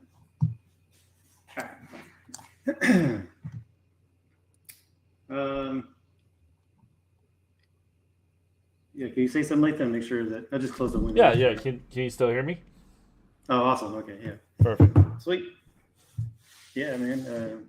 Some really great work, and I love that heavy equipment. It's from Young Hall. It's pretty awesome, and awesome doors there hung. So Joey, I have your first slide up now. Cool. Let's see. Yeah, I can't see in this window. So I guess it's the one that has the bear in it. Yeah. Right. Yeah. So last few months I've been helping out with the environment team. So the bear is from one of Brian's concepts. I think that's was that Trader Hughes environment. That's Trader Joel's. Trader Joel's. Okay, cool. And then we got another door. You hadn't had enough door action yet. Here's another one. It had another one. Yeah. And then the light bulb is just a little prop you would see everywhere, become a common. Yeah, so the next image there would be, what is that, the forklift? Yeah, sorry. Yes. I just realized I was muted. I was like, yeah, it is. Yeah, I can't see the images. Yeah, no, it is the forklift. For that. All right, cool. Yeah, that's just a high quality. So I did the player vehicles, and I've done a lot of hard service stuff. So the guys kind of wanted me to work on these types of props. So I was able to do, come with a design, do the model for it, which is a lot of fun. It's kind of stuff I like to do. It looks really good. The forklift. By the way, it does look really good, and these also Joey modified it to work with the crates and stuff. So they the forklift actually goes like in the crate slots for pallets and stuff like that. Yeah. So that's a forklift. Wait, now we're on the second forklift, which is the colored version. I can cool. just move on. Yeah, that's a low poly, and that one's tenable, so you'll be able to see in different colors depending on what the designers will do, I suppose. Still not drivable, everybody.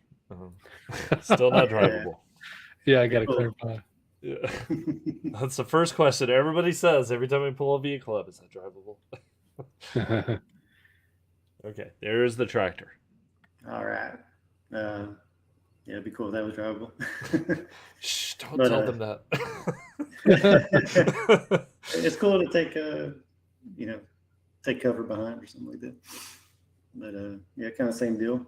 Just come with a design, something not too realistic. Like I've always kind of kept things a little bit loose. So in the past, in the older alphas, my stuff was pretty low poly. It was all about just kind of getting stuff out, big read kind of stuff. It has to look good from a distance. But now it's nice to kind of step back and take a little time, put the details in. I think it's really, our game is it's bringing our game into the 2020s. I like your front wheels on this one. They're like, you can get through some fields. Yeah. Okay, and then next one is, I think, the low poly version. Yeah, the low poly tractor. Yeah, same as the forklift. You may be able to tint it different colors. To begin with, it was green and yellow, and that was a no-no. We tinted the overall color, so we can change that around. Everybody, I do want to bring this up because I see a lot of people talking about it. It's not as simple as just flipping a switch to say, hey, this is drivable. I mean, we have to not only put in the correct vehicle physics and all that, but then also we have to make it make sense inside the balancing of, when does it unlock, a ton of other things. So I know you all want all these vehicles to be drivable, but it just doesn't fit the scope of what we're trying to do. I would say stay in the stream though. Yes. Yeah, I think we have a pretty good variety of drivable vehicles. I mean, you got bicycle, you got motorcycle, you have a gyrocopter. So with a bicycle, do you really need anything else, everybody? No, I'm kidding. Oh man, remember the old days when the terrain was like blocks, and you tried to drive the moped over those blocks, just bouncing around everywhere. Okay, so I moved to the next one, which is the guy hanging. Okay, yeah. So this is sort of between the environment and the character department. So there's going to be about 4 different versions of this with different clothing, just to give some variety. But this is the first one I got done with the post and everything. So these guys, I don't know if you want to talk about the backstory. That might be Alpha 22 stuff, or probably just wait for Alpha 22 on that one. Yeah. All right. Yeah, some hanging dudes. Just some guys hanging these out. Early in the year, I worked with the character guys, and there's a lot of collaboration going on there. Like we would share, because it takes a lot of time to do a character. So we kind of break it up to where I'll do like sub D modeling, pass it on to Brett. He'll sculpt on top of it, make it pass on, to Joe, where he'll texture, just kind of help keep people sane, because it is when you're working on a model for months, it's things get kind of bogged down. So there's some collaboration going there. So maybe, I'm not sure what Brett's showing, and we'll see some of that. So by the way, these are kind of a story related prop. I won't spoil it, but yeah, it's kind of hinted at that. Yeah, it's interesting. It's a fun task to do too. So wait, is this one 21 or 22? Or is this actually going in 21 or? This is actually probably a 22 plus. Yeah. So okay, everybody. So it's not labeled, but this is don't 100% expect to see this in 21. This is a future thing. Yeah, a little sneak peek. And Joey, I think that's all I have for you, right? Yeah. Is there more, or is that? No, just showing the environment stuff. Yeah. So, yeah, cool work, Joey. Yeah, no, thanks, Joey. Yeah, everybody's doing amazing work, and really happy to see the team grow. There's so much talent. A lot of us go way back, the id Software days. I think I met Justin 15 years ago, so we go way back. Yeah. Yeah. So, OG. Okay, so I'm going to now switch us back to here. But thank you, Joey, for being here. Thanks, Joey. Yeah, thank you, Lathan. Okay, so I think we're on Joel, but then from this point on, isn't it all Alpha 22 stuff? I think. Yeah, there's Alpha 20. The character guys are coming up. They're showing Alpha 22. And then we'll cycle back and show some other Alpha 22 plus stuff that may not make it in now Alpha 22, but keep forgetting that plus on there. Alpha 22 plus stuff. It's coming. We don't not confirming. Okay, so Joel, I'm gonna get you in here. That.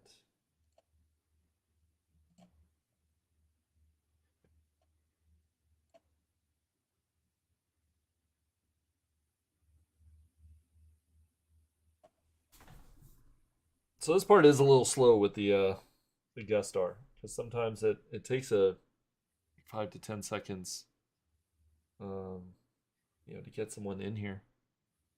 Next up is Joel Byington. He's a senior character artist. He's also a professional male modeler. Male modeler.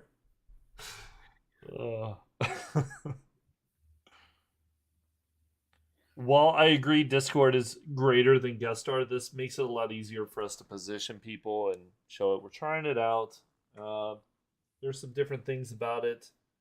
Oh, wait a minute. Hey Joel, are you listening? Because it said you didn't accept my invite. I think Joel fell asleep. Sorry, Lathan. Here, let me send him just a quick message and say, hey. I don't really want to skip him, and I do see he's okay. Okay. Oh no, he's getting ready. Okay. So yeah, just a few more moments, everybody.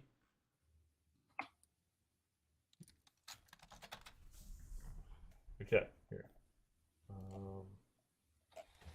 Here, let me.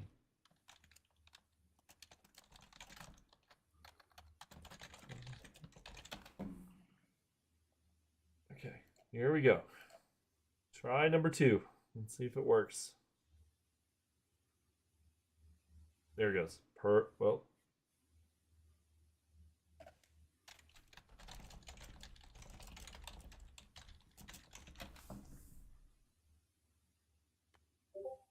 Okay, so here, let me see if I do that and that. Somebody asked if there's a new chem station coming. That one's on the way. Probably A22, possibly. Okay, so let's see if that. Let's switch over. No. Hey Joel, real quick, in that window, the guest star window, there's a little icon for the video camera. Click it and make sure that it's selecting your video camera. I think it got desynced. I think it's maybe showing. Let me see if. Yeah, because it's not showing your camera, but oh wait, oh there you are, our male modeler. Yeah, professional modeler. Okay. Hey. Bring it, Justin. What's going on? Okay, so let me get your. Oh yeah. And let me. But yeah, go ahead and tell us a little bit. Yeah, go ahead and tell us a little bit about yourself. While I get just a last bit real quick. I'm a senior. I'm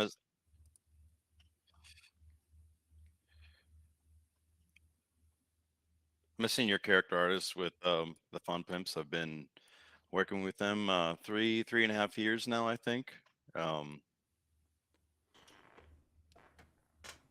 Cool.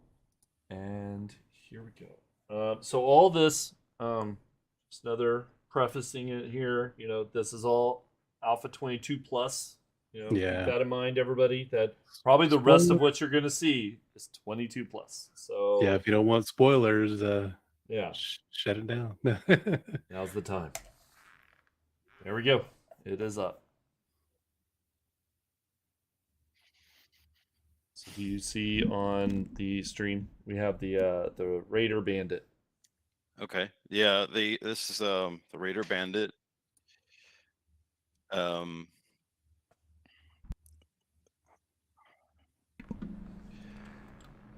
So what we do, character artists, well, all the modeling team actually, we get a concept in when we start with a high poly model, and it's a virtual sculpture, and so that's what this is. It's a Raider Bandit high poly model.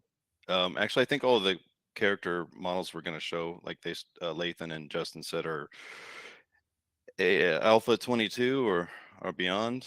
Yes. We've been working hard to get all these character models done. We got a lot of work done. It's just takes some time to get everything hooked up and in the game. So yeah, next Alpha or beyond for all the character art. Yep, definitely. So yeah, like I said, this is the Raider Bandit high poly, and then this next slide is the low poly resolution model. This is the one that's actually runs around in game. This one's untextured. It's just showing the construction of it here. Yeah. It looks really good. Move to the Yeah. next one.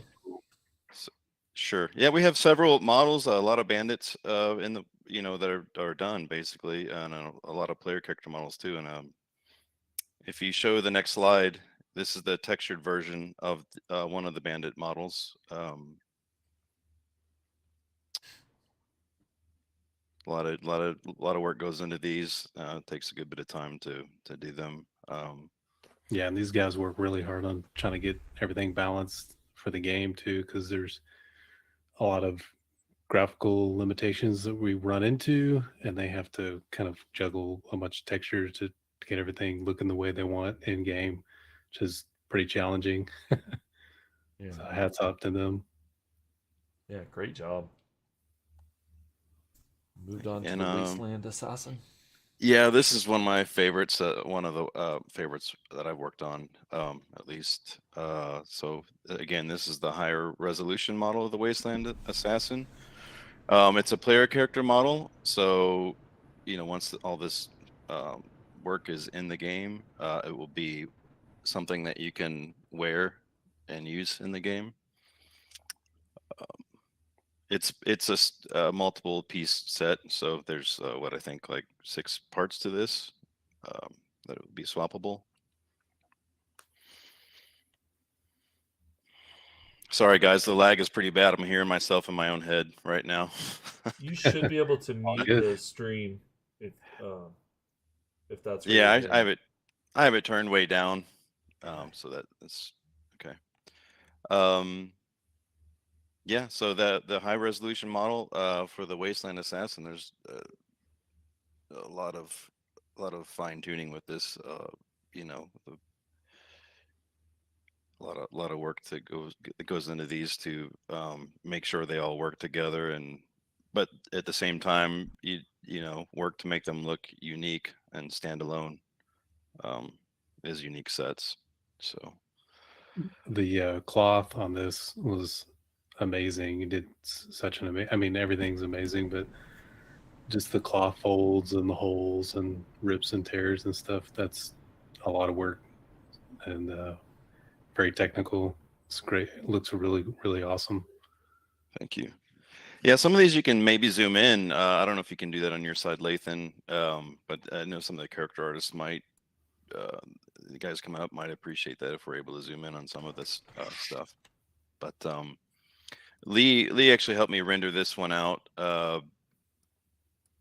This is kind of a preview of what the textured model would look like, although this is not the texture model. This is actually the high resolution model that he rendered out in Keyshot. So some of the things are sort of like placeholder temp, like material wise, but it'll give you a good idea of what it'll eventually look like in the game. And I'm about ready to start the texturing process for this model. So nearing completion of this character.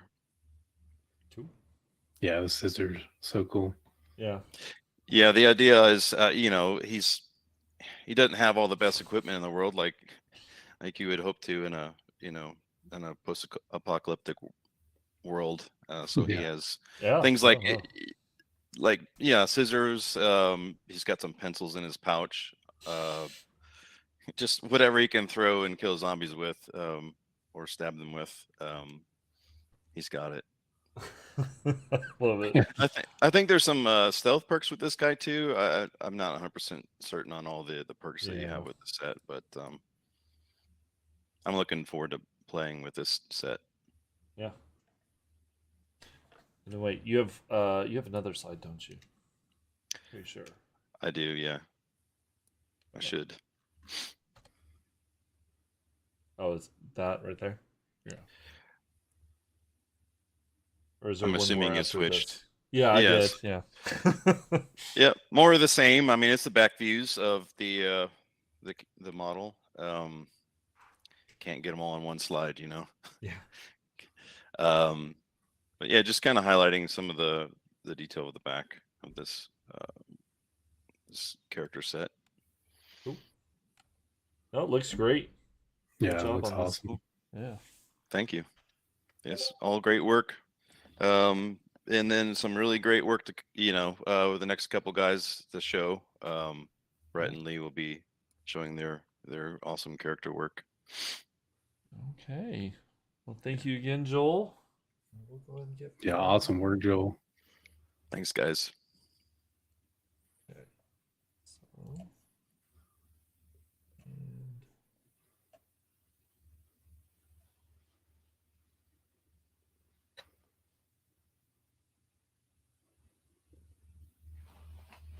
okay, now the only thing I think Brett may have his.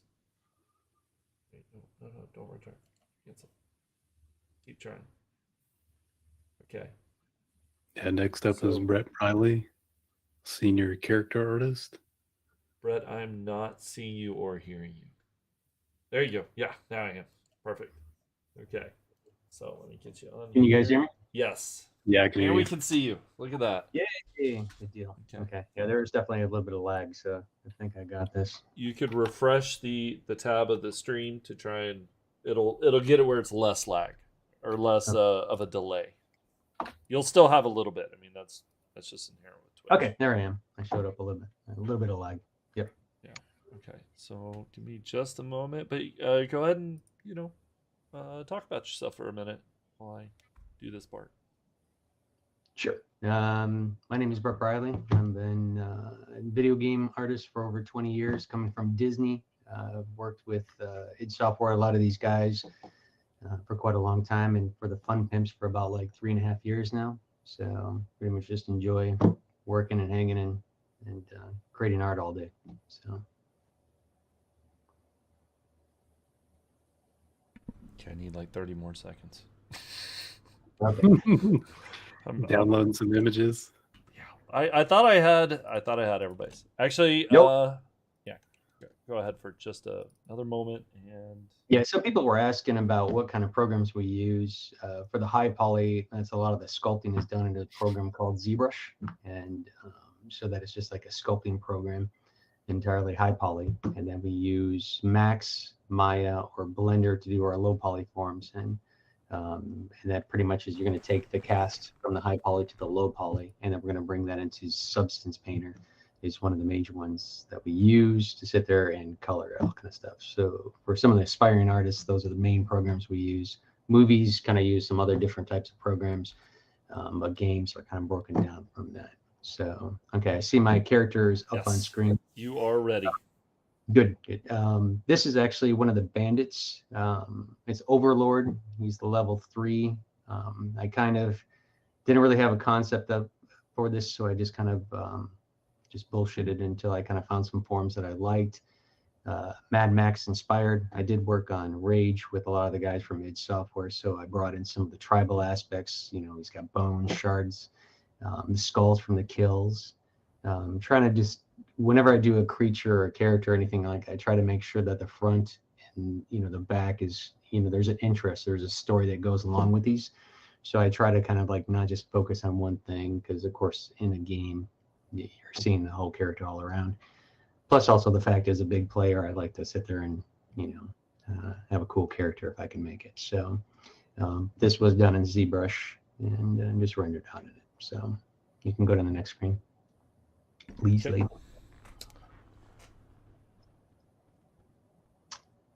Okay, this is the low poly version. Now, somebody I did see in the stream was saying like it's not really low poly. We did up the poly limits to these guys. They're sitting around 35 to 45,000 polys.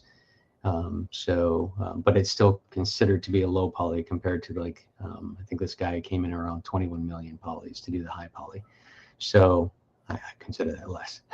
But so again, it's just trying to pay attention to the forms. We have to work with animation, of course, know the loops and flow of the character, anatomy, and animation, how it kind of is going to work. So you take an account of that. And thankfully, we have a really good animation team that kind of helps make our characters look solid in game. So the next one's fine. And they asked me to zoom in a little bit on it so they can see. Oh yeah, yeah. If you guys want to zoom in, numbers. that can actually help. Yeah, in this character, this is again going into substance, and so when I'm painting, of course, just doing the high poly, you have an idea of what the color is going to look like. You know, if you have a concept, which I didn't, I was just kind of trying to think of something that would separate him from the other bandits. You would have to see him from distance, so I went with more of a basic, you know, black-white kind of feature to stick out. But then I tried to bring in some snake skin, things that I found around. I also have like, he's a budding artist, so I did like, he drew like little king symbol because he's the boss.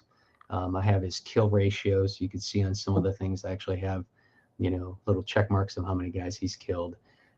So fun things like that, and to try to bring him so you can, you know, get an idea of what he's about before you ever get a chance to meet him. He's not very friendly though. That's pretty much what I intended him not to be. Brett's one of the best like storyteller when it comes to, you know, his characters, his loves, coming up with things to put on that character that just tells a story. So as soon as you see them, you just, it gives a lot of background information about that character, and it just has a lot of really cool style. Thanks, Justin. Yeah, it's fun to do, and it's like this, and I do add a lot of stuff sometimes to the detriment, which we'll see in the next character. I got myself kind of underneath a hell of a lot of work. But this is where, like I said, as a player myself, I like to sit there and see this stuff. And yeah, this is Mad Max, you know, inspired, you know, rage and everything. Okay, here's the other character. This guy actually is a player character. He's called the Hoarder. I initially was starting off on another character concept, but I kind of got ahead of myself, and I just kind of kept adding to where I pretty much created a whole nother character. This guy, I don't know, to me, if I was in the zombie world, I would be picking up and be a kleptomaniac thinking I have to, you know, I might be able to use this to kill a zombie. I might be able to use this to survive. And so I kind of just added everything. I almost put a kitchen sink, literally. I was joking with Justin about it. So this guy is fun to do. I mean, if you want to zoom in on him, this is where I also put a lot of Easter eggs, which I love to do in all the games I've worked on. I've worked on over 30 games. So I have a tendency to just put tiny little things for people to pick up. This guy is probably the most Easter eggs I've ever put on a character. So you'll see within the textures once you get to them. But so I have the teddy bear that's on the drone. I have the whiskey bottle from, you know, Rick's face on it. You know, certain things like once we go to the textures, you'll see it. But this is there's 5: the helmet, the torso, the hands, the boots, the back, and the front pack. The backpack comes, they're all like different pieces. So the torso will pretty much be the front and the backpack, and then the helmet, the hands, and the boots will separate off. So, but yeah, I definitely had fun with this guy. He's pretty much 3 characters in one. He was a bitch. Here's the low poly forms. This guy got up to be about 60,000 polys just due to the fact of how many things are in or out, you know, some of the elements.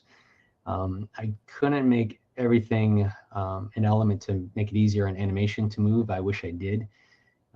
Spend a little bit more polys from it, but an element is where 2 objects are just separated by themselves, so an animator can sit there and have different weights on them, in case I'm using language that somebody doesn't know. But yeah, this guy came in and it took some time to get him done. And if you want to go to the next slide, Lathan. There we go. Okay. And this is the final in-game asset textured. And you might want to zoom into this one if you don't mind. So on him, you're going to find a lot of the coffee, the gum, the packs. I have, you know, a book on how to survive in the zombie world. I have Bretzels on there. Of course, my name is Brett, so I kind of do that. I have moldy cornbread on the top there because he just kind of forgot. He put it up there and it started to spoil. I have, yeah, this is I'm gonna let some of you guys find some of the Easter eggs on it, but just kind of like I was having fun just putting stuff on there. Now there was on the one side I do have a gallon of milk. I really wanted to make it translucent and have some like hard ass milk just gelderfied in there, just bouncing around. But again, technical issues and a couple of things to kind of push it.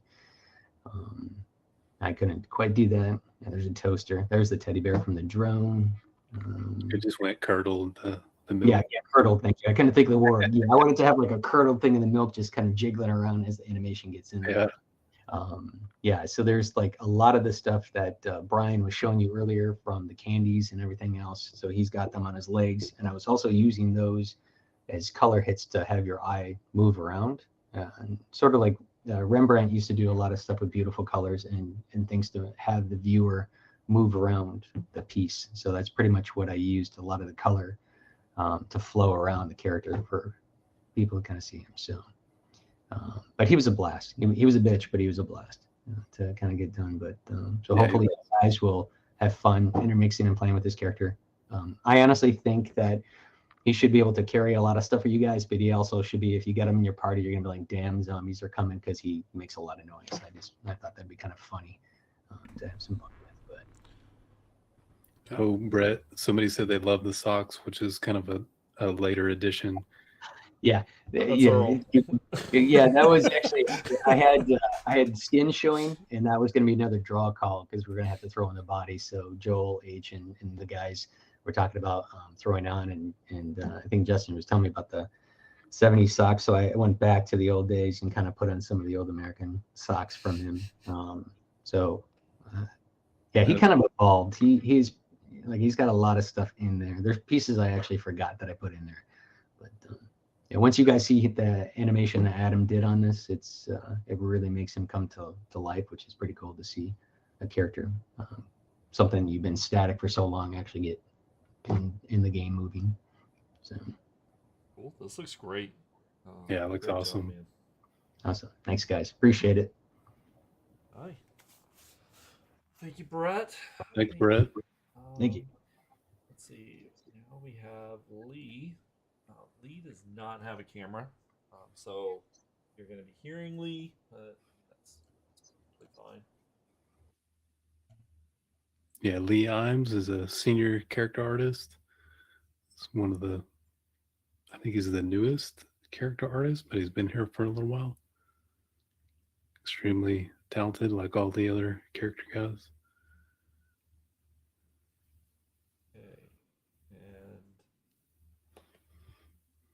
For some reason it wants to show.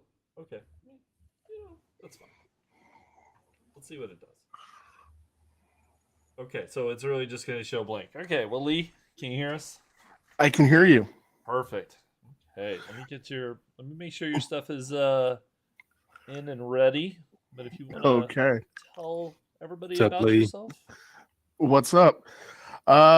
Character artist, 23 years of experience. I also worked at ID with Brett. Actually, I think all of the artists on this team worked at ID, and I don't know if I can speak for everybody else, but I can speak for myself. I'd rather work here than ID.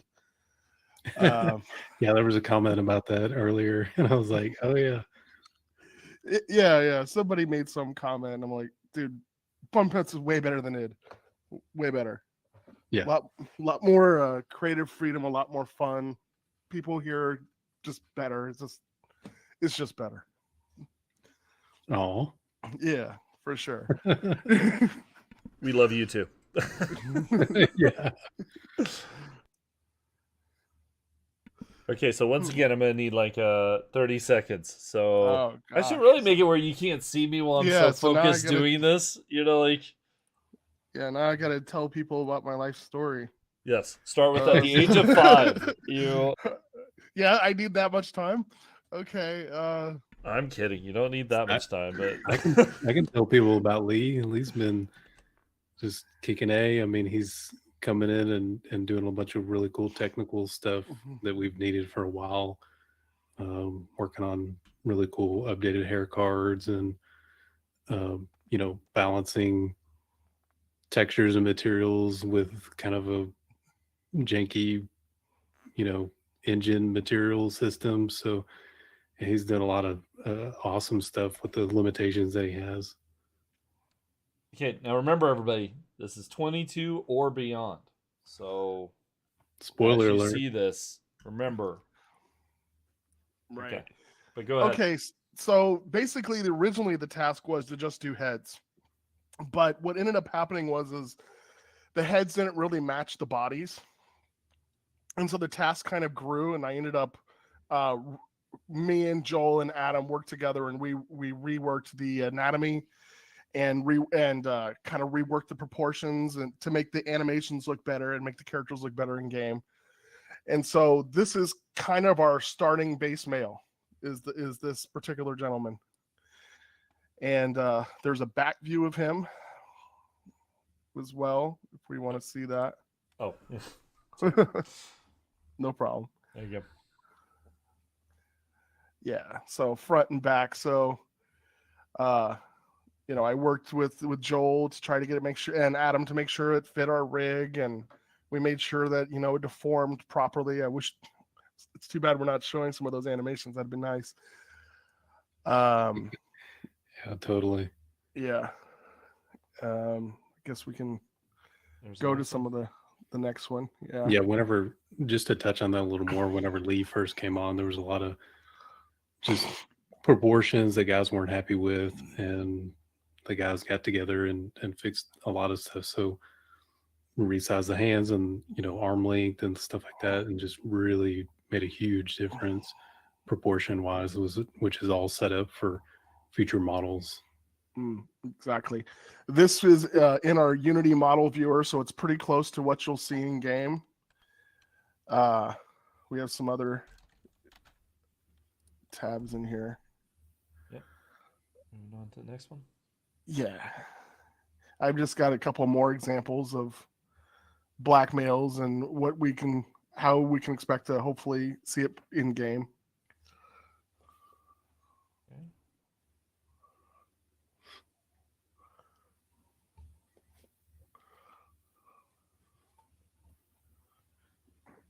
Yeah. And these characters actually are in game. So a lot of work went into trying to balance our shader as it exists in the game with our lighting, trying to play with the textures to see what's the recipe to make a character look good in our game. So I spent a fair bit of time with that with these guys, and so those are actual in-game screens. And there's the next screen. Sure. And these are some characters I've been working on recently. This is the Desert Gear 01. And I guess we can zoom in and look around on him a little. So there's the front shot. You gotta zoom into the hair too. That's yeah, he's like a righteous bro, dude. That's right. He likes hiking and he eats granola. He's a righteous dude. Came from I'm Colorado. sure there's people in chat right now who are attacked by what you're doing. I like granola. What's this dude's awesome, man. I'd totally hang wrong out with him. that? Granola, bro. I would totally hang out with this dude. Oh, but okay. So yeah, do you want me to move on to the next one? Yeah, sure. Oh well, that's Somebody back. I guess that makes sense. Yeah, this is a back view just to show some of his gear. This is a desert gear. I didn't want it to be quite as packed out as our crazy super packed out dude that Brett worked on, but he still has some stuff that he's found along the trail that he needs to help him survive.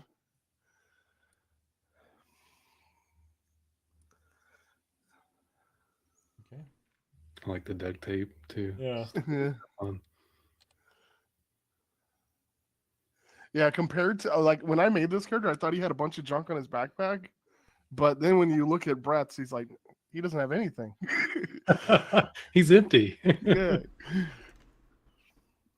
Yeah, and this is based off of so I also worked on a base female that Adam and I worked together to fit the male rig. So believe it or not, she and the male can share animations, so that will be good.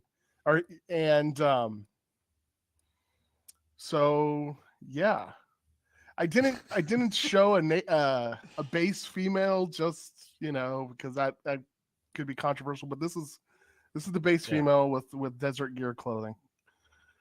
Yeah, so cool. Love this one. Okay, and then there's the backside. Yeah. I'm just laughing at the comments. Somebody said Jen who? Like Jen just got replaced. Oh, poor Jen.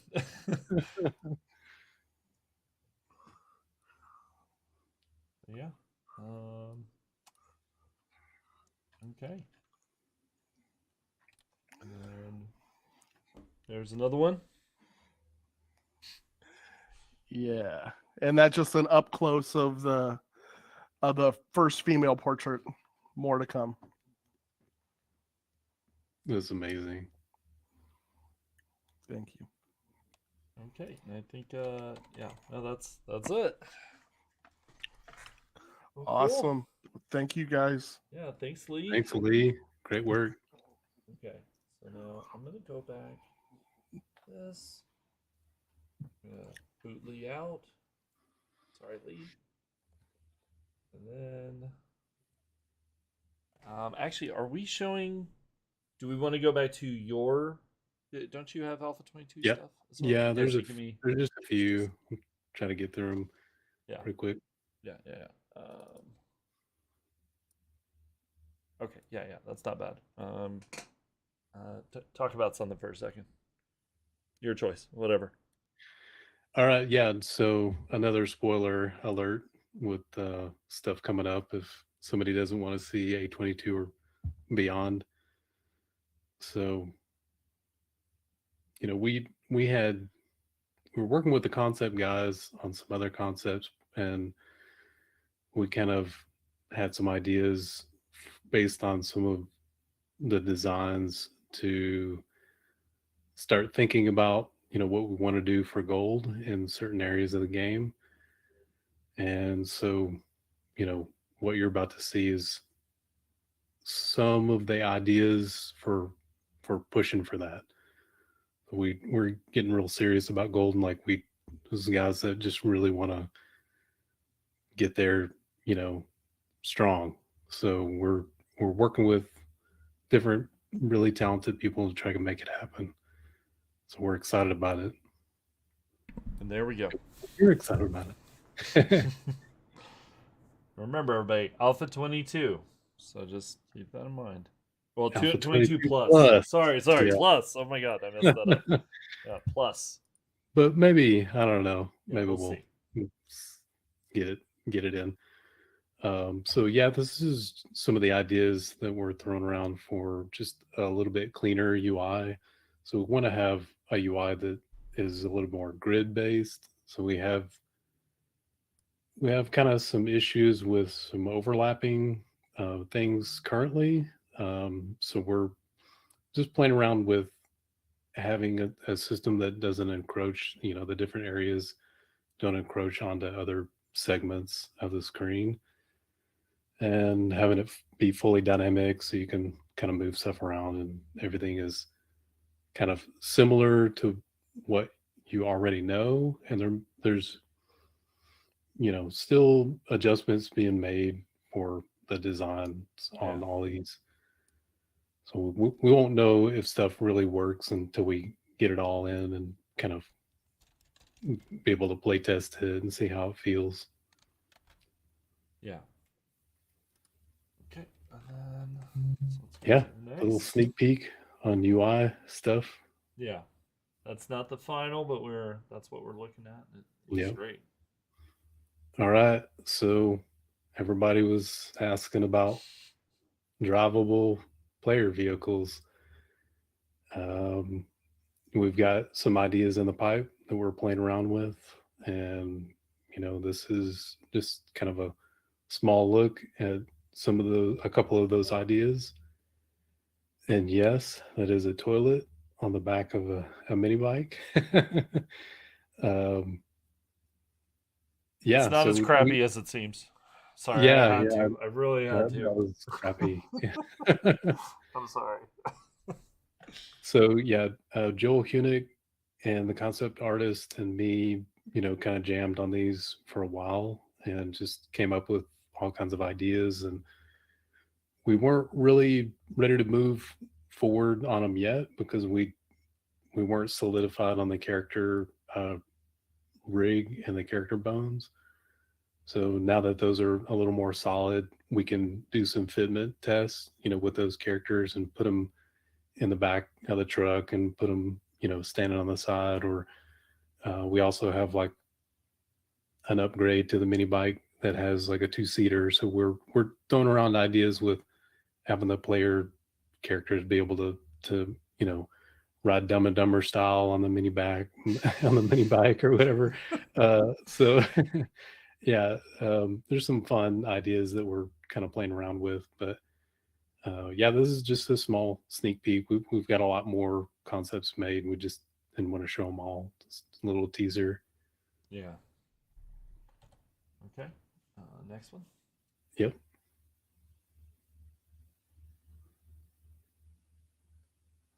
All right. So yeah, just a lot of talk about endgame and just trying to figure out what that's going to be. What you do whenever you travel to Dukes, what you do when you travel to Noah's, where those are going to be located, what all's in the interior. So we had, this is a couple of ideas that we were throwing around for, those locations and how they would look, and just having a lot of interesting elements. And crazy enough, we've actually built a lot of parts that we can use already in the game for most of these structures, but we're still kind of toying with some of the ideas on the interior, trying to figure those out. So yeah, that's going to be A22 whenever we're really starting to have those talks about what all you do when you come to these locations, and how you interact with the in-game characters and stuff like that. But yeah, just another little teaser, kind of throwing around some ideas, and I hope you guys are excited about some of the stuff for the end game that we're talking about. Yeah, that looks great.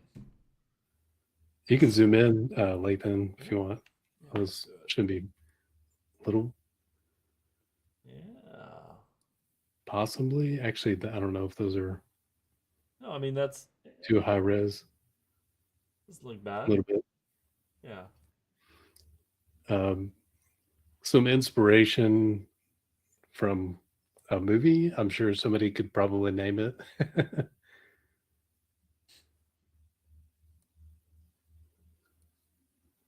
But you can go over to Noah's. There we go.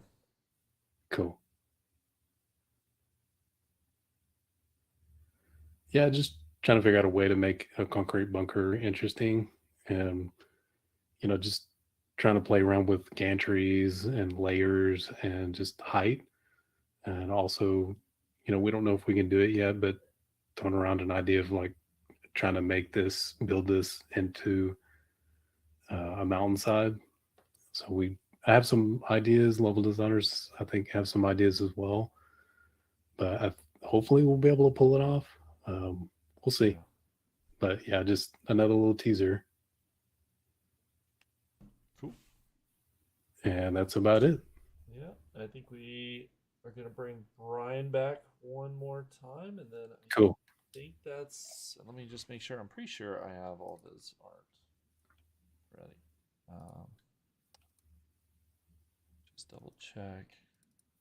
Yes. Okay. No, we're good. I think that's everybody. Unless does Hung have anything for? I can't remember if anybody else does that. We passed by the first time. Let me just double check that nobody else has Alpha 22 stuff. Does not. I think it's just Brian. Okay. Okay. Perfect. Okay. Get Brian back in here. Hopefully he didn't fall asleep. Yeah, somebody called it Back to the Future inspiration.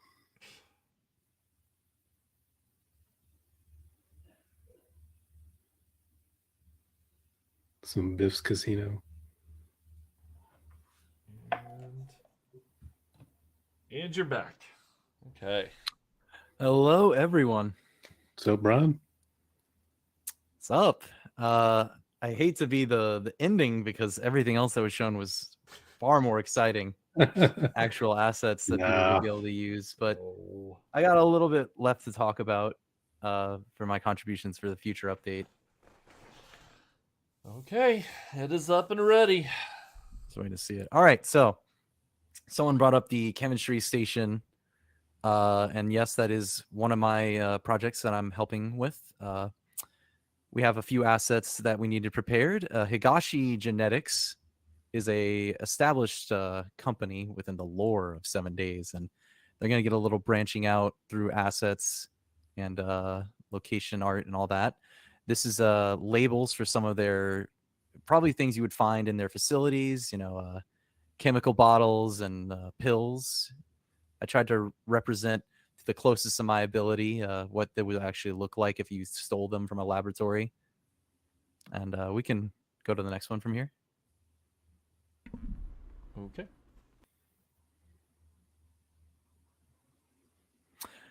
So this one's pretty cool.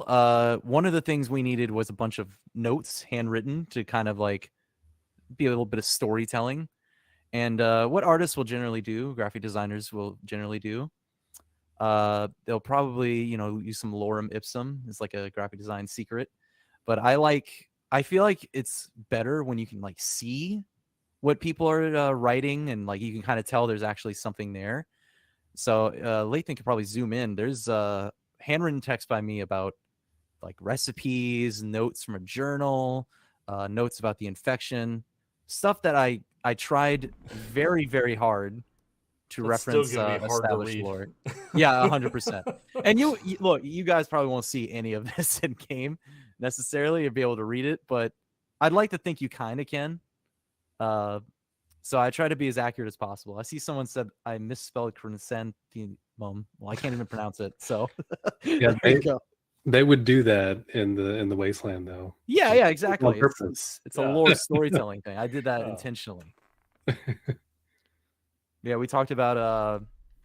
I tried to come up with like a scientific name for the virus, which is probably not canon. I don't know yet, but I would like to talk about it. But maybe they got the name wrong or something. Maybe they came up with it themselves. Details about how long the infection spreads, someone's ideas about how they could cure it, etc. That kind of stuff. So that's the journal pages. We can go to the next slide. Okay.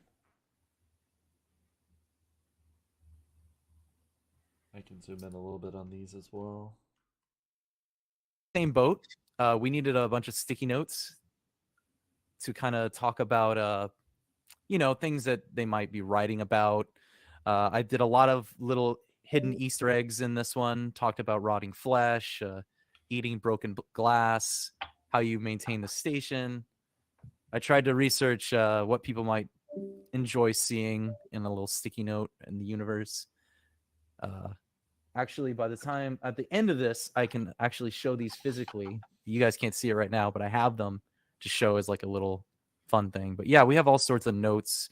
I doubled back with a few people, looked up memes related to the game, maybe some references to some popular shows you may see on screen. Lore details too about White River and the Duke. Not anything too crazy, mind. It's like some dude's idea of what they might be. That's it for that one, though. You can go to the next one. Okay. Love all the story stuff in there, Brian. Yeah. Thank you. It's really cool. This is probably my favorite thing I did for this project. We needed a whiteboard texture. It's a front and back. And I like to do things physically, and I've always wanted to buy a giant ass whiteboard. So I went and got one. And I just sat at my desk and just kept writing whatever things came to mind. There's a lot of little Easter eggs to talk about Sexy Saurus, flaming barrels. They used to be involved in the crafting of these stations, med kit, recipes, gore blocks. There'll be a lot of things to look at and identify if you're a longtime fan of 7 Days. And there'll be a lot of generic stuff too. There's a periodic table on the back. I hope that everyone enjoys the little details I try to write in here. You should be able to mostly read these, I think, on the texture. But yeah, that about covers that one. So cool. I'm not sure. Was there one more in there? I can't remember. No, there is not. That is it. Whiteboard. All right, you can, if you want to show the web cameras real quick, I can just show what I meant earlier. There you go. Oh, wow, he really does have it right there. So I got all the journals that I wrote. You can probably get a closer look here. If it doesn't screw up. It's probably kind of small on there. Yeah. And I also have my sticky note collection right here. I had to scan all these babies. And you know, I like to show those kind of things to show a little physicality in these, because you can do it digitally, and I love to do things digitally, but you get kind of like the feel that someone actually wrote them. But yeah, that is all the contributions right now. I have other things that are in store. You'll probably see a lot of my work in a lot of different places. For instance, the stream graphics and stuff. Yeah, like he did this, all this. the Everything brochure. you see around here. Yeah. So if you see anything and you names. notice it and you don't think it's good, please let me know and I'll improve it. Yeah, it juggles a lot. Yeah. And I just want to take one more second, by the way, to say I love this company. This has been a great job, and I'm excited for what's coming next for y'all. Yeah. Cool. We love your work. Glad to hear it, Brian. Yeah, love working with you, man. Yeah. The feeling is very mutual. Well, cool. I think that's it. So everybody, I think we're done. We made it through everything. We are not doing a Q&A tonight. Actually, we're a little on time anyway, because we normally only go about 3 hours, and we're at 2.5 hours. So we appreciate everybody being here. We will be back. So next Wednesday we'll have the level design people. We'll be showing off some POIs. A lot of cool stuff there. But thanks, guys, for being here. Hope everybody enjoyed all the art. And yeah, we're gonna go ahead and head on out. Yeah, thanks a lot, guys. I really appreciate it. Y'all take care. Everyone have a great day. And I'm going to real quick. Here, I'm gonna hide Brian. Bye-bye. Actually, I'm gonna hide you for a moment, because I'm gonna actually raid us out to someone. We're gonna find someone, a smaller streamer who's playing 7 days, brighten up their day a little bit by dropping a gigantic raid on them. All right, guys, that's the end of the stream. You guys, I love you guys too. You guys have a good night, and I'll see you on Sunday. Bye-bye.